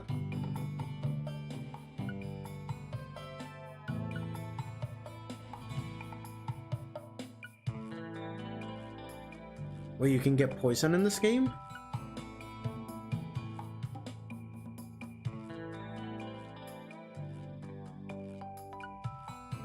Can you get drunk? Please don't hesitate to let me know if you're in need of anything, sir. Would you mind if I asked you just one question, By all means. Please ask me whatever you like, sir. Do you run this entire hotel all on your own? I mean, just the three of you? Yes, that is correct, sir. So you, or the three of you, own the entire place? Oh, heavens no, sir. The chef, the bellboy, and myself are all mere employees of this fine hotel. So the Clarksons own this place, too? Not quite, sir. This hotel opened its doors long before the Clarksons came to prominence. Impressive. No wonder this building has such a dignified air to it. Indeed. This is probably the only building in all of Lucare that has managed to retain its original appearance. So, who's the owner? I simply must know the name of the person who had the fortune and sense to come into possession of such a fine building. The owner of this hotel is none other than David Jawara, sir. Zach, that's the fourth David. Fourth David. It all makes sense now. It'd be stranger if only the owner was a completely different person. I sincerely hope I get a chance to meet him during my stay here. If I may, Mr. Morgan, sir, I don't think that's such a good idea. Why not? Unfortunately, our owner has a bit of a personality problem. The three of us here describe him as having a fractured mind. Oh, what do you mean by that?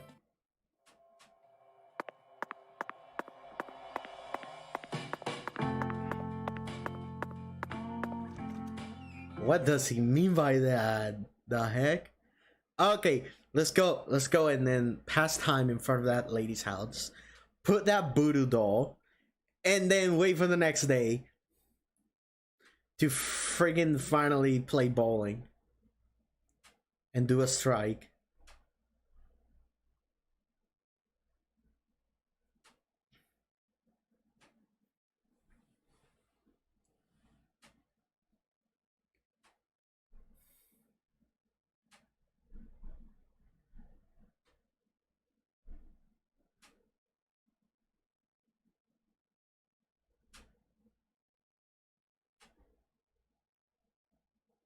I just noticed Canada has a red leaf. They're related to the red tree, which they also related to these murder cases. Canada, what are you being up to? I wonder when this game is gonna crash. If it's ever gonna crash. I'll be funny, this game, as unoptimized it is, never crashes. That'll be so hilarious. He walks. He has a freaking ugly sweater in Louisiana. This is the deep south. I feel it every time that molten hot sun pours down on me. Don't you, Zach?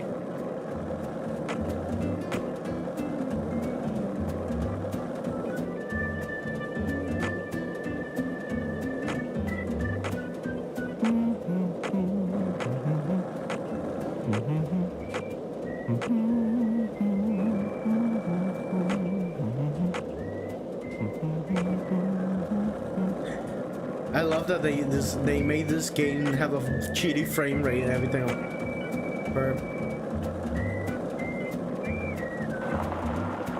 This town sure is peaceful, Zach. Yes, I know. I know what you're about to say. What the heck is happening up there?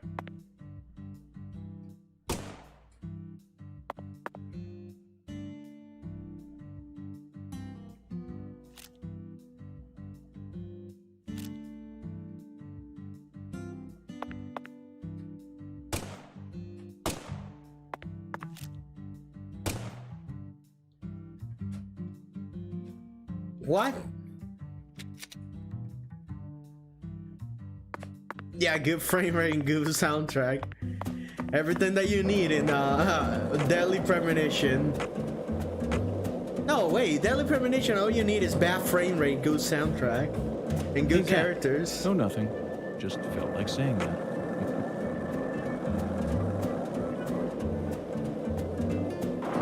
I just noticed this. Her garden is her pin. Okay, bad timing, right? We need to place. Let's come back. Okay, let's do let's wait till it's night.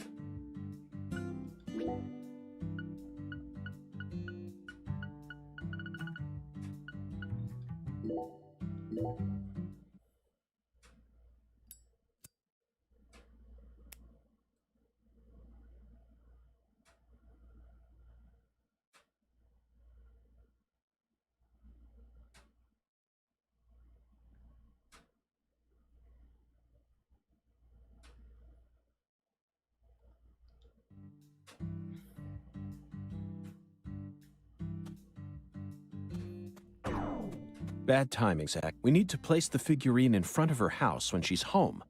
Let's come back late. What do you mean? She's not home yet?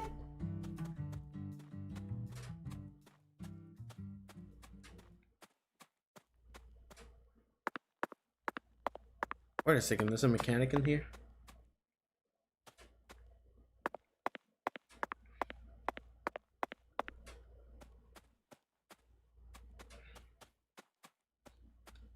Bad timing, Zach. Let's come. Junii and your boyfriend are passing time. Alright. The thing is, I don't know what time. Stop.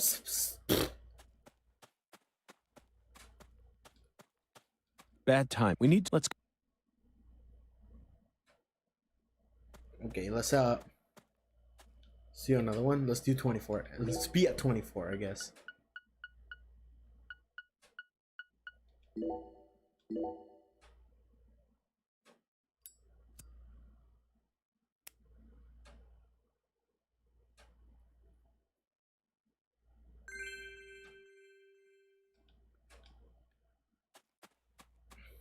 We need to play. Let's come back. Oh my god! What time? It's only past us an hour.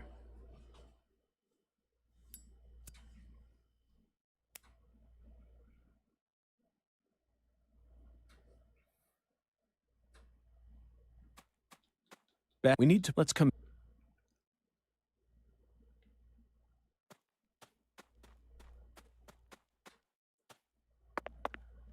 What is that old crazy lady doing?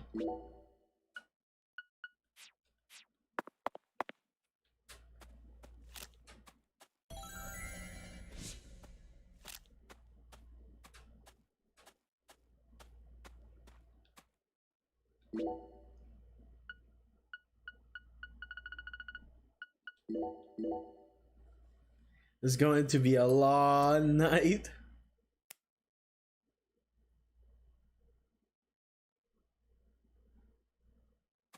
If she's not home, I swear to God. Thank God. Oh my God, she came home late. Yes. Perfect. Oh, my dear lost lamb. What are you doing there? Oh, this? This is all part of the Lise Clarkson murder investigation. Something important, hmm? Oh, yes. Very important. I'm FBI Special Agent Francis York Morgan. Please call me York. That's what everyone calls me. But what should I call you? I'm Tyrone Sanders, pastor of the Lucare Evangelical Church. This is deadly premonition. You're an FBI What agent business trying does a to... pastor like yourself have in a place like this? Wait, what? Well, I live over across the way there. Do you have an intimate relationship with Mrs. Carpenter? What? Why in the world would you suggest such a pitiful thing? Lordy, lordy. How could I ever become intimate with one who is so devoid of faith? After she lost her husband, she stopped coming to church. All she does all day is bowl. She even pruned the shrubbery in that pitiful fashion. Yes, truly pitiful. And did you see that hideous ox of a dog she owns? Pitiful with a capital P. I tried speaking with her, but she shows no intention of changing her ways. Yes, I fear she never lends an ear when the good Lord reaches out to her. Indeed, I pity her from the bottom of my heart. So you've been spying on her out of pity? Spying? I'm merely awaiting the chance to lend her a helping hand. You'd best be careful, too. This town harbors much more danger than you're aware of. If you ever find yourself in need of salvation, feel free to stop by our church whenever you like. Our church also functions as a clinic. Someday, you may need our help. Zach, did you hear that? Pitiful. Try saying that to someone in the city. They'd instantly slap you with slander or defamation charges. You'd be up to your neck in court papers. I doubt I'll tire of this town anytime soon. We should consider stopping by that church whenever we get a chance. Yeah. Okay, let's see what happened on that church. Finally! Oh, the time is right there! Oh my god, I'm an idiot!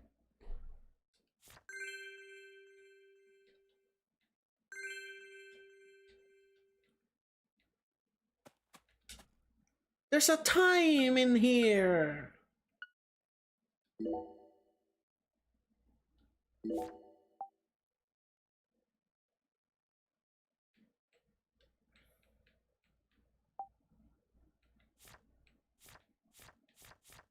There you go. Now we can go to the diner. Let's all lead together over there. Oh, what's this? Get a strike at Les's Diner Lane. Okay, so that's all together. Any sub stuff? Talk to the mirror and create any Buddha charm. Okay, there you go.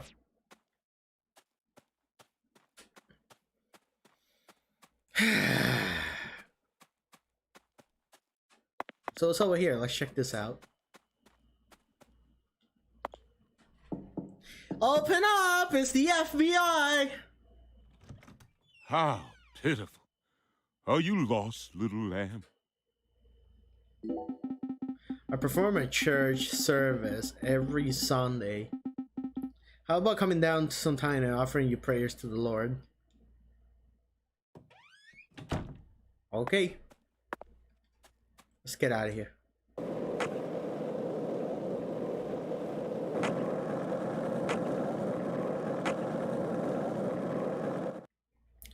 So, Deadly Premonition is a very ambiguous mystery game. It's a mystery murder game. That obviously, yeah, like it gained a cult following because of how actually the story of the first game and the mystery of it was actually legit really good, right? And despite all the technical problems that the game have and how bad the gameplay is, what kept the game being as successful that it was is because of the characters and the writing that kept this game together. And Suri has become like a really famous developer and writer and director of multiple games. He made another game called D1, which it was okay, but then he made another one that gained like I forgot the name of it. It's about the one about the girls, the 2D side scroller game. And that one gained critical praise everywhere. And I think it was like one of the best games that came out recently. So, as silly and stuff like that, the guy is talented at writing. Of course, with all the money that he has gained recently with these games, he could have made this game a lot more optimal and stuff. But I think that's the charm of it, right? Like he knows purposely that this game is not optimized or anything, but there's something about the charm about it that we just keep going at it. I'm like, yes, fuck it, we don't care. We just want to play the story of this game and whatever silly things he's gonna brought us together in this thing, right? And the mystery is just gonna keep us going, keeps us going, you know.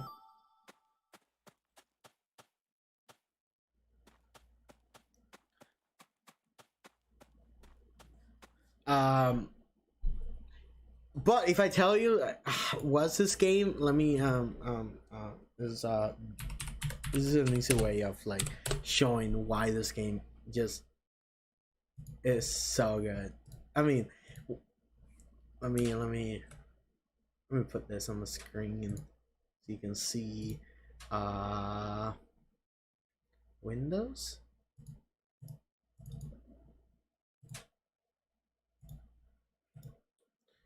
Okay, you can see that? Yeah. Peggy 16. Here's the trailer. Are you looking for something new? Are you looking for a home away from home? Then come on down to Lucare, a cozy rural town in the great state of Louisiana. Experience all the beautiful nature and wide range of fun activities that this historic part of the Deep South has to offer. Take a stroll down the river, challenge yourself to a thrilling bayou adventure, or invite your friends to a friendly game of bowling at Alexis Barring Lane. Be sure to treat yourself to some delicious Creole cuisine. And when you feel tired, there's always a room with your name on it down at Casa Pineapple. In Lucare, everyone's welcome, and everyone's as happy as a dead pig in the sunshine.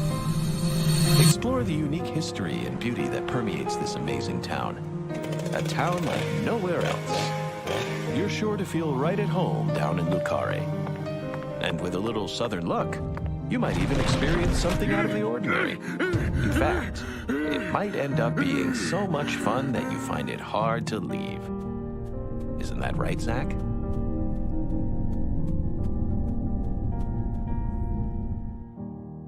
York! Agent York! And that's it. Oh, wait. Agent York. That's a trailer. So that's the best way to explain this. So it said Tony Hawk Pro Skater earlier, but I couldn't tell if it was a joke, but it's interesting. That's a unique trailer, huh? Yeah. So there's a murder mystery with supernatural stuff in the game. You know. Looks like a case of Let's come back. Okay, let's come back later.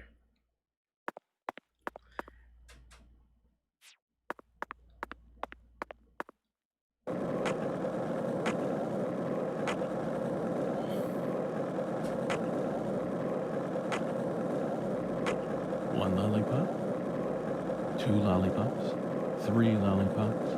Don't mind me, Zach. This is how I wake myself up. Okay, let's go and sleep. Da-da-da. Da-da-da-da-da. We still haven't even saw the angels yet. The 2 angels. We still haven't seen any crazy supernatural stuff in the Red Room. I'm curious when we're gonna go into the Red Room. They're really, Swear is like cocking us right now about it. You know, cock blocking us.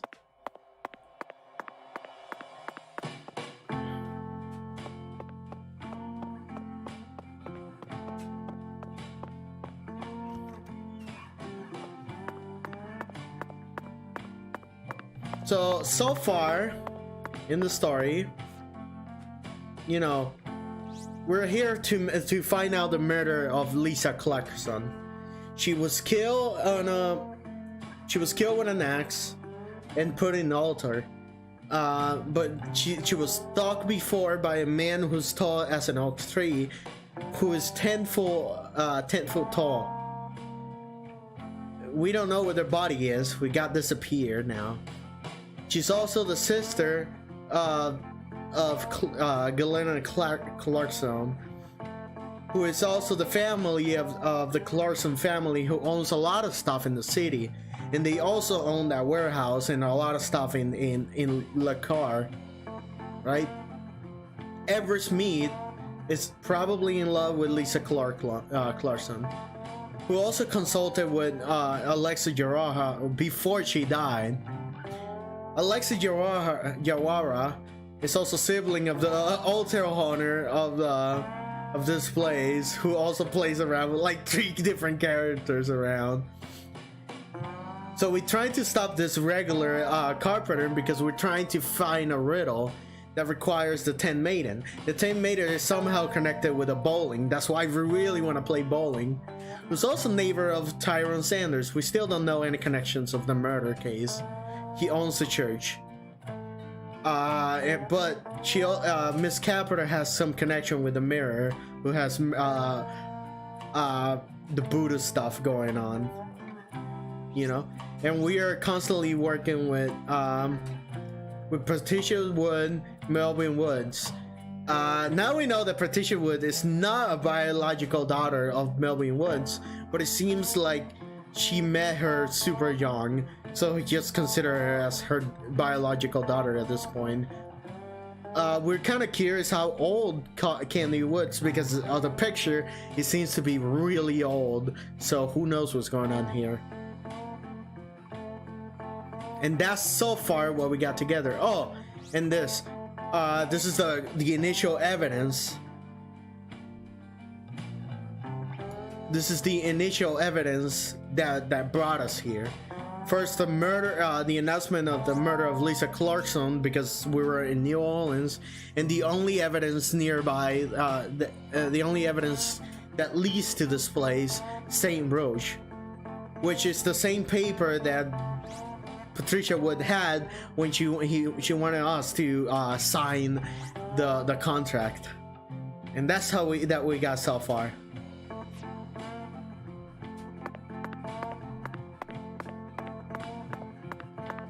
Let's go and sleep. Oh, we can, nice. We can always do this.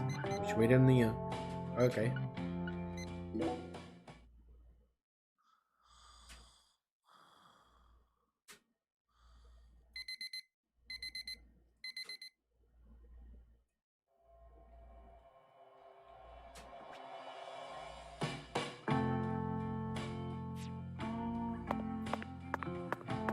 I'm hungry.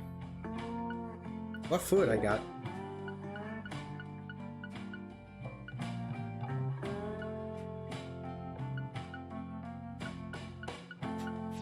Oh.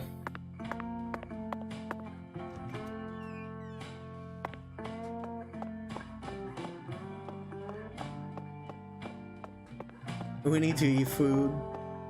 Oh shit, 2 big smokes in there.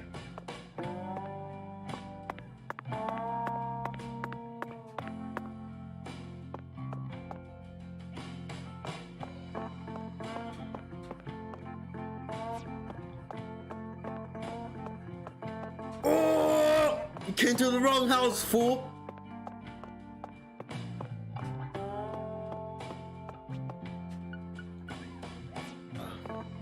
Dang, I need food. I don't have any food.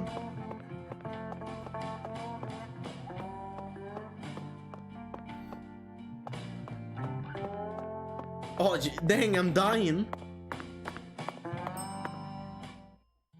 Very good, please.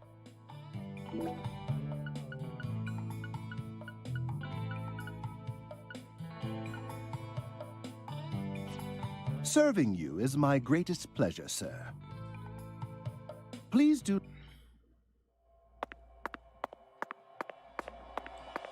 Help.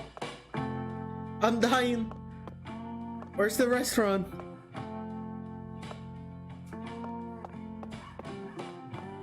Spiky lads. Hey, hey, Elite. Welcome. How's it going, everyone?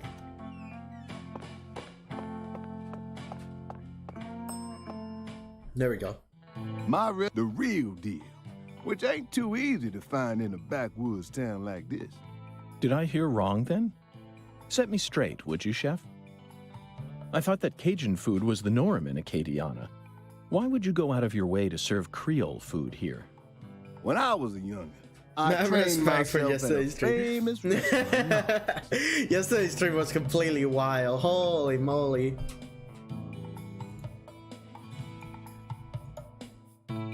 A famous restaurant? I was tame, to be honest. Was it I was Arnaud's? really tame. Antoine? No, don't tell me, I got it. Brennan's, right?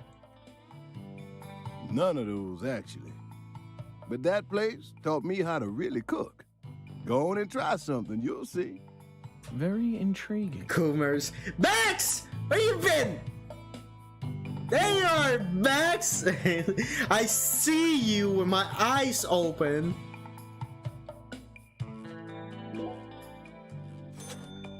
I see you there, Gooby.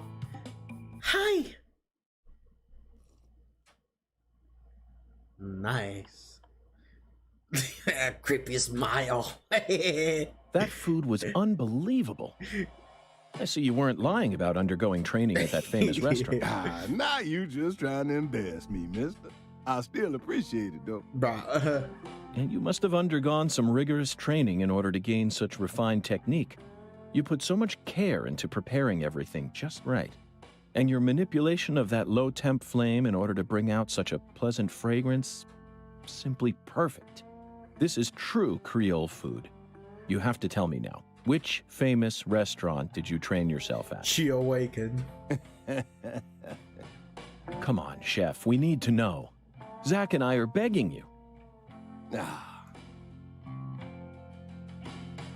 You drive a hard bargain, mister. All right, I reckon I can give you a hint. Really? Oh, just a hint now. Yeah, that's Bex. Fine, we'll take it. She's Just my say it. baby.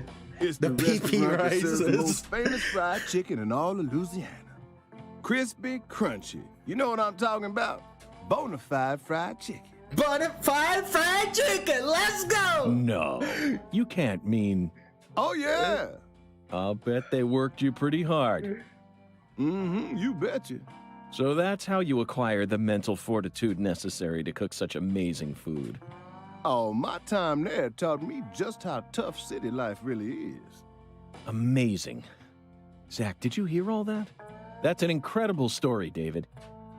You really are a true chef. Both Zach and I have given you our official approval.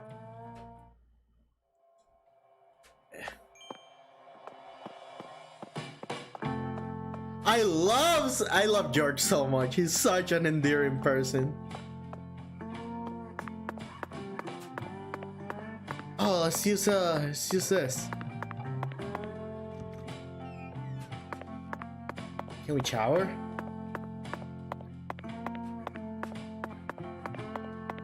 We cannot enter the lady room.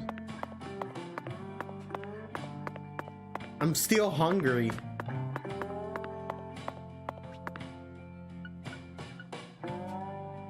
Yeah, donut. There we go.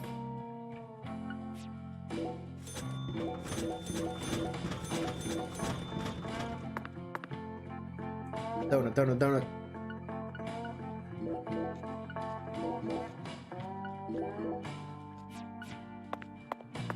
Time to be fat.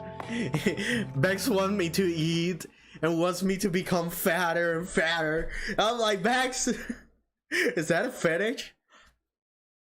I was telling Bex to join me to the next another degenerate stream, and this time Bex she joined. Bex is like, no, I'm not doing that. I'm like, oh god, but you'll see. You'll join soon.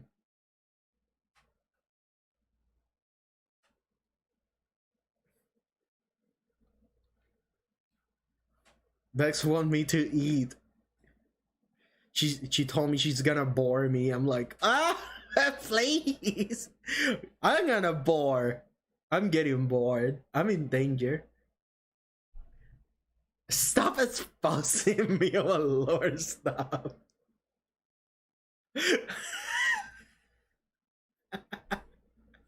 It's fine, be quiet.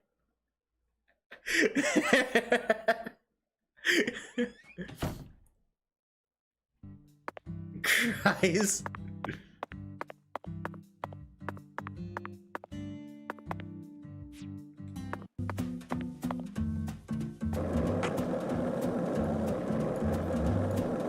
Slurp, slurp. Slurp, slurp. Chubby chaser in it.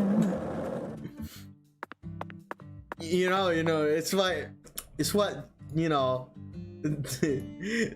moment, bro, I chose moment. It's like what, what I said, you say, Bex was like, I told her, why do you keep feeding me? She told me, because I have a sickness for the thickness. Does this town have a ban on cars or what? I don't know. Here's a Nissan Titan.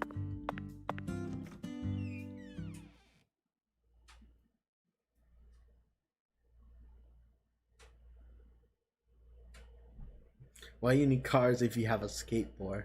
Yeah, that's true.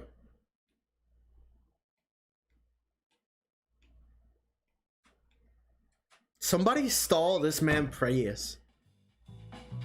Sorry for the wait, Patty. Whatever. Is Mrs. Carpenter here? No, she hasn't come in today. Everything's going according to plan. It's time to knock down the 10 maidens, Zach.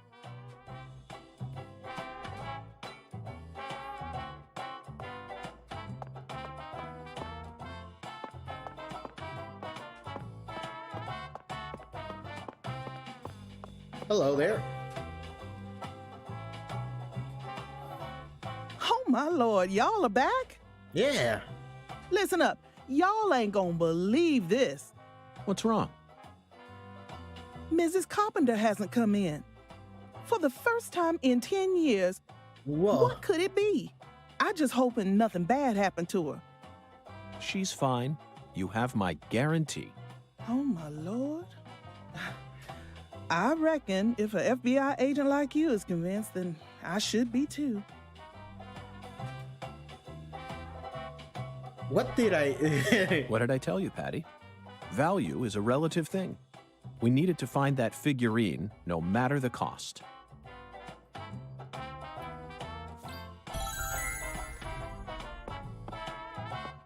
Let's finally do this. Let's play some bowling. You really wanted to bowl that bad? They don't have bowling alleys in the city no more? This is Wrong, different. Patty. I have absolutely no interest in bowling. Tossing a heavy ball at lined-up pins? Where's the fun in that? You can't even call this a sport. It's a game for cavemen. Nonsense. Utter nonsense. Then can I throw the ball instead? Absolutely not, Patty. This is part of the investigation. I need to do this myself, no matter how stupid it may be. Uh-huh. You're the one who's stupid.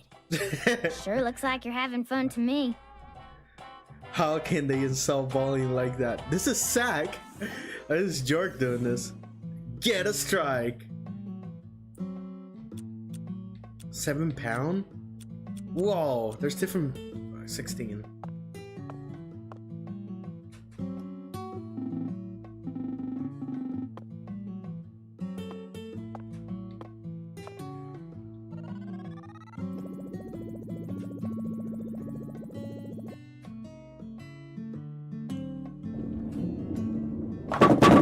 Ah! Come on! Failure. Yes. Okay.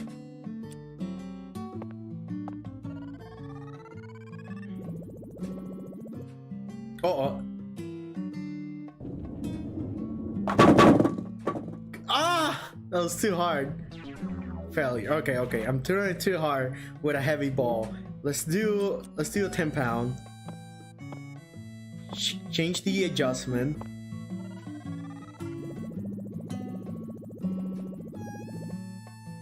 Let's do this.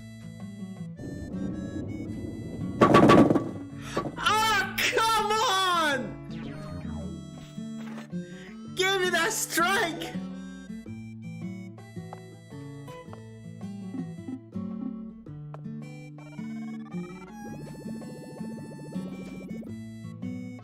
Oh, that's gonna go. He's a pro bowling. 7 pound.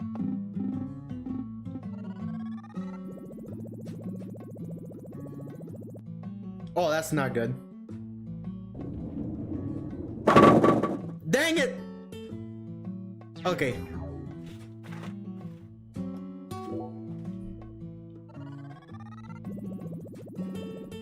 Oh no! Stop! Yo, that ball is like a that was some weird physics right there. Okay, let's do this side.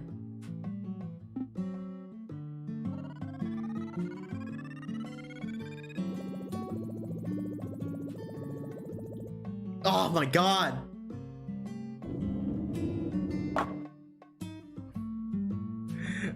In between 1 and 3, but that's too. Yeah, the thing is, this is like actually kind of.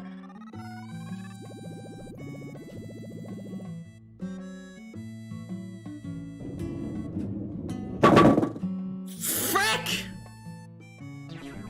Stop! I'm not. Oh no. I was trying to see if it all stays. Okay. Okay. I need to focus. This way. Strong.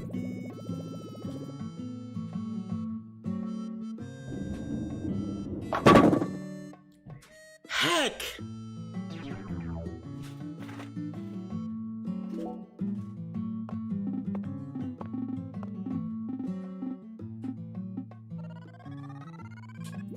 Oh, there we go. Oh, I don't like this. Ah! Okay. Okay. Let's keep this, right? Put it this way, right?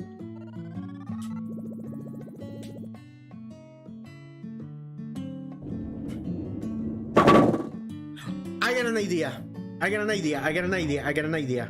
got an idea because of how hard this kind of is. Let's not go straight. Let's go this way, right? Strong. Hear me out. Let me tell you that I am the king of bowling. Just when I just started to understand how this has to feel. Looks like I finally earned myself a rival. That was just a stroke of luck, Mrs. Carpenter. Despite how I may seem, I've never been any good at any of the ball-based sports that exist here on our planet. Oh, no, you can't fool me. I can tell the FBI's giving you very special training. If I gave you a few lessons on top of that, I'm sure you'd be able to go semi-pro. Semi-pro? That's right. That's what I said. Not pro, but... Semi-pro. Semi-pro. Yes, semi-pro. You'd never be able to go pro. You don't have what it takes. Oh my god, thank you. You could become a semi-pro if you tried really hard, though. Well, I guarantee it. Come back and see me when you feel like giving it a try. I'm sure my husband would forgive me if I let someone like you borrow my lane. Well, we gotta give youngsters a chance to grow. That's... I could actually go semi-pro? I'd take her words with a grain of salt if I were you. Okay, thank you. Patricia, I can understand why you'd be envious of my talents. But you don't need to worry. You have your own unique talents, just like any other person. Uh-huh. You shouldn't have to feel inferior every time you look at me. You're unbelievable. You sure you don't need to get your head checked out? My head is perfectly fine, Missy. It's so strange, Zach. I feel like I'm discovering a new side to myself. By the way, Mr. Special Agent, you said you're investigating the Lise Clarkson incident, yes? In that case, there's something you should know. That poor girl, Lise, she was a druggie, and she was into the really bad stuff. Nice. Red powder. Red powder? Ah, here we go. Red powder. Oh, no wonder the FBI picked you. You already figured out that much. Well, the reason Lise turned into such a little hoodlum is because of her mother, Galena. Galena? Mm-hmm. A mother only in name. Oh, as far as I'm concerned, she's still nothing more than a child herself. Oh, dressing up in fancy clothes, always out on the town somewhere. Children giving birth to children. If these aren't the end times, well, I don't know what is. Oh, and they were always cooped up in that jazz bar. Galena wouldn't know proper parenting if it hit her in the tush. Zach, the jazz bar. We first heard about it from Patricia. It must be deeply connected with this case. And the red powder. It must be San Rouge. Following the Oracle and felling the 10 maidens sure paid off, didn't it? So, Mr. Special Agent, are you all finished here? Yes, Mrs. Carpenter. Thanks to you, I've gotten a new lead. Oh, then how about you mosey on and let me get back to my bowling? I need to bowl my first game of the day or else I'm gonna get rusty. Well, what are you waiting for? Get a move on! Shoo! Shoo! There we go.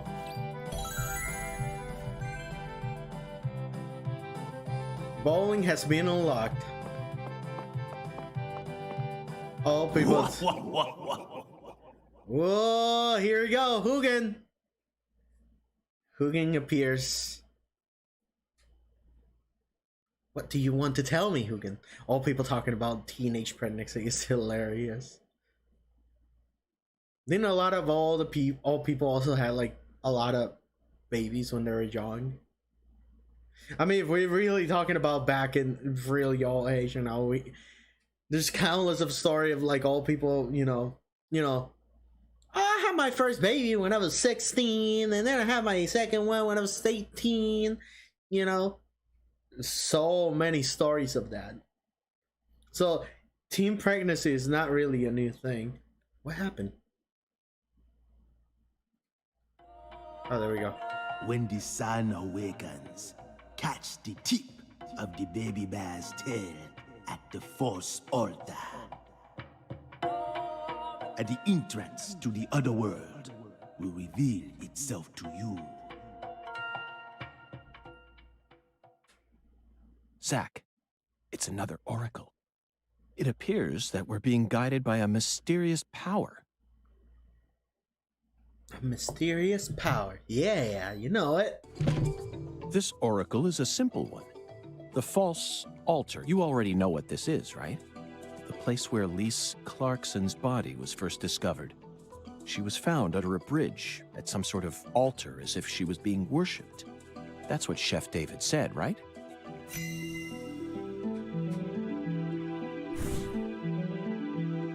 When the sun awakens refers to dawn, of course. And the tip of the baby bear's tail is the North Star. At dawn, look straight to the north from where Lisa's body was found. What are you doing, Zach?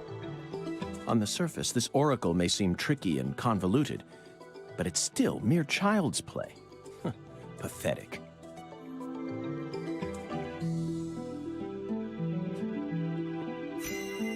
Down the Mississippi River. There we go. Zach, let's follow the oracle and head to where Lisa's body was found. I don't know what Otherworld refers to, but I'm sure we'll find out once we get there. Oracle? That's right, Patty. This case is a rather complicated one. So Zach and I are following oracles given to us by a skeletal gentleman in order to crack it.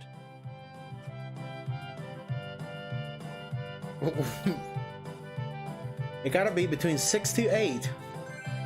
Okay. Let's do that.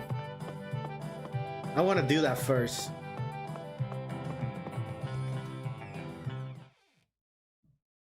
Hey man, Sterling, nice to meet you, and I appreciate you just run out. Hey, I wonder who gave you my who told you about my stream? I was wondering. You tell I was recommended. Recommended by who? I'm curious.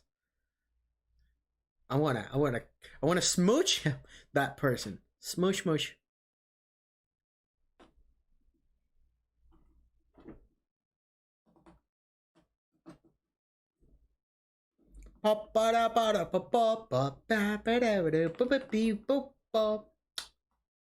Lana and Red Jack. Oh, I think I've seen Red Jack. I appreciate the recommendation. That makes me really happy. I'm still working really hard, you know. It's kind of hard to be. I'm trying to be as entertaining as possible every time I stream. I know I can try to also sound like a bit of a Shoda mister, but it's just not a Shoda. This is Lucari Tiger. Do you read me? Over. Lucari Tiger to DC Eagle. Do you copy? DC Eagle? It's Daddy. Hurry up and answer.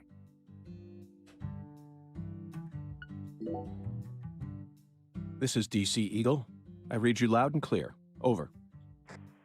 Oh, good. Mr. York. I'm sure glad you picked up. Can you hear me? Hey, Mr. York. Oh. Right. Over. DC Eagle to Lucare Tiger. Is something wrong? Over. Mr. York, I got something I need to tell you ASAP. Uh-huh, what do you got? Just sit tight and listen, okay? Over. Roger Wilco. Go right ahead. Over.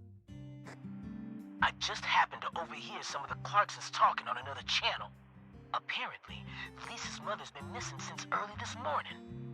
I reckon it might be related to the case, so I wanted to let you in on it right away. Oh. Lisa's mother. You're referring to Galena, the social butterfly? Over. Another special agent slam dunk. So, you already did a little research on her, huh? That's right. The one who's gone missing is the younger of the Clarkson sisters, and our town's queen of the night. No one can slip one past me. Oh my god. Because I'm the ultimate FBI agent. Francis York Morgan! My proverbial hat goes off to your investigative skills, sir. Anywho, Galena used to be Video? an actress. Nah, there's no way this guy sounds like Video Game Donkey. Draws a tip you happen to spot her while you're investigating. Would you let me know? Oh yeah, over. Wait. Hey, Mr. York, what do you say we cut this out, huh? Over this, over that. It all seems kind of overblown, don't you think? Besides, I reckon we're the only ones listening to this. No need to be so stiff, right? Yes, Melvin, I agree. There's no need for us to cling to formalities. Glad to hear it. I ain't never been too good with formalities, you feel me? Well, Mr. York, if I hear any more news, I'll be sure to let you know. Good luck out there. Daddy's such a goofball. Hey, do you think Galena is really as beautiful as people say? I don't know, I guess. Men just seem to like women like her for some reason. Who's more beautiful, Galena or your mother? What? Candy Woods. Your mother. Melvin said she was the prettiest girl in town. How should I know? That's a stupid question. Why is it stupid? My mom is sick. Zach, that was a bad move. We stepped right into a private matter without any shoes on. But these things are bound to happen. After all, I'm a special agent of the FBI. And there isn't an organization out there that's more well-versed in the art of infringing on people's privacy.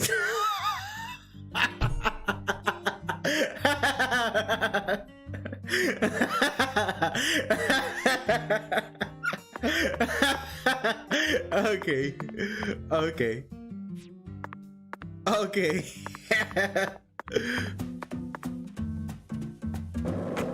Okay, let's go and sleep.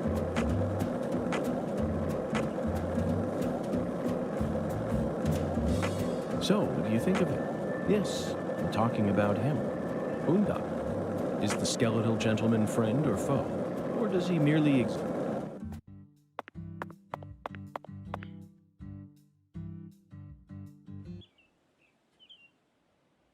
Huh. Please make monkey sounds. Please make monkey sounds. If it doesn't make monkey sound, I'm selling this game.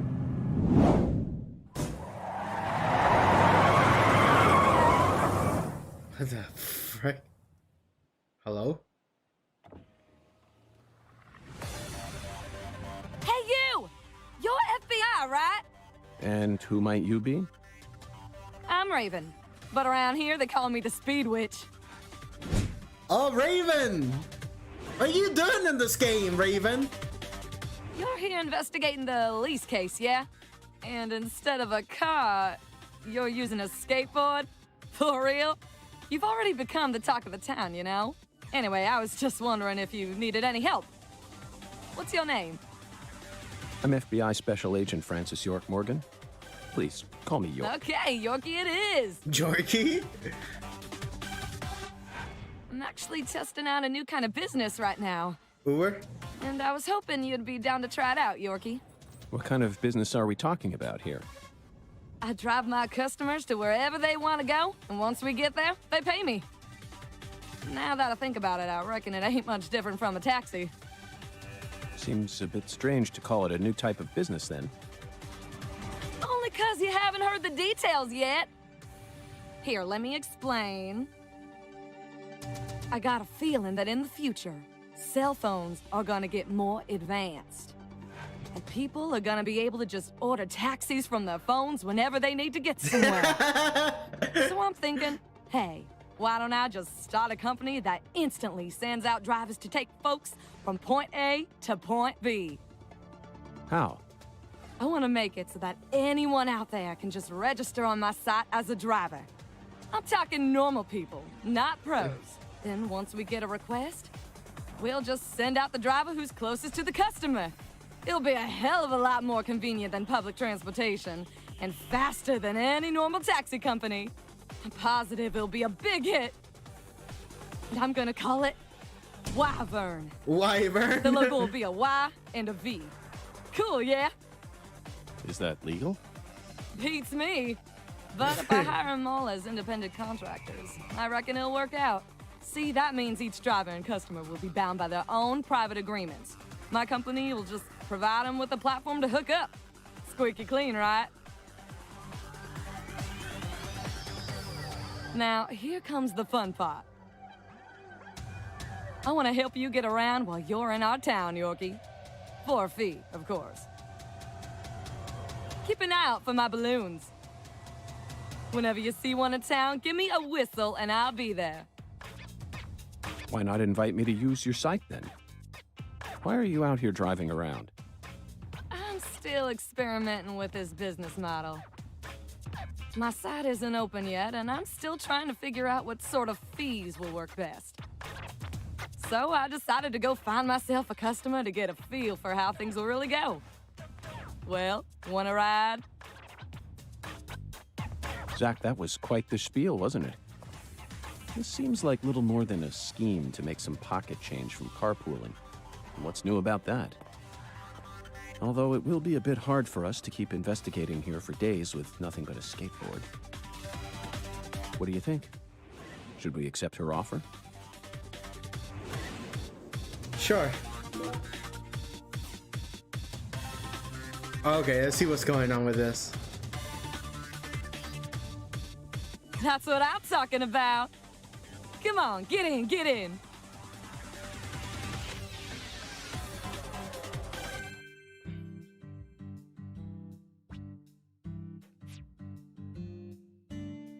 If you don't want to ride with me, I ain't gonna force you to. But if you ever change your mind, just give me a call. I'm always ready to get out on the open road. Sure thing. Wyvern, the new cutting-edge transportation service. We'll come to you, wherever you are. Bye now. Bye.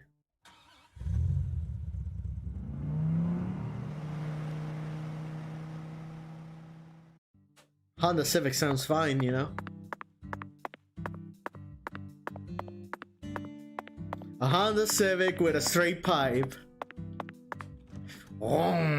VTech technology. 4 cylinders.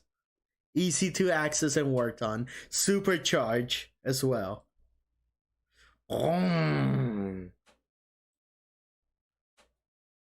Double calipers for extra brake system on the back.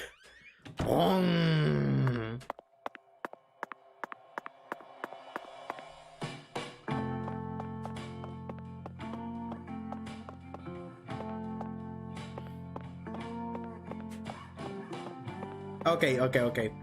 I will be finishing the stream soon, but I kinda wanna go to that place. So let's sleep. Oh wait, we can shower. Oh, we need to shave too. Can we get money for shaving?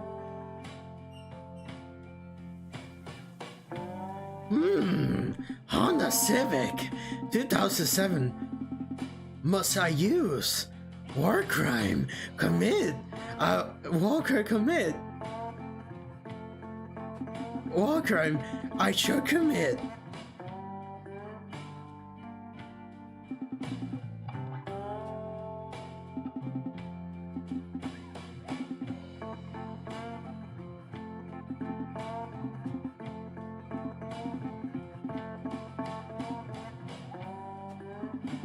Oh my god, let's go.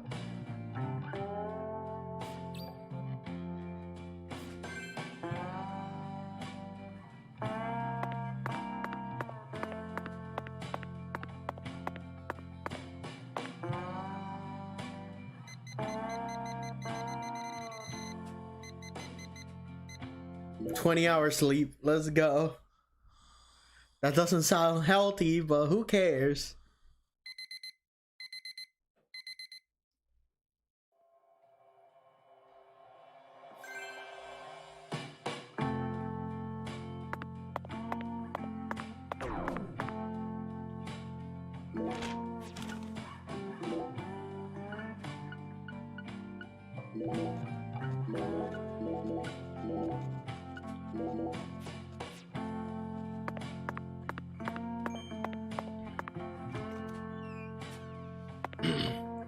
Let's get some food.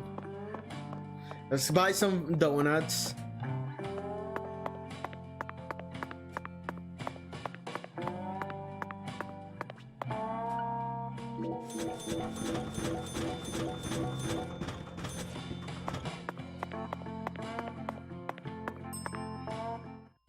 Hey, the transport. Zach, we haven't. Well, of course you won't. What does the balloon call then? That'd be Wyvern. Wyvern? That pushy entrepreneur? Right on the money, boss. Why are you helping her out? Me? Oh, I'm just in it for the kickback, boss. So calling her from here costs more than calling her from somewhere else? Exactamundo. Although there are certain places that you can only get to from here. I see. Zach, it looks like we've run into yet another unique rural custom. Wait, cost more? Why does it cost more?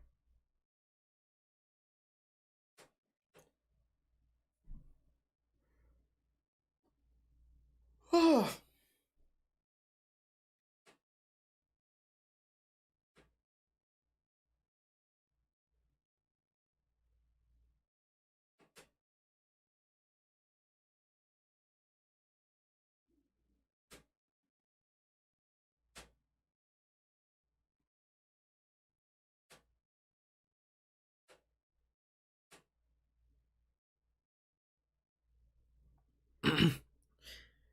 Okay, game.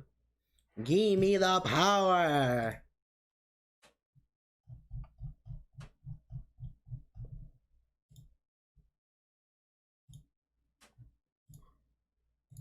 Howdy, Yorkie. Howdy. That's what I'm talking. Come on, get. Okay, let's go to. Oh, that doesn't work. Okay. Thanks for calling me. Wyvern. Goodbye. Okay. Let's go to that graveyard place.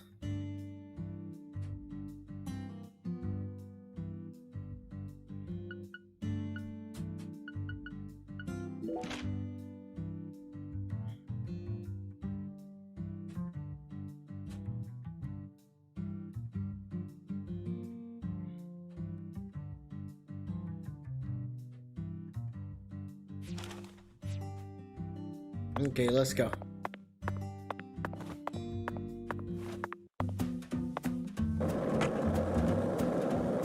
I kinda really want to see the graveyard place, because if they're gonna lead us to the red room stuff, is what I kind of want to see. I feel it every time that molten hot sun pours down on me.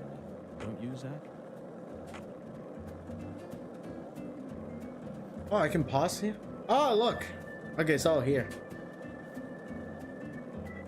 The other world.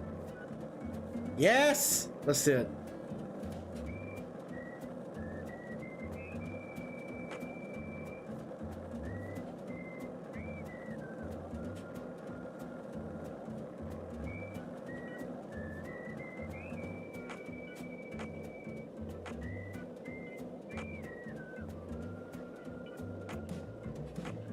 Ba-ba-da-ba-ba-ba. No, nothing. Just felt like saying that.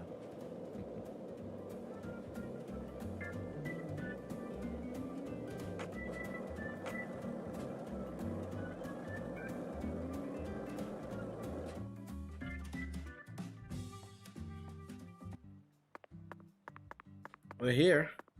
Oh, is it under the bridge?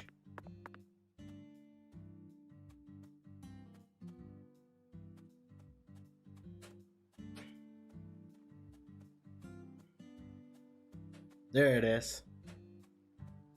Here we are.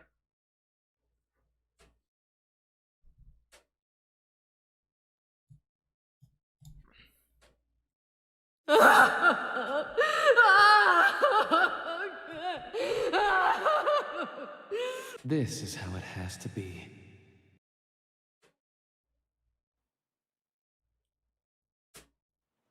Why did the perpetrator decide to enshrine Lisa's body here?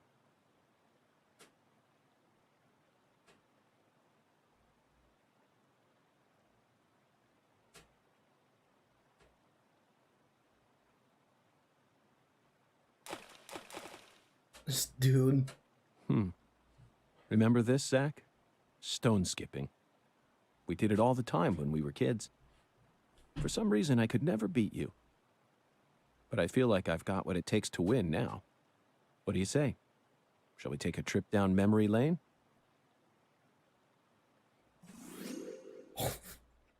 Wait, what?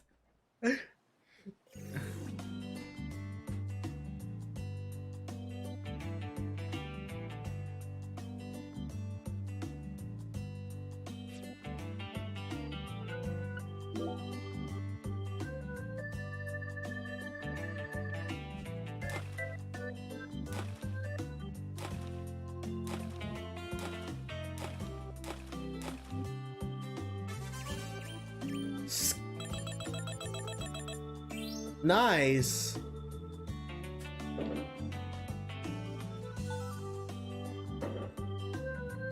Keep going? Okay.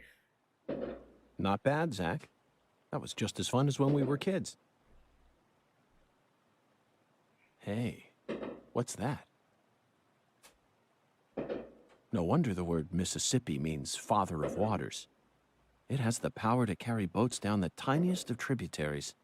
It's one of the prime symbols of America's majesty and the vitality of the human race. Now about that boat. What sort of cargo would give it such a deep draft? What else do you see, Zach? I saw it clearly, if only for a second. The dragonfly crest. Mm-hmm. This town never wants to stop reminding us about the Clarksons. Wait a second, you see the skull in the river? You see the skull right there on the river? What are you showing us?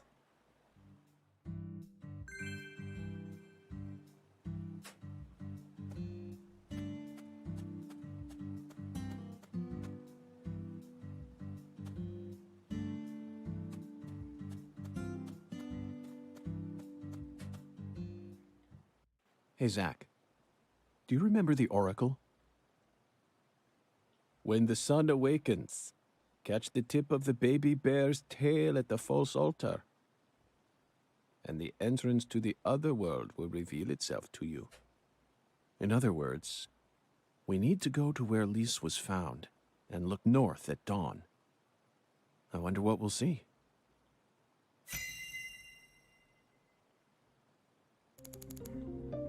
Ah, there it is.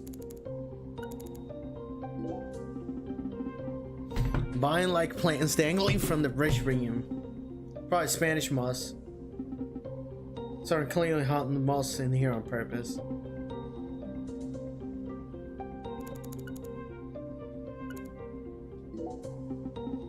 I thought it was an old document, but it's actually an old movie filter. Worn out that it's hard to see.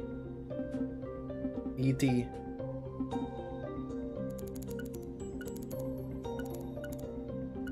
What's this?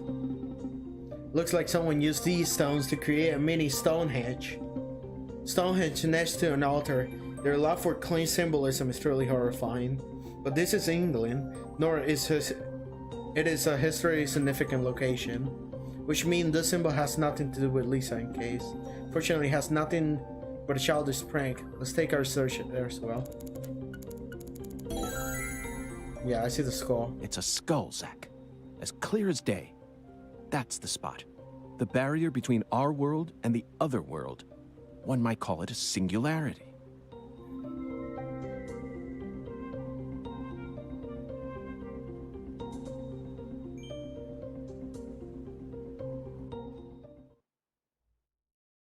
Now, what do you say we go inspect that cabin?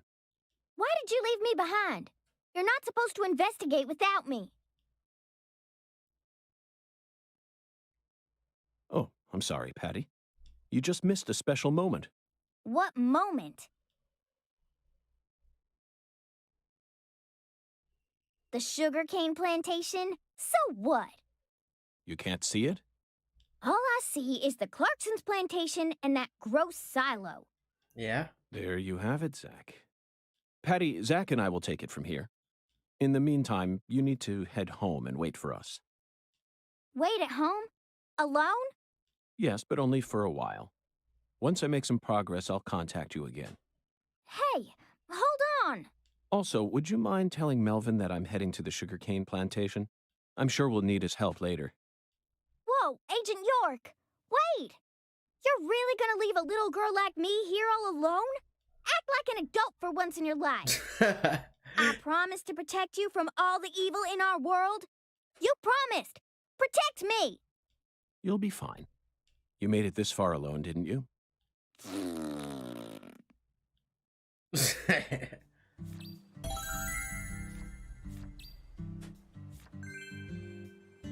Okay, let's go to that plantation.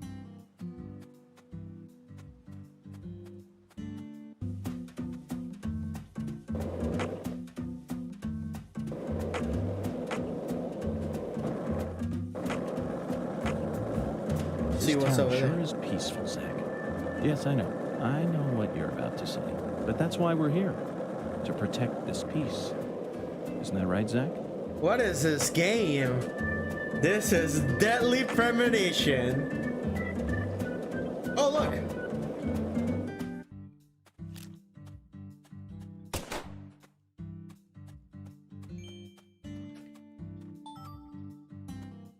What did I got?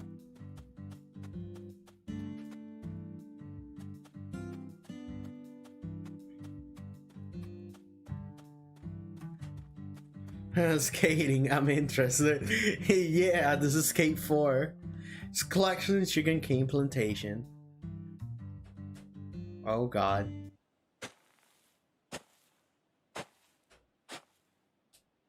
Yo, that guy got... Look, Zach. We're about to encounter a new character. Oh, damn it. I know I saw her go inside. But it's empty. The hell's going on here?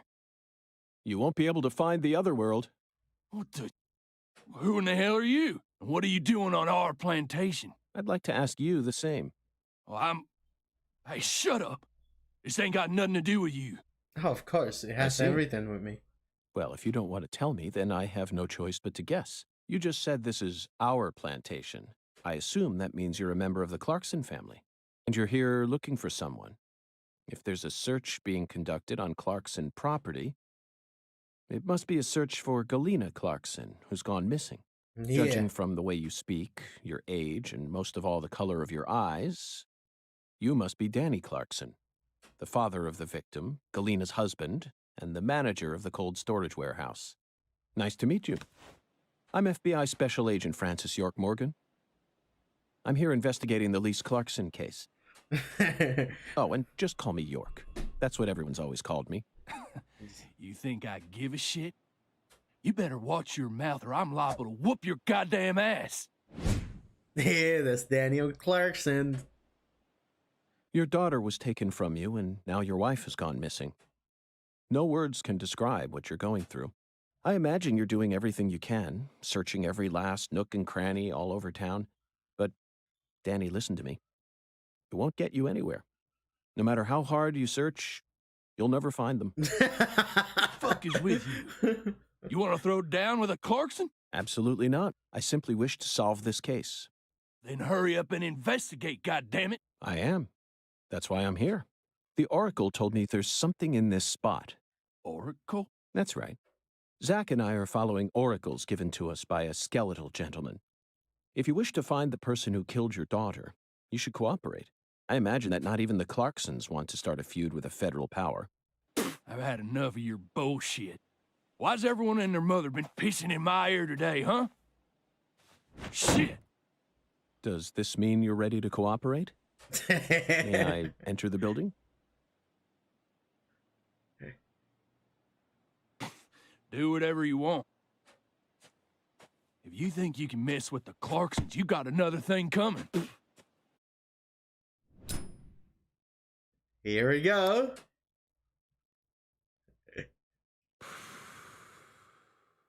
Zach, it appears that the Clarksons have no idea where Galena is either. And judging from Danny's demeanor, the family must be in the midst of their own complications. This case may require more work than we think. It would be funny if the voice actor for like Red Dead Redemption is the one voice acting that guy. Zach, Danny married into this family, didn't he? Yet he's acting like he's a full-blooded Clarkson. I'm surprised, really. That was the most unexpected aspect of our encounter.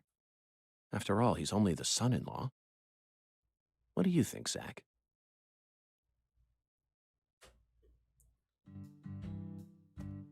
Hey, let's go and investigate. Are we finally gonna get an encounter with these zombies and stuff?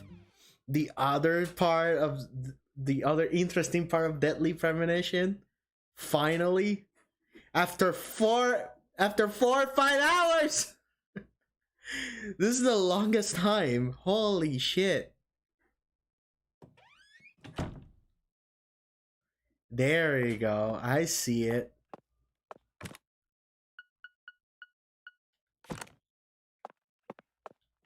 Let's do it.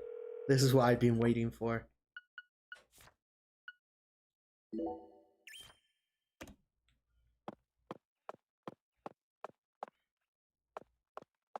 What's over here?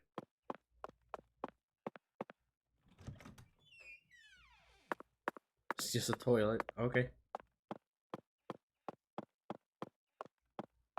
Here we go, baby. It's time for the other world. This is it, Zach. A deadly premonition. You know, for some reason, I'm getting butterflies. How about you? Hey, me it's too. time we went and saw this other world for ourselves.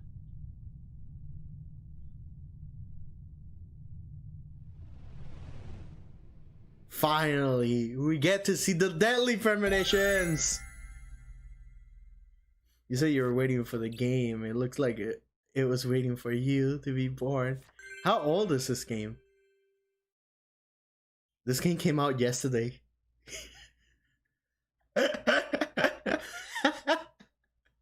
This game just came out yesterday. It's on the Switch.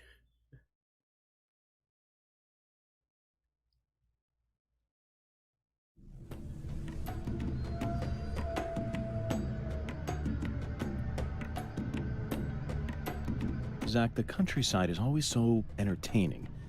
It has far more stimuli to offer than the big city.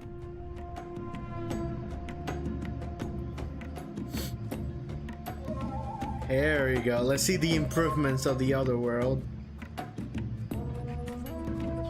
Those movies from the 80s were all predicting the future. Life's simpler than what philosophers make it out to be. In the end, truth and reality are never one and the same. Now we have nothing to fear. Right, Zach? Mr. Alligator. I'm not sure how much help you'll be in this situation, but I guess you're better than nothing.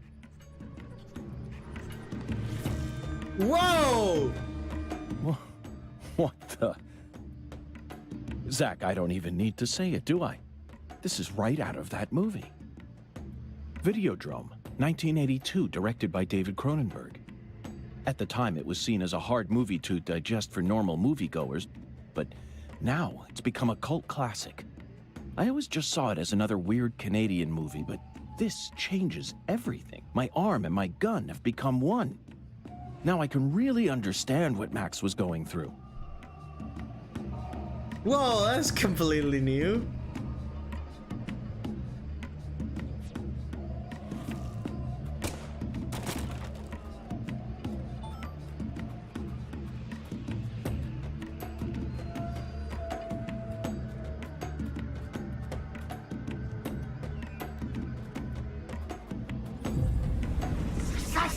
Whoa!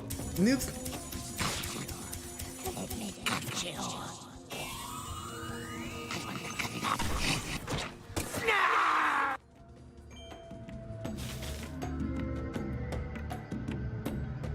Okay, that's kind of cool. That's a completely different type of enemy. If you play Deadly Premonition 1, they have like weird zombies. Just zombies and that's it.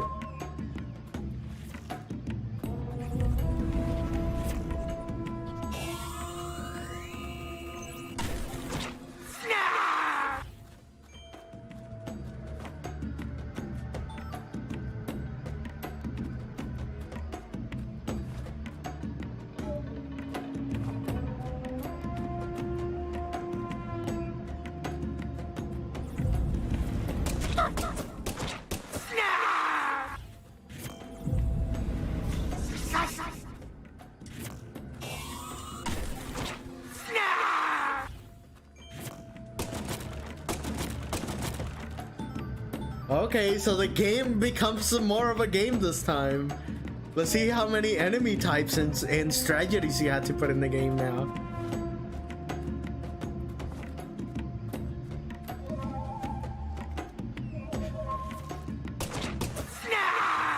Well, that guy didn't do anything.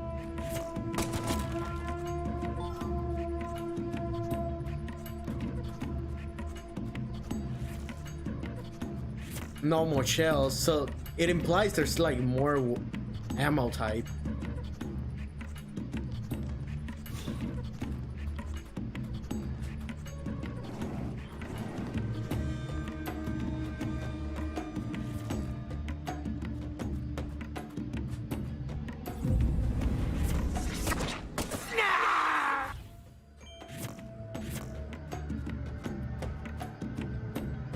Now, I noticed one thing immediately. Hold up. Switch. Config. Options. Controller. Oh, really?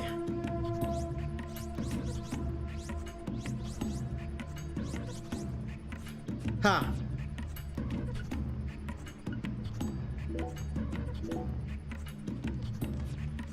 There's no sensitivity options. Okay.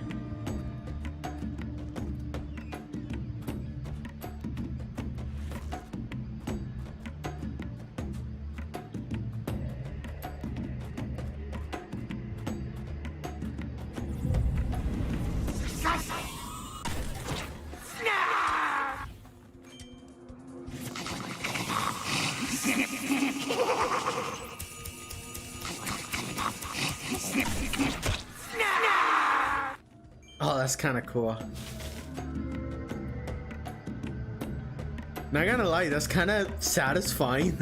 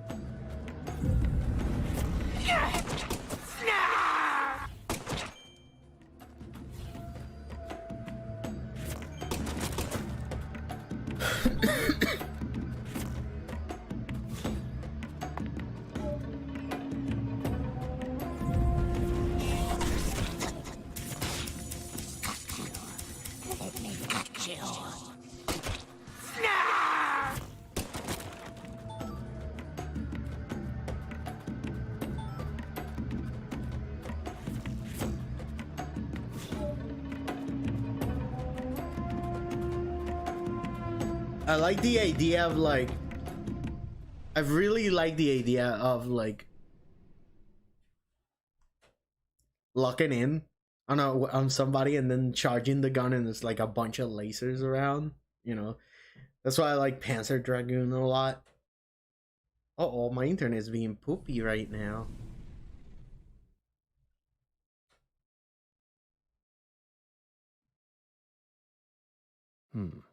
Zach, I sense something here.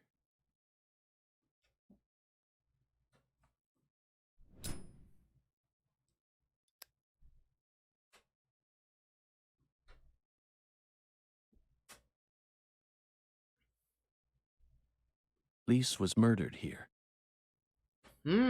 Let's take a closer look and find out exactly what went on.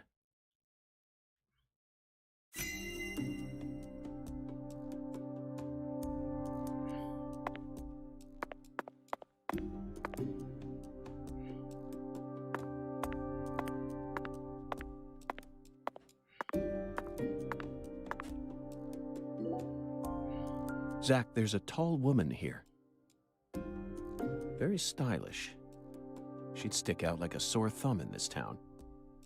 Is she watching the murder? No. She's clearly more than an innocent spectator. She must be deeply entwined with this case somehow. More. I want more. Okay, sweetie. We're gonna play a fun game now. I love games. I want to play.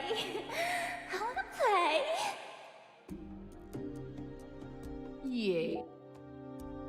Zach, the murder weapon was an axe. Lise must have been dismembered while she was still alive. And the woman holding the axe. Flashy clothes, beautiful face, and that dragonfly ring. This must be Lisa's mother, Galena Clarkson. Look, Zach.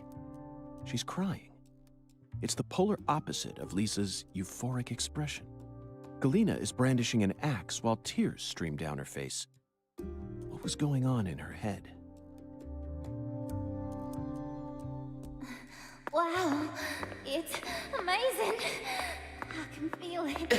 I'm getting prettier. Yeah, you are. See, I made this just for you. My body's getting hot. So hot. I'm burning up. Let the sensations take over, Lise. Soon you won't feel any pain. You won't feel anything at all.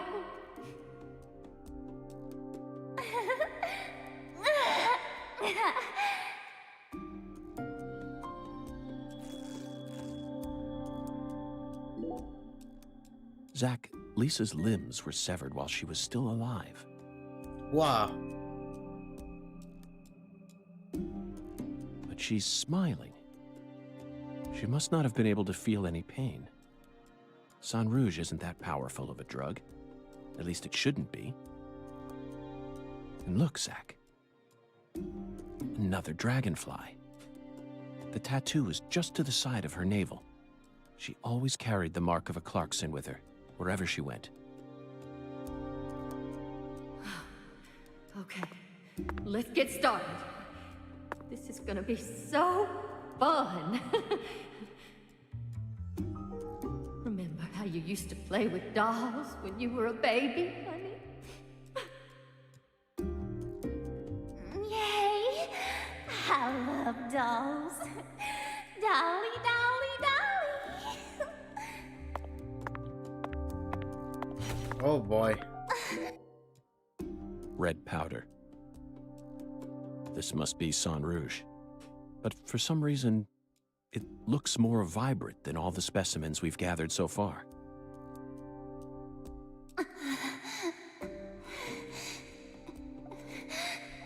I'm gonna get banned.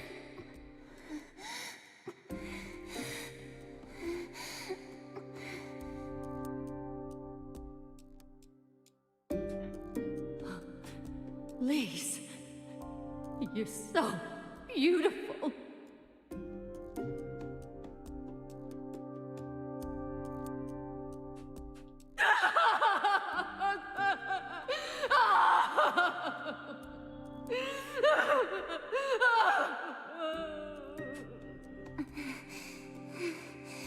Really? Yay! Yay! I'm a little dolly. I'm a little dolly. That's it, Lise. It'll all start from you. Now you'll never die. You'll be eternal. Just wait for me, Lise. I'll be with you soon. I'll always be with you.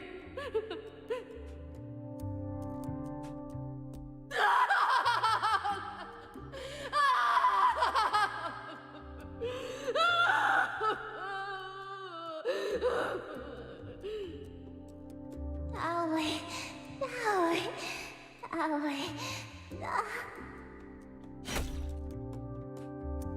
Ha.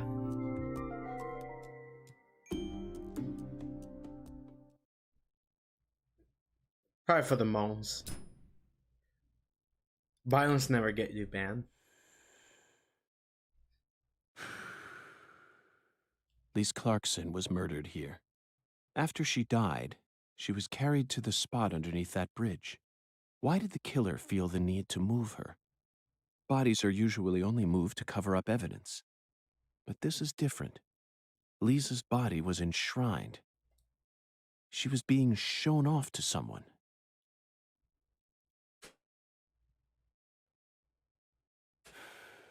The ritual, the altar, a mother killing her child, a monstrous giant, and a mysterious, stylish woman. There's a real demon out there, and it's got its sights set on the Clarksons. But Zach, this is exactly the kind of case we FBI agents are here to solve. Isn't that right?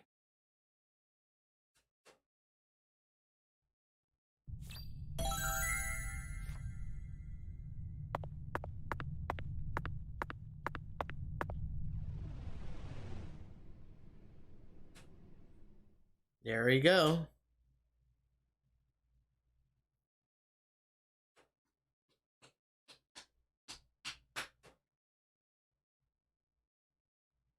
I guess we finished the first chapter of the game.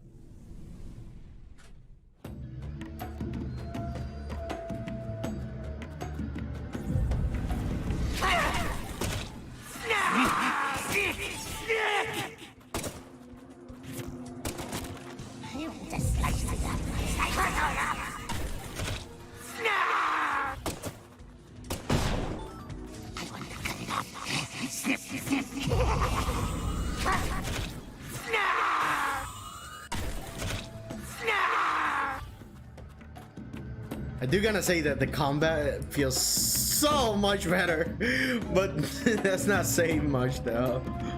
It's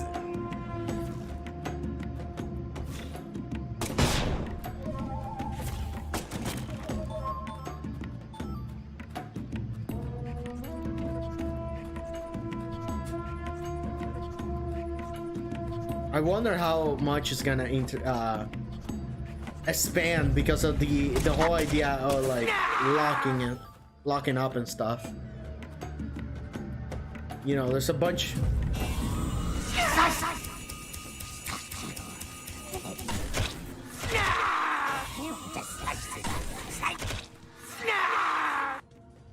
See, that kind of stuff is actually kind of fun. Like there's some actual fun stuff going on, and I want to know how much it's gonna expand on.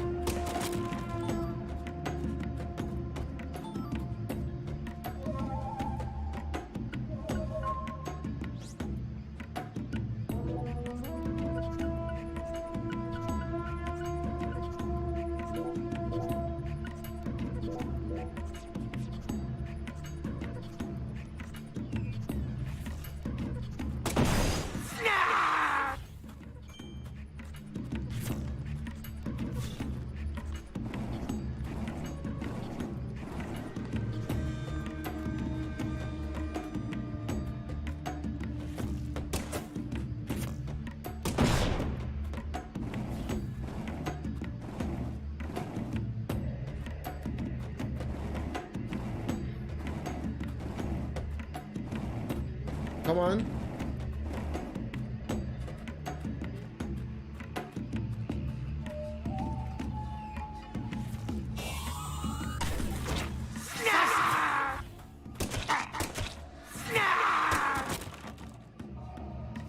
Oh, I need to go that way?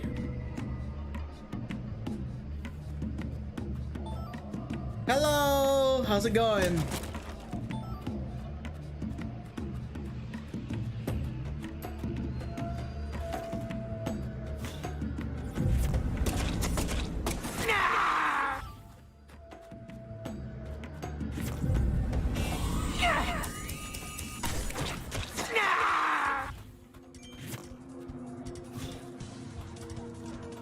Still enemies?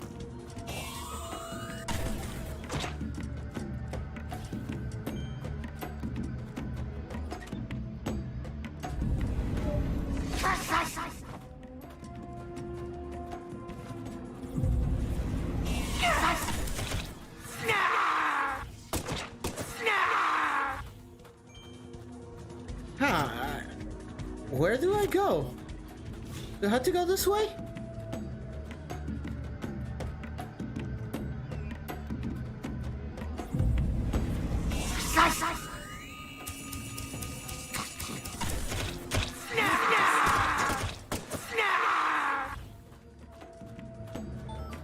I want to check more if there's anything else.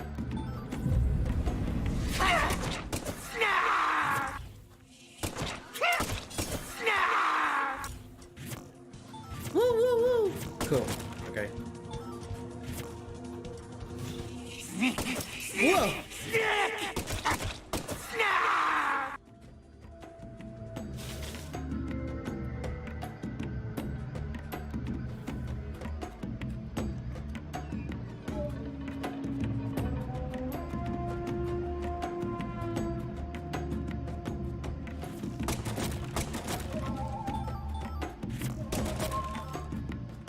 Oh, what's this? This thing been everywhere. I got no idea what's that for. Okay, let's go back before I go to that area. I want to go to that other place. For me.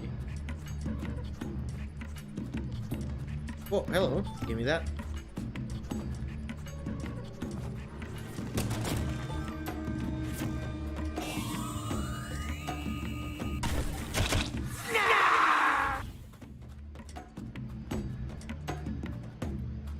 Because we went here, but I thought this was the intended area.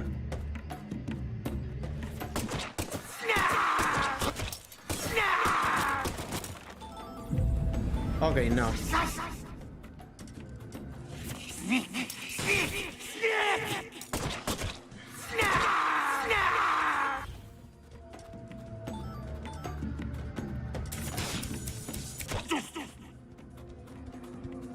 Go away. I want to see if there's more enemies. They do look like they look like straight up enemies from Devil May Cry. I'm not gonna lie. Now I want to see George Morgan doing some juggle combos with Rebellion. Swordmaster, Gunmaster, Gunslinger, Swordmaster, Gunslinger, Trickster, roll your guard. Sword, gun, sword, trick, sword, trick, sword, trick.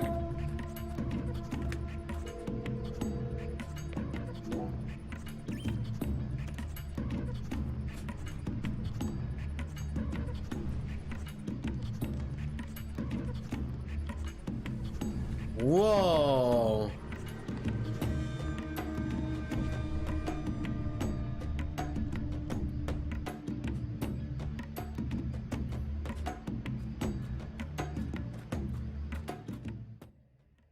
A boss fight?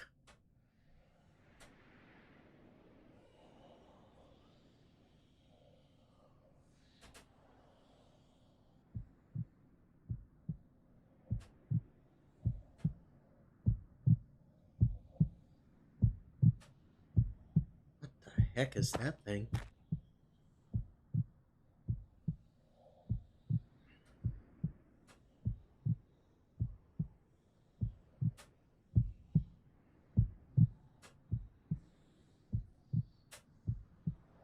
I did it. I really did it. I finally completed the first ritual.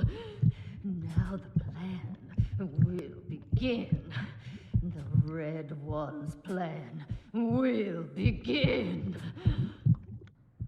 Zach, this case is going to be a labyrinth. I certainly didn't expect to run into a monster like this. Honestly, I'm not one for violence, but I'm not just going to stand here and die. What do you think? Should we read off her rights? It's the Red One's turn. The Red One. Soon. And in the end, we'll be together. Together.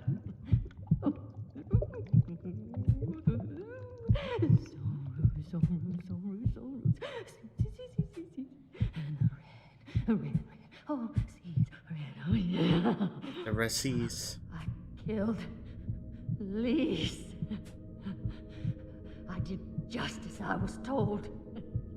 I killed her.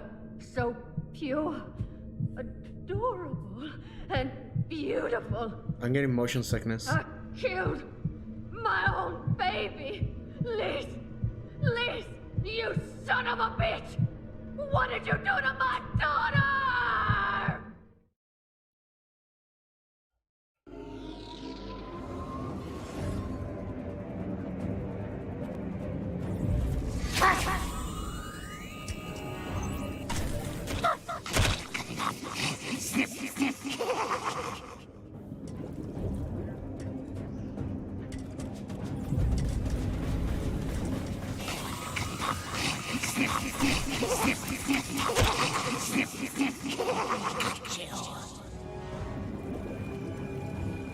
Oh.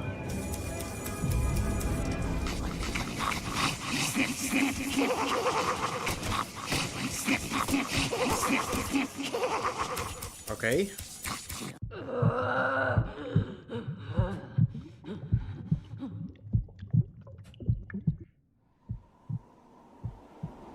That cannot be the boss fight.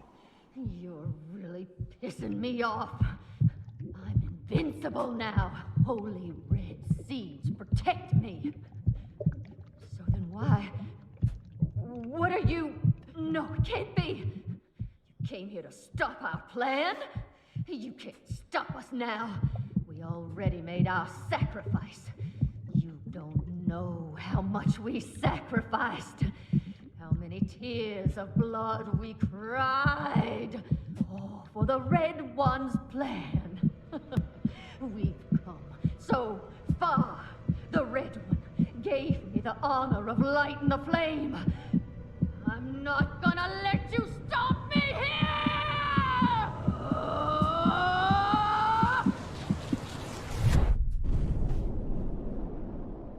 Whoa.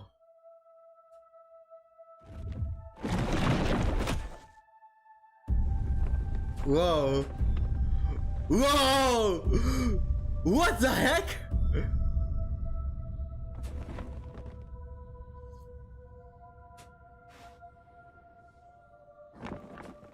Yo, she became a tyrant?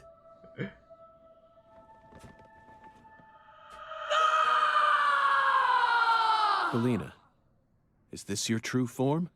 Gosh, Hollywood would have been all over you. Although you probably would have been typecast as a gross monster. The kind that heroes always kill. We're going to make a new world! And no one's going to stop us! Okay, here comes the real boss fight.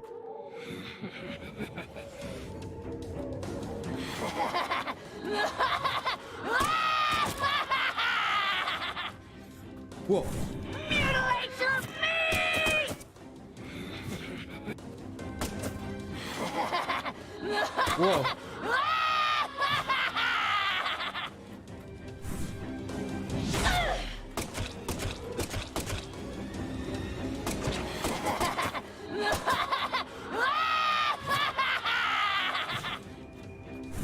Mutilate your meat!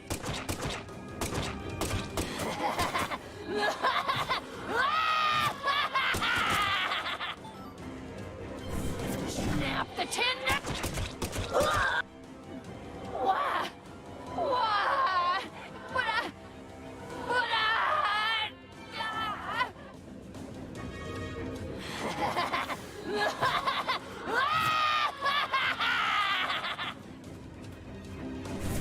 feel my pain! Whoa.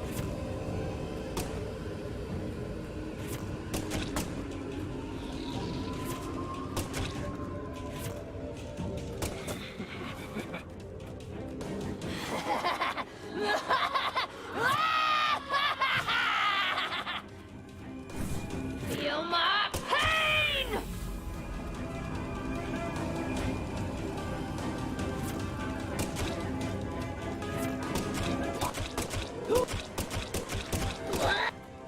No!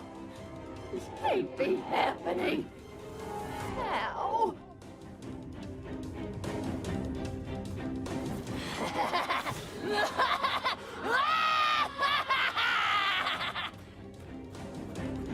Whoa! Snap the tendons!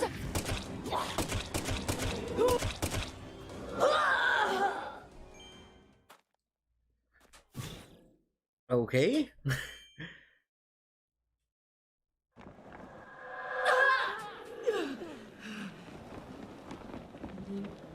Push!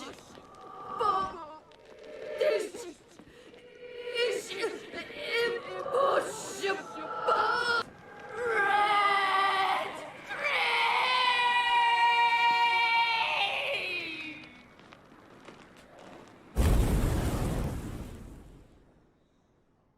Red 3.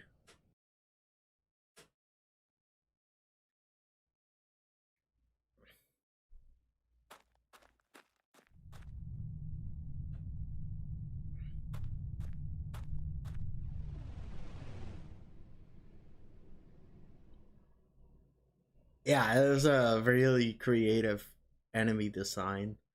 Okay, boss fight, better than whatever the first game did. It's more of a game now.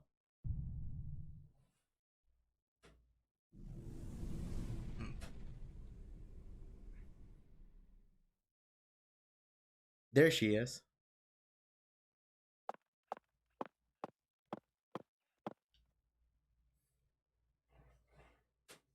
Lise, our new world.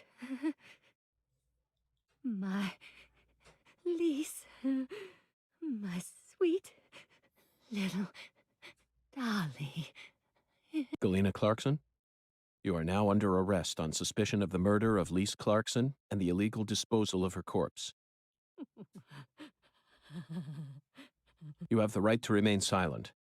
Anything you say may be used against you in a court of law. That's enough, Zach. She can't hear us anymore. Zach, pardon my language, But this case can go fuck itself. Whoa. Whoa. York, what is that language?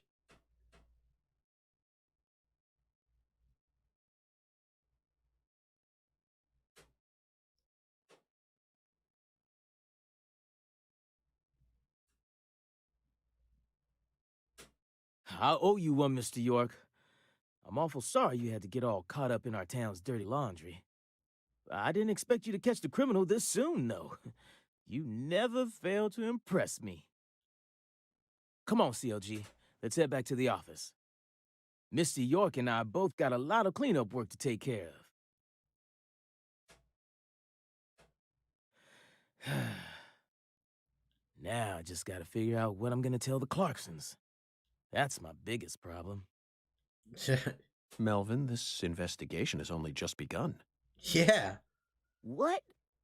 But we got the killer. Yeah. This case is much more complicated than it seems.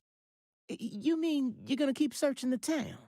Of course. Yeah, there's At the something else moment, bigger. I'm after a tall, stylish woman. Does that ring any bells? Stylish? You lost me. What's that got to do with anything? Zach and I saw her with our own eyes. We need to find her, I'm positive. You're probably talking about Professor R. Professor R? From the jazz bar? Yeah. I mean, she's the only person in town you could call stylish. She's tall, too. There we go. But Connected to the bar. Well, out with it.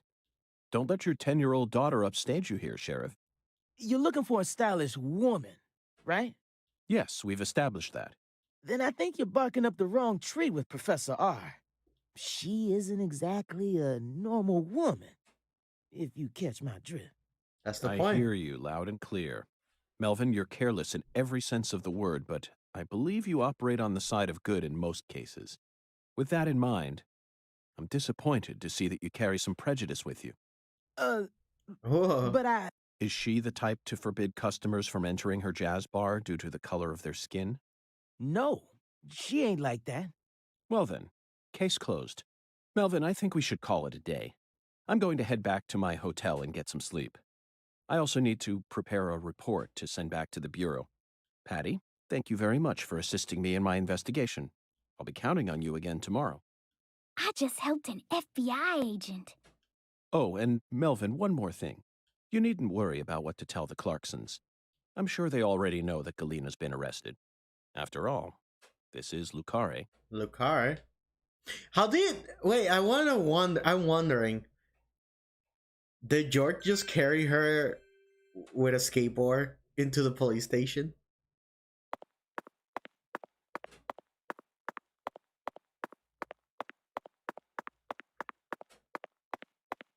Hey, we're finally in the police station. We haven't been able to explore this area at all.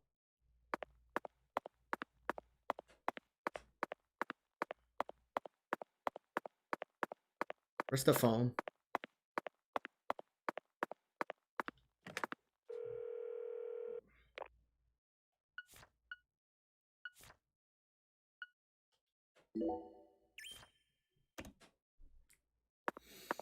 Okie dokie, you know what this is. I guess it's time to call this for a day.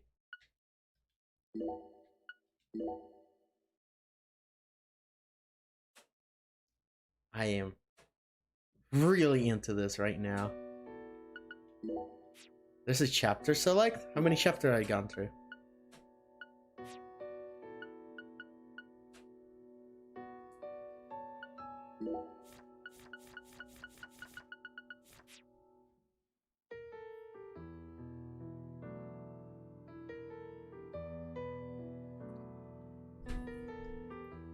This is absolutely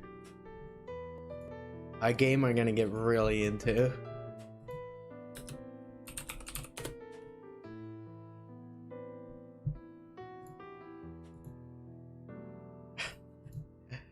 I guess this is a good time to end it. You guys been great. I'm gonna continue playing this game. Of course, you know, I like to jump around and playing other stuff. But obviously, this is Deadly Premonition 2. This is a game I definitely gotta finish. No doubt about it. I will continue playing this game. Anyways, guys. See you later. I'll be going.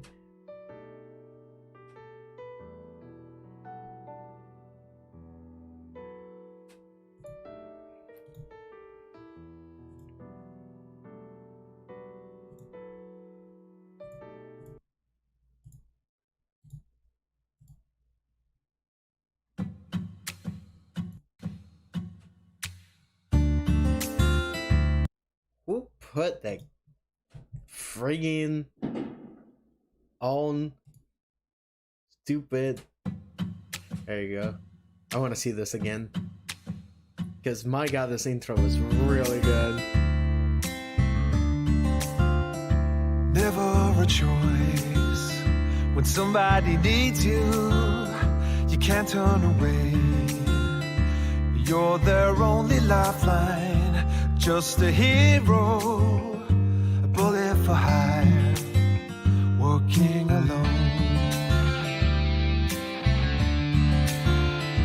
Always a voice, a cry in the darkness, an echo of pain that's been long forgotten, but it haunts me, my destiny to be alone.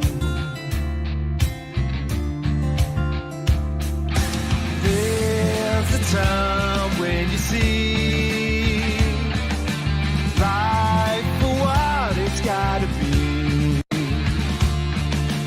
You should know they'll destroy you.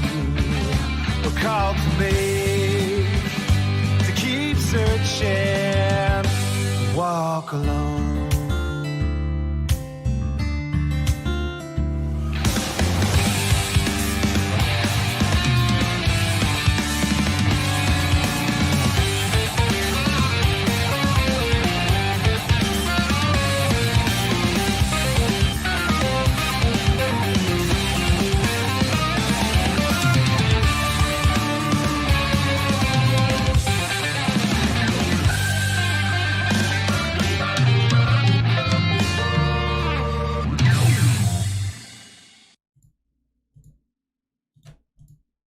My god, this intro is so good.